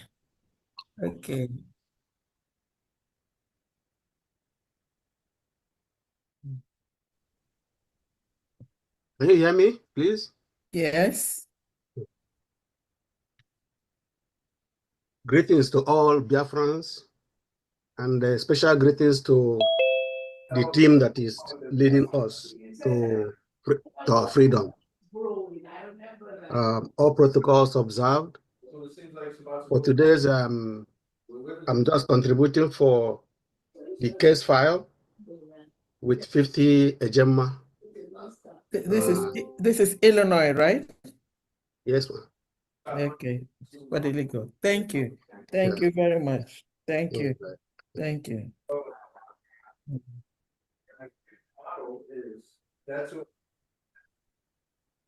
Yes. Oh, thank God. Thank God.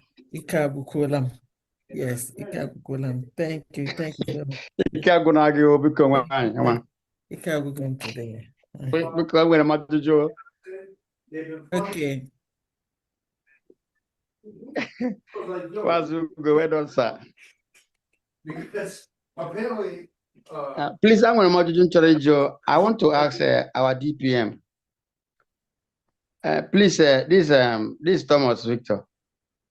I want to know whether this ID card is he going to reach homeland people? We've not started for homeland, but I think the Homeland Department, they are working on that.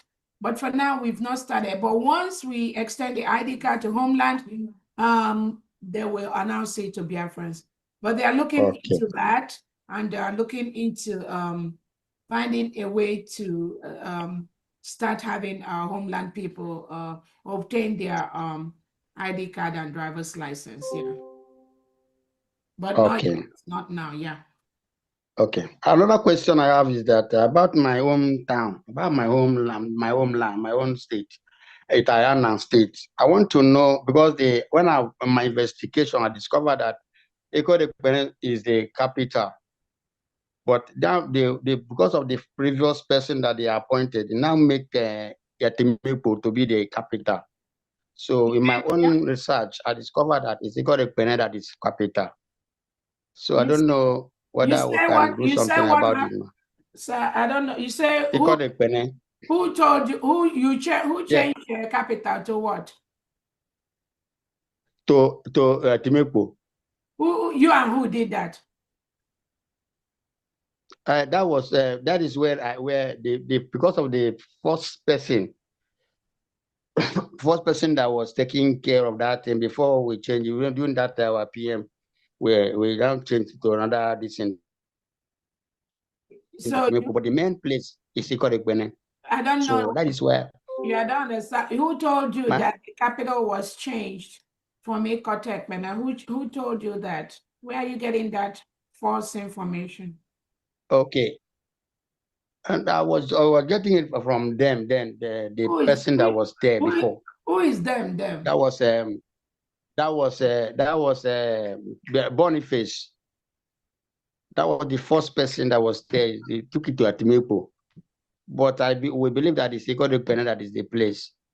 So I say I'll complain it. No, nobody changed anything. I don't know who is them. The map is there. Nobody changed. Okay, it's still at Ikorekbene. The way Prime Minister left it, is Ikotekbene, yes. Okay. Because I saw it there. That's why I wanted to find out. If you Thank see you, it anywhere, send it to me. There's nothing like that. I don't know where you say you're seeing it. So if somebody sends something, all of you have my number. When you're confused, send me messages. Yes. Okay. All right. Thank you.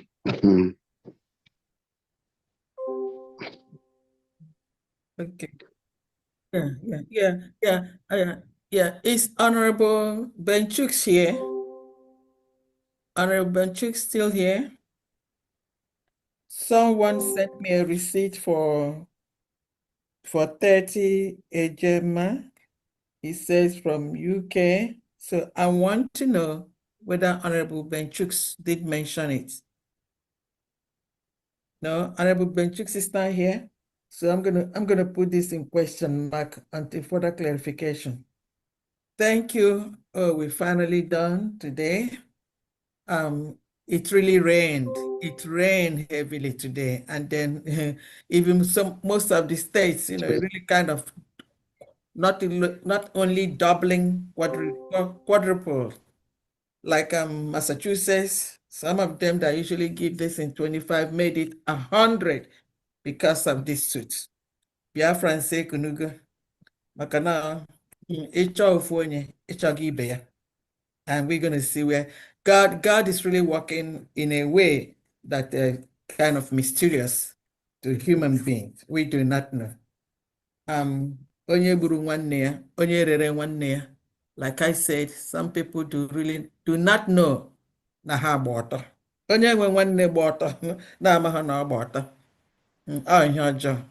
So thank you all Biafrans for really making it rain today. And then today is that Biafra freedom is being gotten by truth. We always let the Biafrans know what is going on. And I'm sure after listening to our Deputy Prime Minister today, she really gave you all the information that you need.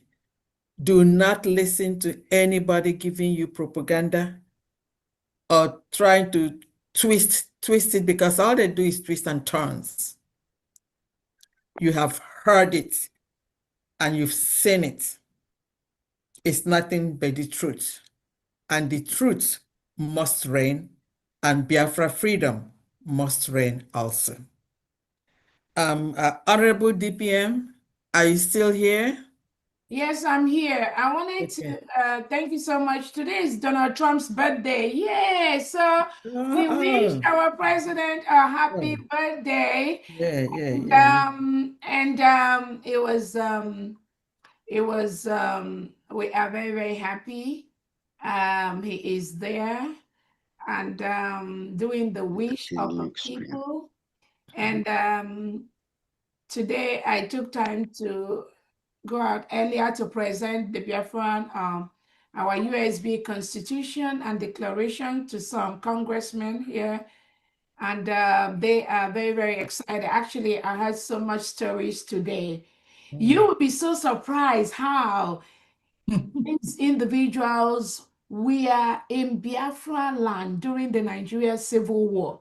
I'm telling you, Congressman Carter was part. He observed, he noticed, he experienced this Kwashiorkor thing before they left Nigeria with his parents. So it was such a marvelous story. And I feel so happy when, before I even try to talk about, they are the one telling me about what happened in Nigerian Civil War, how the starvation and all that. And I'm like, they were like, they already know about it. They're fully aware. Hello. And I'm like, okay, that actually made our job easier for Nigerian President Tinubu and Christopher Musa that is thinking they can stop us. And some of their riffraff agents, they have scattered all over the world. We will tell them that we are ready this time around. Again, this game is over. You cannot an abused wife that ran away from the husband's house to go back to the man that is abusing. Never gonna happen. I didn't mean No, it can never happen. By all laws of Ndemai Hill, all laws, those that are teaching us, you cannot tell an abused wife to go back away from the husband's house after series of abuses, intimidation, beating, hurting, injury, and he ran out from the husband's house.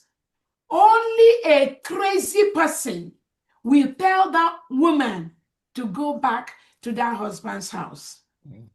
That is why Nigeria has failed in all the things they are doing. They can't. That's why they failed. Because we were waiting for Bianca Ojukwu, the one that filed the case to the Finnish authorities, to the Finnish embassy in Finland. We were waiting to see her in Finland. Bianca, why are you running away from Finland? She missed her flight. Oh, okay, she missed her flight. Bianca Ojukwu, no, why are you running from Finland? So we are quickly to take money from Tinubu and the Nigerian terrorist state, and they appointed you Secretary of Information. Is that Foreign Affairs? Minister State. She's the junior one. There is a major. There's the main Minister of Foreign Affairs. She's the junior one, the Minister of State for Foreign Affairs, something like that.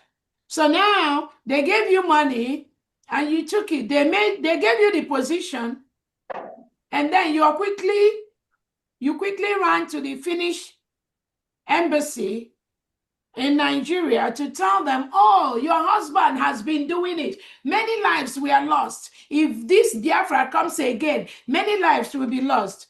You quickly ran there to lie when you could have done better to save your people. You went to do the biddings of the Fulani terrorist state. You went to do Christopher Musa's bidding and Tinubu's bidding, right? And you submitted documents to Finnish embassy in Abuja. And then they moved it to Finland through their legal department. And boom, they got our prime minister for questioning. And you think you have succeeded. Now, during the time of questioning Bianca Ojukwu, you would have come to Finland now. You submitted those documents in Nigeria. Why didn't you come to Finland to be a witness? Why didn't Tinubu come? Even the interior, the minister that was in Finland, why didn't he show face to also be part of the people that are going to talk? No, you are a coward. You all are cowards. You couldn't do that. But you sent some riffraffs, Biafran, IPOB riffraffs. You sent them to Finland court to go and help you do your bidding, right? To make a mess of themselves. Yes, to make. So you send those riffraffs. Tinubu, Christopher Musa, and Peter Mba, Enugu State Governor, you all has been shouting Simon Ekpa, Simon Ekpa. Why didn't you meet Simon Ekpa in court if you are the man or the woman that you are? Why send those riffraffs? Some of them even run away to go there and mess themselves up. And that one was saying, it was Simon Ekpa that is really in charge. It was his biddings that the people do. So you all realize Simon Ekpa is in charge of IPOB, right? But behind the scene, you all say Simon Ekpa is not a part of IPOB, right? Imagine our people. But again, thank God that this thing is happening. Yes. But yes, that it happened. Because if it did not happen, this plan by Christopher Musa and Tinubu and Bianco, no, with these DOS people, some people will still be saying that these are DOS IPOB Nigeria, that they want Biafra. Some people will not know. But now that it happens, Biafrans, you now know who your enemies are. So it's good that it happens. That case is not going anywhere, I'm telling you. It's not going anywhere. But I pity more those Biafrans that are being used by the Nigeria terrorists to fight against other Biafrans. Not that what you're doing will make sense, because Biafra is already here. We met all the criteria. We are defending our nation. What you're doing will not make a single difference. Nigeria will just continue to kill your people, kill Biafrans the way they are doing. They will continue to kill your brothers and sisters. And they're killing innocent people. They are not confronting the United States of Biafra military. No, they are not. They are killing innocent men, innocent women, innocent children, locking up innocent, just like the guy that they just released after 1 year and 4 months.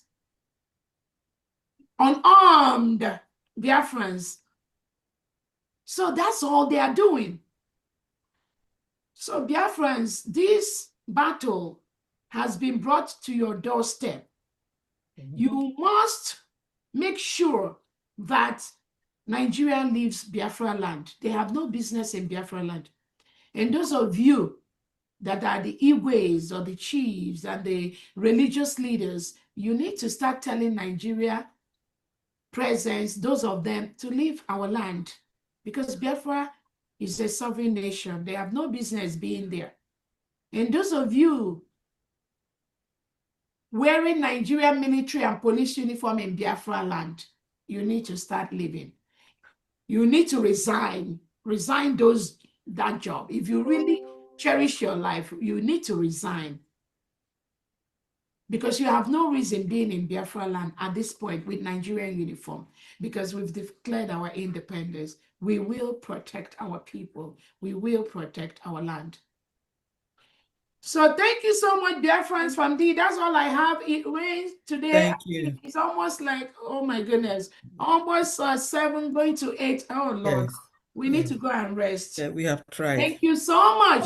Honorable DPM, the multi-admin just sent me a message. He's left. I think he's up now. Okay, he's left.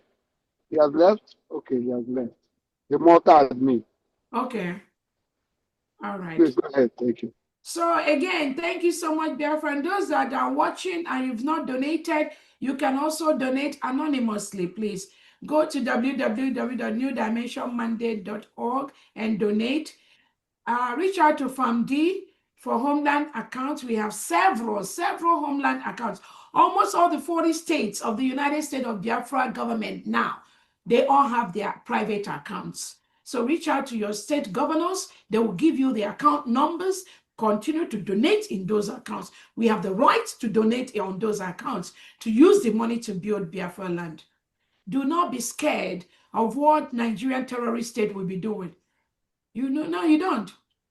If our leader Nnamdi Kanu is scared, will he be doing where he is now? Or our Prime Minister Simon Ekpa?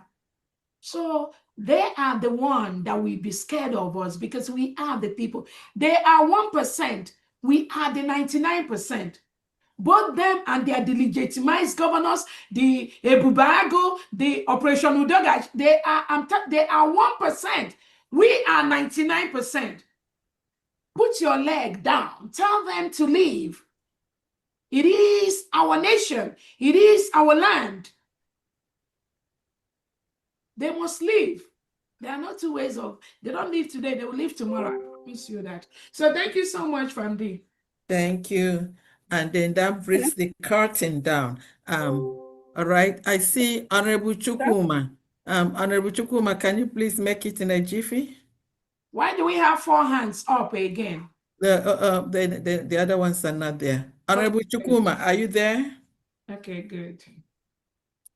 Honorable Chukuma, unmute yourself. Is that Honorable Chukuma from Guyana?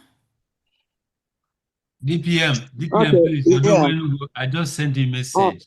I just need 2 minutes from you. DPM. Honorable Fandi, Chukuma, can you? Fandi, allow Morta admin to donate. He's back. Uchen Nobi. Okay, Uchen Nobi can speak. Unmute. You can donate. Donate your money. We need it. All right, good evening, Biafran. I'm sorry I slept. I didn't know they were calling me. It's really good morning from here to Biafrans. Good morning to our DPM. Good morning to all the cabinet, all protocols observed. So I will donate 100 ejema. Thank you. Thank you. Thank you very much. Thank you. That's good. Okay. Okay. Mazi Chukuma, are you there? Yeah. Randy, thank you. Good evening, everybody. DPM, I greet you all. Thank you. I have a very long hours today. I've been on, off and on, and because of my engagements. But however, I'm not taking your time. I just want to answer my presence as usual. So I will give 30,000 for to support what we are doing today. Thank you. Thank you very much. Thank you. Okay, I think that's it. Hello, Mazugo, please give me your number. I wanted to join your program the other day. I missed the number. Mazugo 247. Mazugo 247. I'm not Yes. sure. Okay, Mazi Thomas Victor, you did make a donation earlier. Is that correct? Yes, I make it. Yes. Okay. I don't have Okay. Plus 346. Sir? Come again.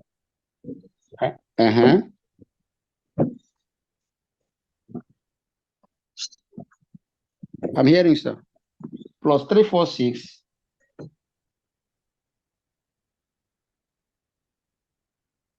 Yes. Yes.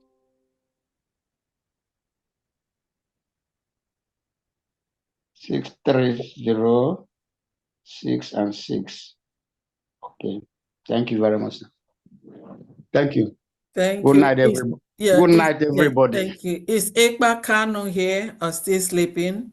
And then in the absence of that, I say thank you and may God continue to bless us all as we continue to fight for our freedom. Our freedom is here. Our freedom is here. Ekpa Kano is on the line. Who?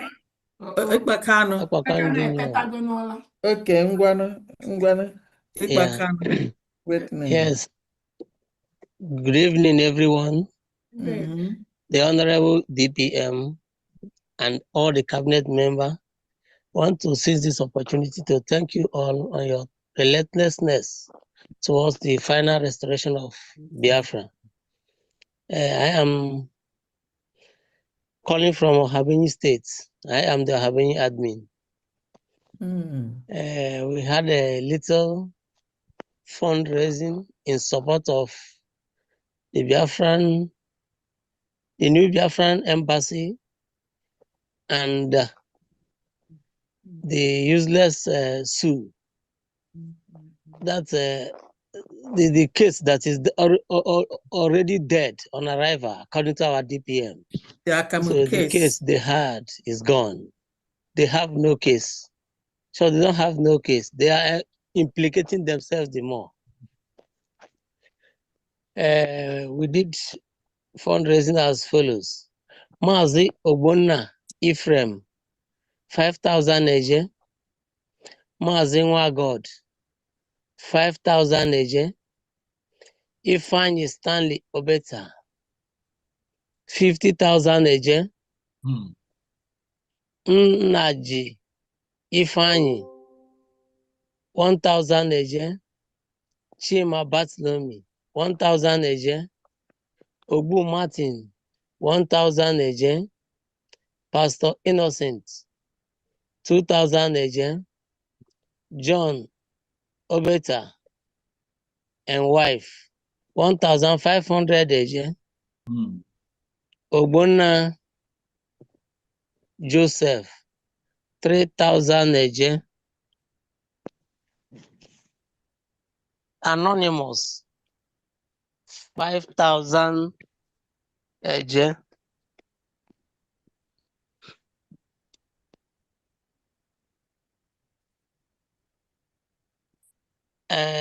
Admin, my humble self, 2,000 eje. Making it grand total of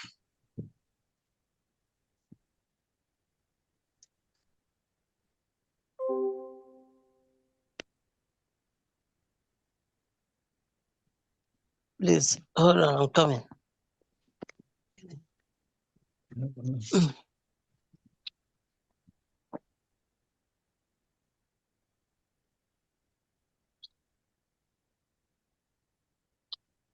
Some Biafran. 76,500 eje. Wow, wow. Yeah. Wow. So, for today. 76,500 AJ, is that correct? Yes. Wow. Benny. Yes. Wow. Thank you. So I want to also use this opportunity to remind other listeners that Ohabenyi comprises old zoological local government of Udenu, Igweze North, and Igweze South. So whoever that is from this angle, please reach us. You are highly welcome when you come to us, so that we will get what we are looking for. Thanks, Honorable DPM and other cabinet members. Thank you. Once again. And then that's it for me. And then I say thank you all. And then God bless each and everyone that has donated here. May you never lack anything. May happiness be ours forever. He said, as we going to walk and then stride into a new nation. He said, We heard all the testimony here today. Akachukwu dị ya. Ihe ahụ na-anaghị ekwe omume, Chukwu na-eme ya. Omego ya. Our children, our generations to come, they will always be thankful and proud of what we are doing here today. Thank you, and may God bless each and every one of us so that we meet again next week, Saturday. Thank you.